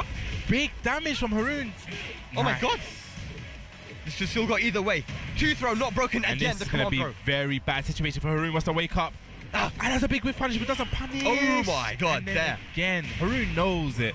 Right there, he has a little smirky nose. Yeah, he knows. It got a bit scrambly at the end, but Mado able to take it. Pays him back with his own command throw as well. Here we go, the pressure, Huarong pressure. Is Haroon going to channel the Starscream energy? Channel your inner Ezzy. Yeah. Oh, went for that. As I said that, he went for the Ezzy special just to... Oh my god, no, you cannot press buttons there. And this is not going to be the round, but Haroon's going to be in very bad position. Oh, he just stayed on the floor, got hit. Yeah. Damn, it feels like Haroon has been winning these rounds and then just kind of loses it near the end of the round. Like, oh yeah, that mental alertness 1+2 does so much damage. It swung the round definitely in the Mado's favor. Yeah. Mado 1 round from taking it after Haroon. Again, we're seeing Haroon with another good start, but is he going to lose this round as well? Hopefully. Forward 4. Now he's just backing off again. Haroon playing very patiently. Oh, the hell sweep. Doesn't get a full combo from the hell sweep. There just we go. Sidestep. Final round, championship round. Whoever wins this is going to be moving on. It's all to play for. Definitely all to play for. None of these want to drop down to losers at this kind of stage. And he's seen again that same command throw. He's noticed that he hasn't been breaking it. What a good time to bring it out. But Mado with a very convincing life lead. Haroon's back is against the wall. If he gets one more splat, it will be GG's. Yeah. Oh, there he is. Okay. Another command throw. Switches position. No, I don't like this. Going into Flamingo such a distance. I think that was another misinput. Whoa. Again. Oh my god. He's seen it. Oh my god. This could be it. Haroon. He's done it. He's just brought it back. With the comeback. Oh my god. Bringing out his own command throws in that final round. But he saw the throws were working, and I love that awareness from Haroon. Haroon saw, these throws are working, and he's just like, you know what, it's time. And then at the wake up, is that guaranteed? Is this some okie dokie? I don't know. I don't know. This is an advanced okie dokie. I'm not sure about that. That was a proper taekwondo takedown. Boy. And then next minute he was in the air. He wasn't even in the air. He wall splatted above a wall splat. He was on a different wall, man. He was on a wall splat above a wall splat. Man was on an invisible wall. Crazy. That was sick. Oh my god, Haroon with the composure to be able to win. I mean, he was losing that round. Yeah, but we had to see some replays. That was clean. This first match was very one-sided. Haroon really just had the momentum and just swung with it. 3 rounds clean. Yeah. These combos do a lot of damage, man. Haroon, what has he got in them boots for that much damage? He's got them steel toe boots, bro. Oh yeah, well, that's why. Sorry. Yeah, he's got that steel on him. That's why he got counted. It was that steel, just them steel. Trust me, man. Steel caps. And then here we go. Like this is it. Haroon did get the 4th round. But then it's like Mado just kind of walked. It was great awareness there. That was a great conversion to know that he got the side wall splat. And again here with Haroon with some good pressure. Yeah, you see, he has the life. Oh no, that was a great kind of combo. Yeah. Then Mado just on the back foot with the clutch factor there with the back 2-1. That was very dangerous though. That could have gone any way. Frames later, and Haroon he would have taken that. Yeah, and a good forward there to keep Kura out of his face and. A good combo. And then just that down back 4. That's one of the greatest lows in the game. Yeah, definitely. Counter hit launcher. You see that he actually went for the parry, but it didn't work. It was nice down for the Fergus special. Probably got some advice there from Galanda. Yeah. Just fighting back. And then snap this throw. He was 1 hit away. Just whiffed. That was very unfortunate because it was whiff, but it was just the axis just made that whiff again. It was a whiff upon a whiff. You know what was really impressive as well was how Mado kind of uses moves and then checks for your reaction and reacts to you. Yeah, and that was a great awareness there. Saw that Haroon stand on the ground and hit him with the low. He's done that before. Yeah, now this is it. Command throw. Where's the wall splat? Mate, there's no wall there. Mate, you got wall splatted above the wall. I think that was a setup though, legit. Because he was back rolling and he was in the middle of the back roll. The positioning, I think that was a legit setup. We're gonna find our last Haroon. Yeah, we'll ask Haroon. But that was really good to know that these are my options. I need to take this much life. What can I do? Throw, Oki, wall combo. Yeah, and it's great. I'm sure Haroon's a smart player. He's a smart guy. He's a computer programmer. He's got them brains. Yeah, he's got the brains. And he probably knew, okay, wall's here. You know how programmers X equals this when if by a wall do brackets this and bracket. And QWERTY. We're nerds. Yeah, what are you talking about? Yeah. We're nerds. We know this Well, stuff. congratulations, Haroon moves on. I don't know if he's in top 16 quite yet, or maybe he has one more match. Well, we'll check the brackets later. Yeah. We'll see that. But then yet another really dangerous player in the loser bracket. So we literally have no idea who's going to actually get through. Like I said in the start of this whole tournament, you never know when it comes to a European tournament who's going to be in that top 8. Yeah, that's the beauty of EU Tekken. It's like every time we come to an event, we can't call a top 8. We can't. We can't see who from the EU is going to make the top 8. Like we saw Fergus, like I said, he lost in the first round. In his first match, Fergus has won. He's won tournaments. He's placed high. And speak of the devil, and he shall appear. You literally weren't even. I wasn't even looking. I didn't even know Fergus was on the screen. That you know what they say? There's that saying that you'll live long if you talk about someone and they calm. That means they're gonna live long. Oh, you're gonna live long then. So if we're gonna see many years of Fergus till Tekken, I don't know. Tekken 20. Yeah. Let's go. Fergus is right now number 3 on the leaderboard, having come 2nd in Milan recently. Yeah. So he's looking strong. TDG Fergus, I should say. Yeah. Losing his first match is never good. Not in a double elimination bracket when it's first to 2. He now has to fight his way back, and you know what? He's probably the most dangerous guy in that bracket. Yeah. In the lower bracket. I think Fergus, he's got that. He's that guy. No, he's yawning, man. Oh no, it's mind games. He's got that like hidden potential. He's like that. What's it? That mystic Gohan. Like he just powers up and it just looks normal, but he's just powered up. Trust me, Fergus is powered up now. That yawn was a power up. That was him transforming to mystic Fergus. AKA right now. the worst transformation in the whole of. Let's see. So Asuka, man, he's stuck with Asuka, and you know what? I think Fergus is he's really stubborn, because a lot of people have told him, if you literally use like this character and this matchup, you would probably win most of the time, if not all the time. And he's just like, no, I kind of want to just use Asuka because, that's what I'm known for. Like, it's like, and then Asim goes to me, Asim says, I went up to him, I told him, you're stupid. He just literally said, "You're stupid." I'm telling you. But you got to admire his stubbornness in this regard. Well, it's just that character loyal. He's so loyal to the character. Shout outs to everyone who don't know geography and keeps on thinking the Italian flag is Mexican. Shout outs to you guys. Yeah, shout outs to you, man. Shout outs to you guys. It's good to see that you guys know the difference between the Mexican and Italian flag. Just trolling. So yeah, I mean, Fergus definitely looking to get some points here because it's not guaranteed. I mean, a top 5 finish is not guaranteed at this point. Definitely, anyone in the EU. It's anyone in the EU. At this, I feel that this tournament is a make or break for many people. Yeah. Like Kanan Trench definitely was one of those.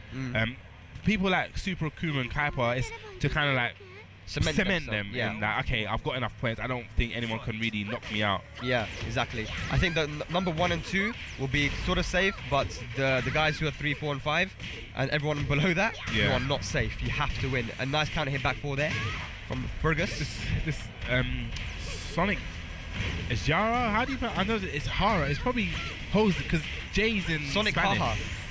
J is H. Like yeah, J is H. Like Jose, innit? Yeah. Jose Portugal. Portuguese they say J, so Jose. But it's But here it's Jose. Yeah. See, we're educated. Muy bien. Yeah. We got muy bien español. Yeah. Mate, you know, I was having a joke with one of our community manager, Mr. E. I was like, the only phrase I need to learn for Spain is, "Can I have a taxi, please?" How'd you say that? I don't know. I just got it written down on my phone. Oh my I was like, God. I will get through Spain with. Can I just show this to people? Can I have a taxi? I think the one thing you should learn in any language is where's the toilet. That's what he said to me. I was like, I think I can find the toilet. I think I've lived long enough to know what a toilet looks like. But enough toilet talk. Let's go. Get back into it. So TDG Fergus with the first 2 rounds here, looking strong in this match and ducking that. No, he ducks the string but doesn't punish it. He probably wasn't ready, and it was a weird punish there from Fergus. And a back 3, But boom, boom, boom. Fergus looking very, very, very comfortable. Yeah, that Fergus, was pretty I know Fergus knows how to play against Asuka. Not Asuka, play against Elisa. I mean, yeah, like we saw earlier, we saw CKT Shurdle, and Shurdle is a good Alisa player. I think Fergus just advising him to change the stage. That's a cool t-shirt, man. Capsule Corp. Yeah, shouts to That's the one that Trunks wears. Is it? Yeah, it's like the purple sleeve one. Does it actually have the capsule corp on it as well? Yeah, I think so. Shouts to that. Yeah. Trunks. While they're killing each. Is this a match? Or I don't know. I think it. Yeah, I this guess is the match. Yeah. I thought they were changing the stages, but I guess not. Fergus is kind of awkward as well, so he'd just be like, "You gotta change stage. Don't worry about it. Don't worry about it. It's fine." Your Fergus accent is hilarious, and I know that's probably what Fergus done. I've known him for years now. Oh, the rage drive goes for it again. Here we go. Oh, nice. Now he likes to use forward 4-3 at the end of rounds because it actually high crushes really well. Yeah, she's got that low. She kind of goes really low. Yeah. Really partying hard. This Sonic Hara, just really using those back 3+4s. It's not really a move you see Melissa players use. Not really a poke. As I said, I got them combos on deck. He's got good combos here, but it's just about whether he can poke people out with Elisa. I think he's not. It doesn't look like he's going in with a lot of pokes. Looking to get them big hits, and Fergus is going to punish you for it. Here we go, and this could potentially be it. No, oh, what? Is that going to hit? Wow. There we go. There's your answer, and this should kill. Yes. Yeah. Right, there we go. So, haha on the board. Yeah. Hara. Hara? Hara. Yeah. Hara. Here goes that big soccer kick that. Yeah. It seems like Sonic Hara's really starting to. Yeah, I think that Elisa, you used Elisa back in Tekken Tag 2, right? Yeah. And I feel that the reason why you were good with her is because you have a very good poke playstyle. When you have these kind of characters who have these strengths, you need to. It may seem like common knowledge and easy to say, but you should use your character's best tools. If your character's best tool, this is not gonna hit. If your character's best tool. oh no! What? My God, commentators curse. Bubsy, why'd you do that? I cursed Fergus. You just cursed him. See, that's the thing about that Rager. It's so active. You have to really duck and then time it. Stay ducking. But then he had no life. He could have done a full crouch down forward. That's what I thought he was gonna do. Yeah. Damn. So here he goes. Sonic Hara. 2 rounds. He's 1 round away from actually evening out the set. Fergus gonna face those nerves, but no. 4-2, great with punish from Vogus. Gonna get the wall, but doesn't get the wall combo. Yeah. There we go. Yeah. Okay. There we go. There we go. He's shuffling in the seat a bit now, looking around awkwardly. So Vogus is on match point. Let's hope, you know, he doesn't get the nerves. Vogus kind of known sometimes getting a little bit nervous. He does. I mean, this is loser bracket. This is loser bracket action. So you know, if he loses this, it's not going to be good. It's not going to be good for him, man. Especially that I'm sure after that rage art hit, I hope it didn't take a toll on him. But I know Vogus is an emotional player. He is, yeah. Yeah. Definitely. If he loses the match, don't talk to him. That's what I've learned. Just stay away from him. You have to give him that cooldown session. Good punish. And nice. come on, throw. So Oki goes for the down back three. That was a good block, but just jabs to finish it. Jab to finish the match. That was probably a little bit harder than it should have been for Vogus, I think. Yeah. Well, to be fair, he made the read of the rage art, but he just needed to time be it. more you know, patient. I've always said that I'm gonna go to practice mode and learn the timing for it, and then I never do it. Yeah, this is one of those things. I actually saw Asim earlier. And playing, and someone done that to him, and he actually managed to duck, and he stayed with it. You know, made sure he waited. Yeah. It's one of those things. It's so active, like you need to be very aware. I was playing an Elisa player, and he did that, and I ducked and I launched it properly, and I was so surprised at myself to be able to do that. I was like, wow, I did it. I was kind of feeling myself. I was like, wow, man, that's pretty good. But yeah, it's like some characters have full crouch moves as well. I think that's a really safer option to go for. Like there, Vogus could have gone for a full crouch down 4-2. Yeah. Just the toe tap. Yeah. So let's go to these replays, these on deck instant replays. Let's go. Yeah, I guess we're gonna see it as well. So yeah, I'm sure we're gonna see that. But Vogus taking the first game so well, so convincingly, great awareness to know where the wall was to just soccer kick Elisa. Yeah, and his Okazemi game is really good as well at the moment. Like he's really figuring out how to use and utilize Asuka's Oki, which can really give him a lot of rounds. Yeah, and you know, it's a thing where people used to say, oh, Okazemi is not in Tekken 7, but it is. It is. It is still here. It's still strong as well. Boom. Look at the damage. Slamming on them. And you see, he actually got the right read there. At least he went for a jab, and then boom, right under it. There's that great awareness to know that after the 4-2, he could get a rage art. Yeah. And he used it correctly there. It got the kill. And here's the one Vogus ducked, and he just got up. He just got up, but maybe he thought it was a weird distance. Actually, maybe he thought it was gonna whiff. Maybe it looked like she was out of range. Out of range, yeah. She kind of got up and then it's got that weird range. Eh? Yeah. Here we go. Just nice block, but no punish. No punish on that. Yes. So Vogus taking that quite convincingly, I would say. Commiserations to Hara. He is out. Yeah. So. So let's talk about bro. You commentated a match with Gura, right? Yeah. The Korean. Yeah. Damn, he looks strong, isn't it? Yeah, he really played well against Kanan Trench, but while we'll talk about that after, we're gonna get into this. We don't know the names, but you know it's Eddie versus Asuka. I see Eddie. I'm happy. You know, we don't see many Eddies nowadays. Yeah, but that's your own fault. But we'll go into another time. It's your own fault. Eddie is a sick. Well, no. Okay, Eddie is not good. Buff Eddie. Okay. He's alright. Buff Eddie, please. He's okay. But he's good. I still use him. I'm using him way more and more now. Yeah. He's very viable, I say, in a tournament setting as well. Oh, we got German Eddies, boy. Mosquito. And Asuka, I feel, is one of Eddie's worst matchups. Yeah, that Circus ring. Yeah, circus ring. That 1+4. That 4-hit combo, that 4-piece. Absolutely, and it's like really hard. Like she has so many punishes for everything that Eddie can do. It just really makes you have to play a dry game with Eddie. But we've seen the rodeo. Bro, that's one of that throw's so good. There's so much damage as well. Yeah, but look at this combo here right now. Oh no, what? Interesting resets, some German resets. Using probably, yeah, I think he didn't expect. He probably forgot he used the tail spin. German resets, yeah. Yeah. Oh, there's the command grab. There we go. Hey, and that's gonna be the round. Now that rage drive has been buffed, so now. Yeah, you can't interrupt it. You can't interrupt it. You can't step it, can't interrupt it, can't do any of that. Because you shouldn't have been able to do it in the first place. It's like, I don't know.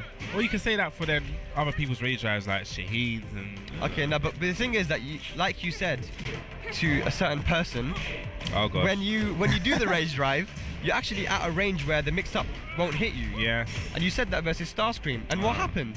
Yeah, I felt so guilty after that happened. I was like, Starscream, when he does the rage drive, in open, it pushes you back. You don't have to worry about the low. And then somehow, by God's grace, he got hit by the low. And I just knew in his head, Sashi was like, when I finish, I'm going to speak to you. Wait, I'm going to have words with I'm going to have words with you. Bobsy, I held back. No, I did nothing. And I got hit. Sashi. Explain it. Why did it happen? Why did it happen? Shout out to Sashi, man. He's another guy. Nice counter hit there. Nice to see him more on the tour as well. Yeah, definitely, man. Sashi's, he's cool, man. Legend. Yeah. Legend in the game. Oh, big whiff on the hand. I know Eddie does have really good whiff punishes. It's one of his strengths, you know. You have to really utilize that. His down forward 3+4 it's one of the best whiff punishes in the game. Yeah, it's got so much range. 15 frames now? Yes, 15 frames from 16. And you know, coupled with Eddie's backdash, you can create space yourself, then whiff punish. It's like you have to really use that move.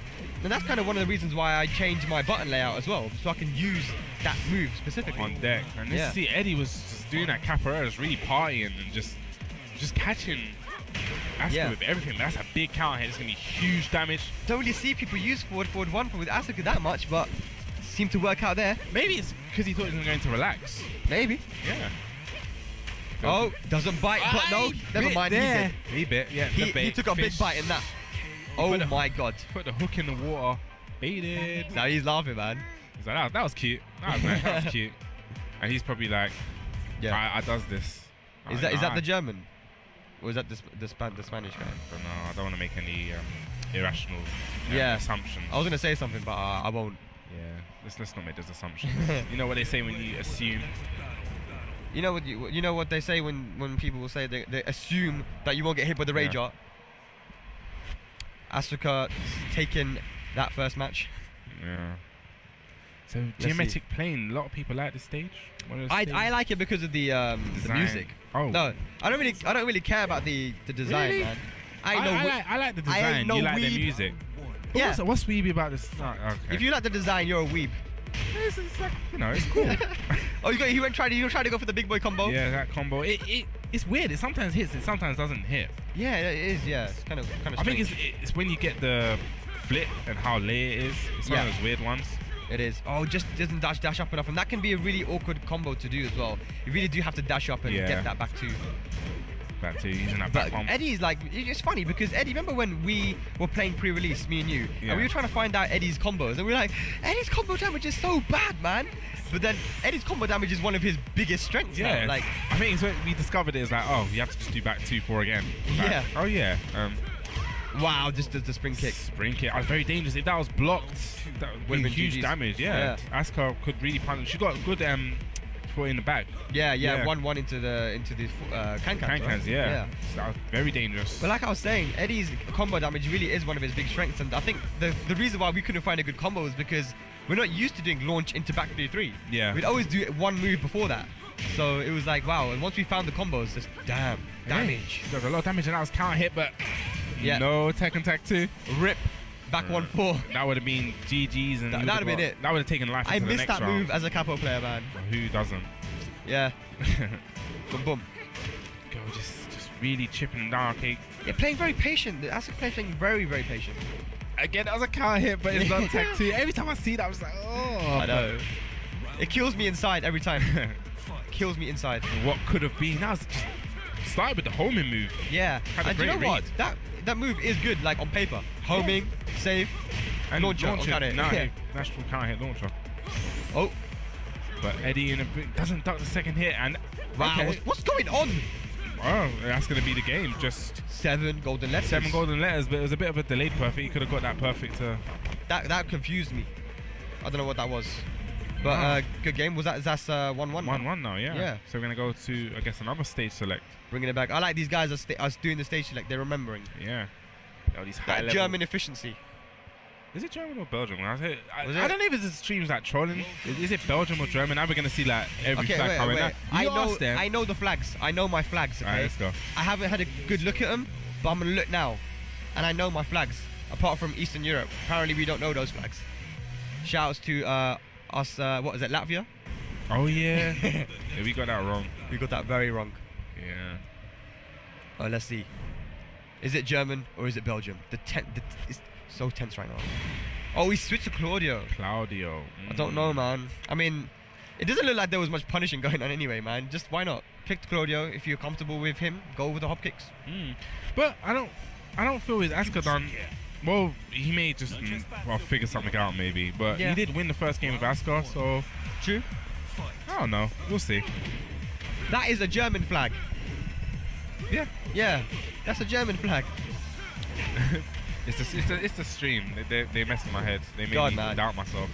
Now we gotta trust in our geography skills. But here we go. While running twos, man. Such a good move for Claudio. Yeah, but as we just saw, Eddie has relaxed. He has to be very careful when he uses it, because if Eddie gets a good read, that's probably why he's getting to relax at that kind of distance, trying to bait out. Yeah, he's actually using it a lot more now, isn't he? This match. It's great awareness. Wow, the backswing blow. There we go. This is that big boy combo. Oosh, oosh, into the... Oh no, he went to the mix-up. Nice. He's not going to be dead. Nice. The untackable throw. Just was not ready for that. Yeah, you got to duck that throw. Got to duck it. Definitely got to duck it. Oh, okay. Again, just going into that relaxed stance, trying to make him not use that running two. Yeah, Mosquito looking good right now. I wonder if his forward would hit the relax though. Probably low enough, maybe, for the need to hit. I guess we'll find out. Yeah, goes for the rodeo. That's a chunk of damage. Rodeo and a good screen position and putting him towards the wall. There we go, man. He's going with a lot of mix-ups right now. He's partying hard. Great whiff punish. But oh no, he's not looking in the right direction. He's doing the wrong capoeira. Okay. Oh, that was a bit of a waste of the rage drive, I feel. Yeah. Nice. He went for the running too, but nice. Nice, good block. That could be a pretty tricky move to block as well. Very. You have to be really ready, prepared, and looking for it, I feel. Yeah. It'll catch a lot of people by surprise. It will, man. I've tried to block it quite a few times, and it's like, I swear I was ducking, and it just doesn't work. Yeah, you have to do it. It's like on deck. Yeah. Nice. Had a great read. This time he didn't even go into relax. He's like, you know what, I'm just going to launch punish you with this. Oh, it doesn't go for a wall combo? Was he going for that cheeky, like back tech stuff that you see online all the time? I don't know, man. He was sidestepping a little bit. Isn't it? He was. Was he going for something cheeky? Mosquito, you're getting a bit cheeky now. Eat that while running two to the face. There we go. He's got the starburst. He's got the packet. He's going to open it. But no, this time makes a read. It's not going to be dead, but it's going to be a bad position. Yeah. It's Okazemi. Nice. Yeah. I like that. I like it. Oh, my God. Right. Went for the mid. Okay, what's this? And there goes for the mid. And Mosquito taking it. Yeah. Well done. Yeah, that was interesting, man. He had a lot of cool setups with Eddie. And they can be very tricky to deal with. Yeah, Eddie. That's why I really feel Eddie's one of those characters that you can get really creative with. That's why I like watching Eddie. That's why I say you should play Eddie. I play Eddie. Yeah, but you don't. But then, it's like, I always remember that how bad he is, isn't it? And how much he needs to be buffed. But he didn't do too bad there. I need to learn from him, isn't it? Yeah, learn from him. He had great awareness anyway, using that relaxed stance. And he had great reason while running too.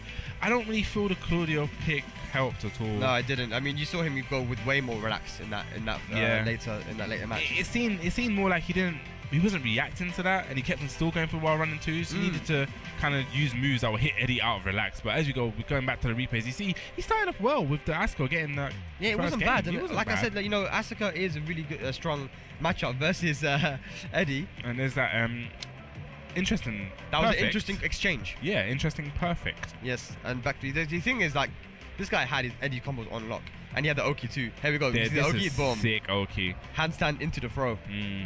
Caught him slipping, as we say in the UK, and that was a nice duck. Boom, boom. And I think this is where he got the wall splat. And this is like a full life comeback as well, because he made the comeback. Claudio had full life. It only takes one combo with Eddie, man. I mean, the damage is crazy. Yeah, damage does good, especially with that unscaled sort of get up three. The when you're in relax. Yeah. He relax 3. He has different unskilled options. He has that if you do end it with like back 1 4. Back 1 4 3. And then 3. And then he has that other. There's another one as well from that big combo when he does the flip in the air and swings forward. Oh, I don't know, man. Because I haven't got the execution for that, so I wouldn't be able to tell you. I'll figure it out. I use Katarina, man. I don't need execution. You don't. You just need one finger. And. Okay, I think we saw this lad before. Did we? Yeah, I think we saw this lad before. He was the dude that was lurking. He was the lurker. And he might have been lurking there too, I don't know.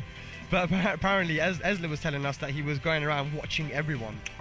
Eagle eye. Yeah. Well, that's good. Well, yeah, a tournament, you need to see your opponents. Because I was saying before, it's great that a lot of Spanish players that some names I've never seen before have actually turned up. So you don't know what the level these players are. No, for sure. So Yeah, you for sure. need to see, okay. Because there are players that just don't travel, isn't it? Yeah. Like, we see it a lot. We see it with... Like Elemental Deity is a great example. If he wasn't from the UK and never played on the online, you would just seen this guy, oh, Elemental Deity. yeah, just I never heard of him. I never heard of him. UK flag. It's probably just casual. And then he ends up winning the tournament on his first time. Won a tournament, you know what I mean? And if, you know, if there weren't people who played him to be able to tell people that this guy's good, then you wouldn't have known, innit? But definitely this would have been some guy in the bracket who wasn't seeded, ends up winning the whole tournament in his first time going offline. And there probably are some, like, that's the thing, like, a lot of Spanish players have turned up today. Yeah. And they may not have the time or the resources to be able to travel, but they have the passion and they're good at the game. Yeah, I think another, I say, classic or famous example of that would be Princess Ling. He just turned up out of nowhere. Yeah, even though he had that online name, you know, he just kind of like turned up out of nowhere. I think his first tournament was Strong Style, and that was really where he showed that he can play offline as well. People that he's just an online warrior, man. He's whack, and then he just turned up, and now he's one of the top players in the USA. You know? It shows that online sometimes people, you know, I know there's a couple whatever hoo-has with online, but it can improve people. I'm a believer that it definitely can improve people. It's not all doom and gloom. No, it's not. Absolutely not. Because you know, a lot of the Tekken that a lot of these guys have played. You know, you look at Fergus, you're looking at Kanan Trench. Well, not Kanan Trench much because he plays a lot offline. But let's say Fergus, for example, top player in Europe right now, number 3 on the leaderboard for Tekken World Tour. And how much online Tekken does this guy play? He doesn't have a vibrant scene. As well, he didn't have a vibrant scene back in Tag 2. So he only had online. That was all he had.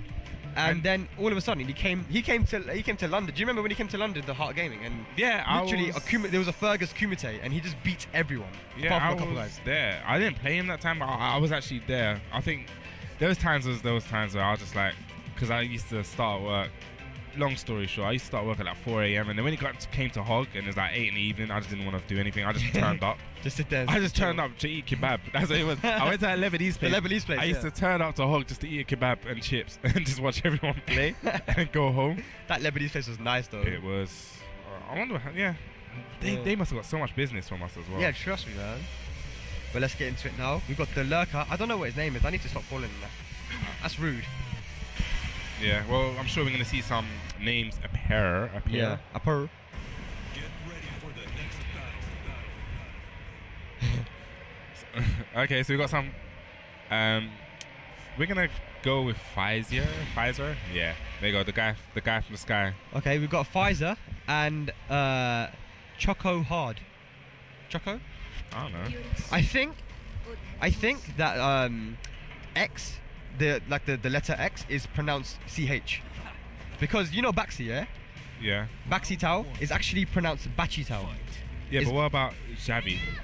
Chavi, innit? Chavi. It's not Chavi. It's Chavi, innit? Like Chavi. Alright, it's similar, innit? So this guy's called Choco Hard.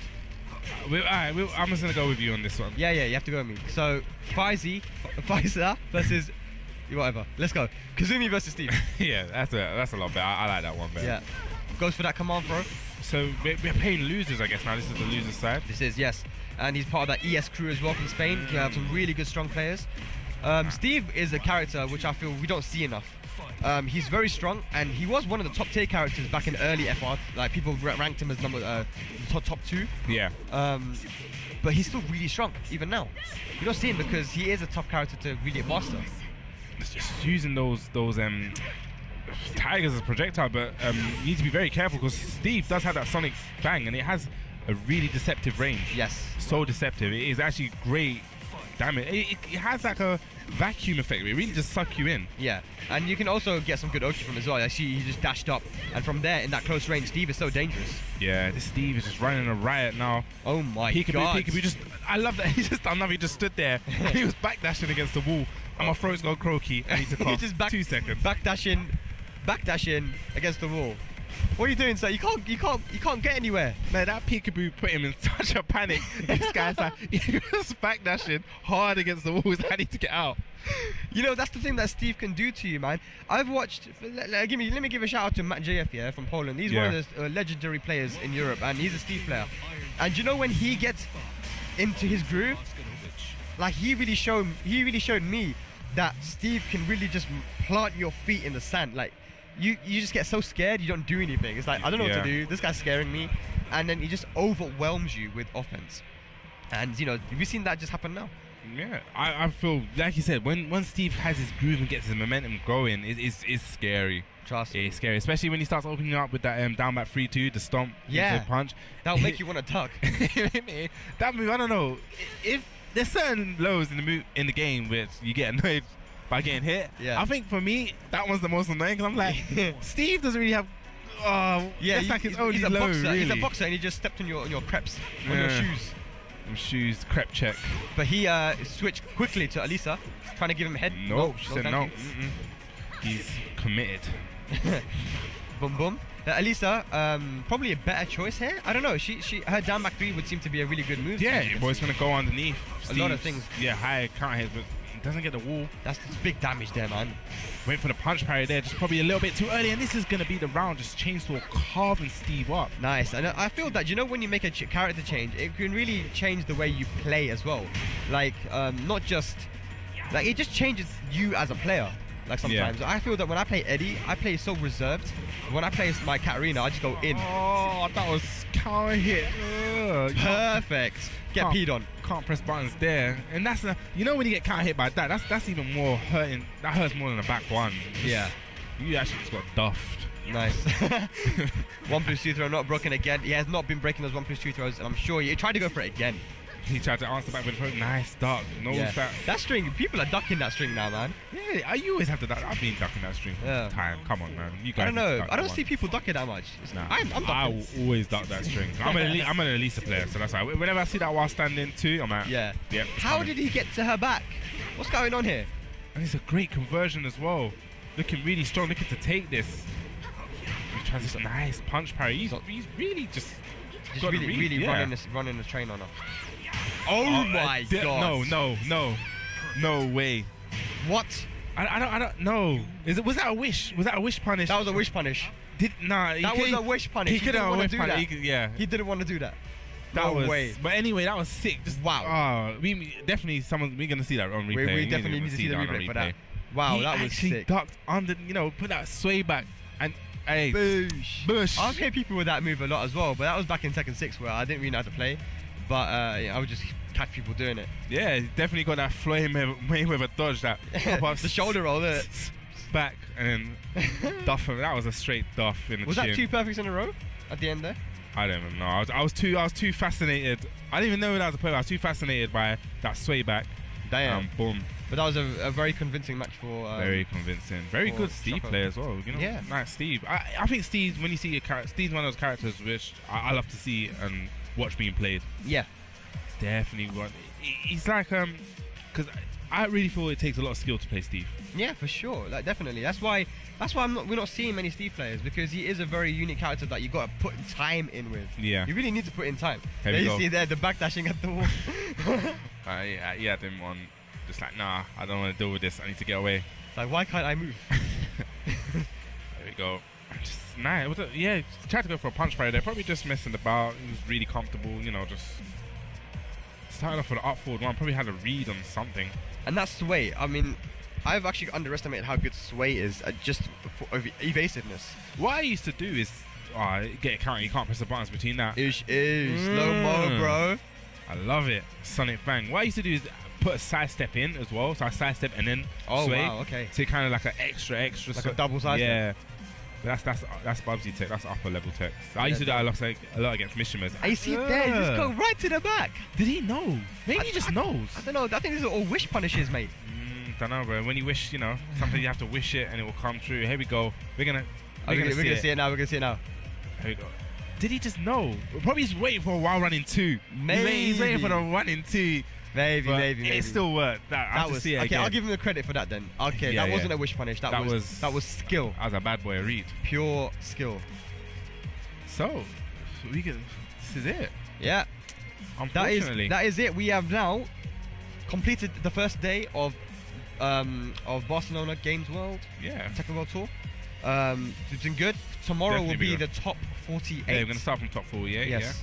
So there's going to be a lot of strong players in Definitely. that. Definitely make sure to tune in for that. Thank you so much for watching, guys. I'm Spag. And I'm Bubsy. And we'll see you tomorrow. Yeah.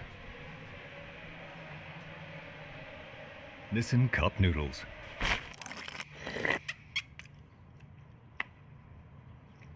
With cup noodles in hand, the cupboard of your mind is never bare. The one, the only, the original Nissan Cup Noodles. I'm just warming up. Nissan Cup Noodles. Look, honey, I'm eating my veggies. New Cup Noodles, very veggie, with a full serving of veggies.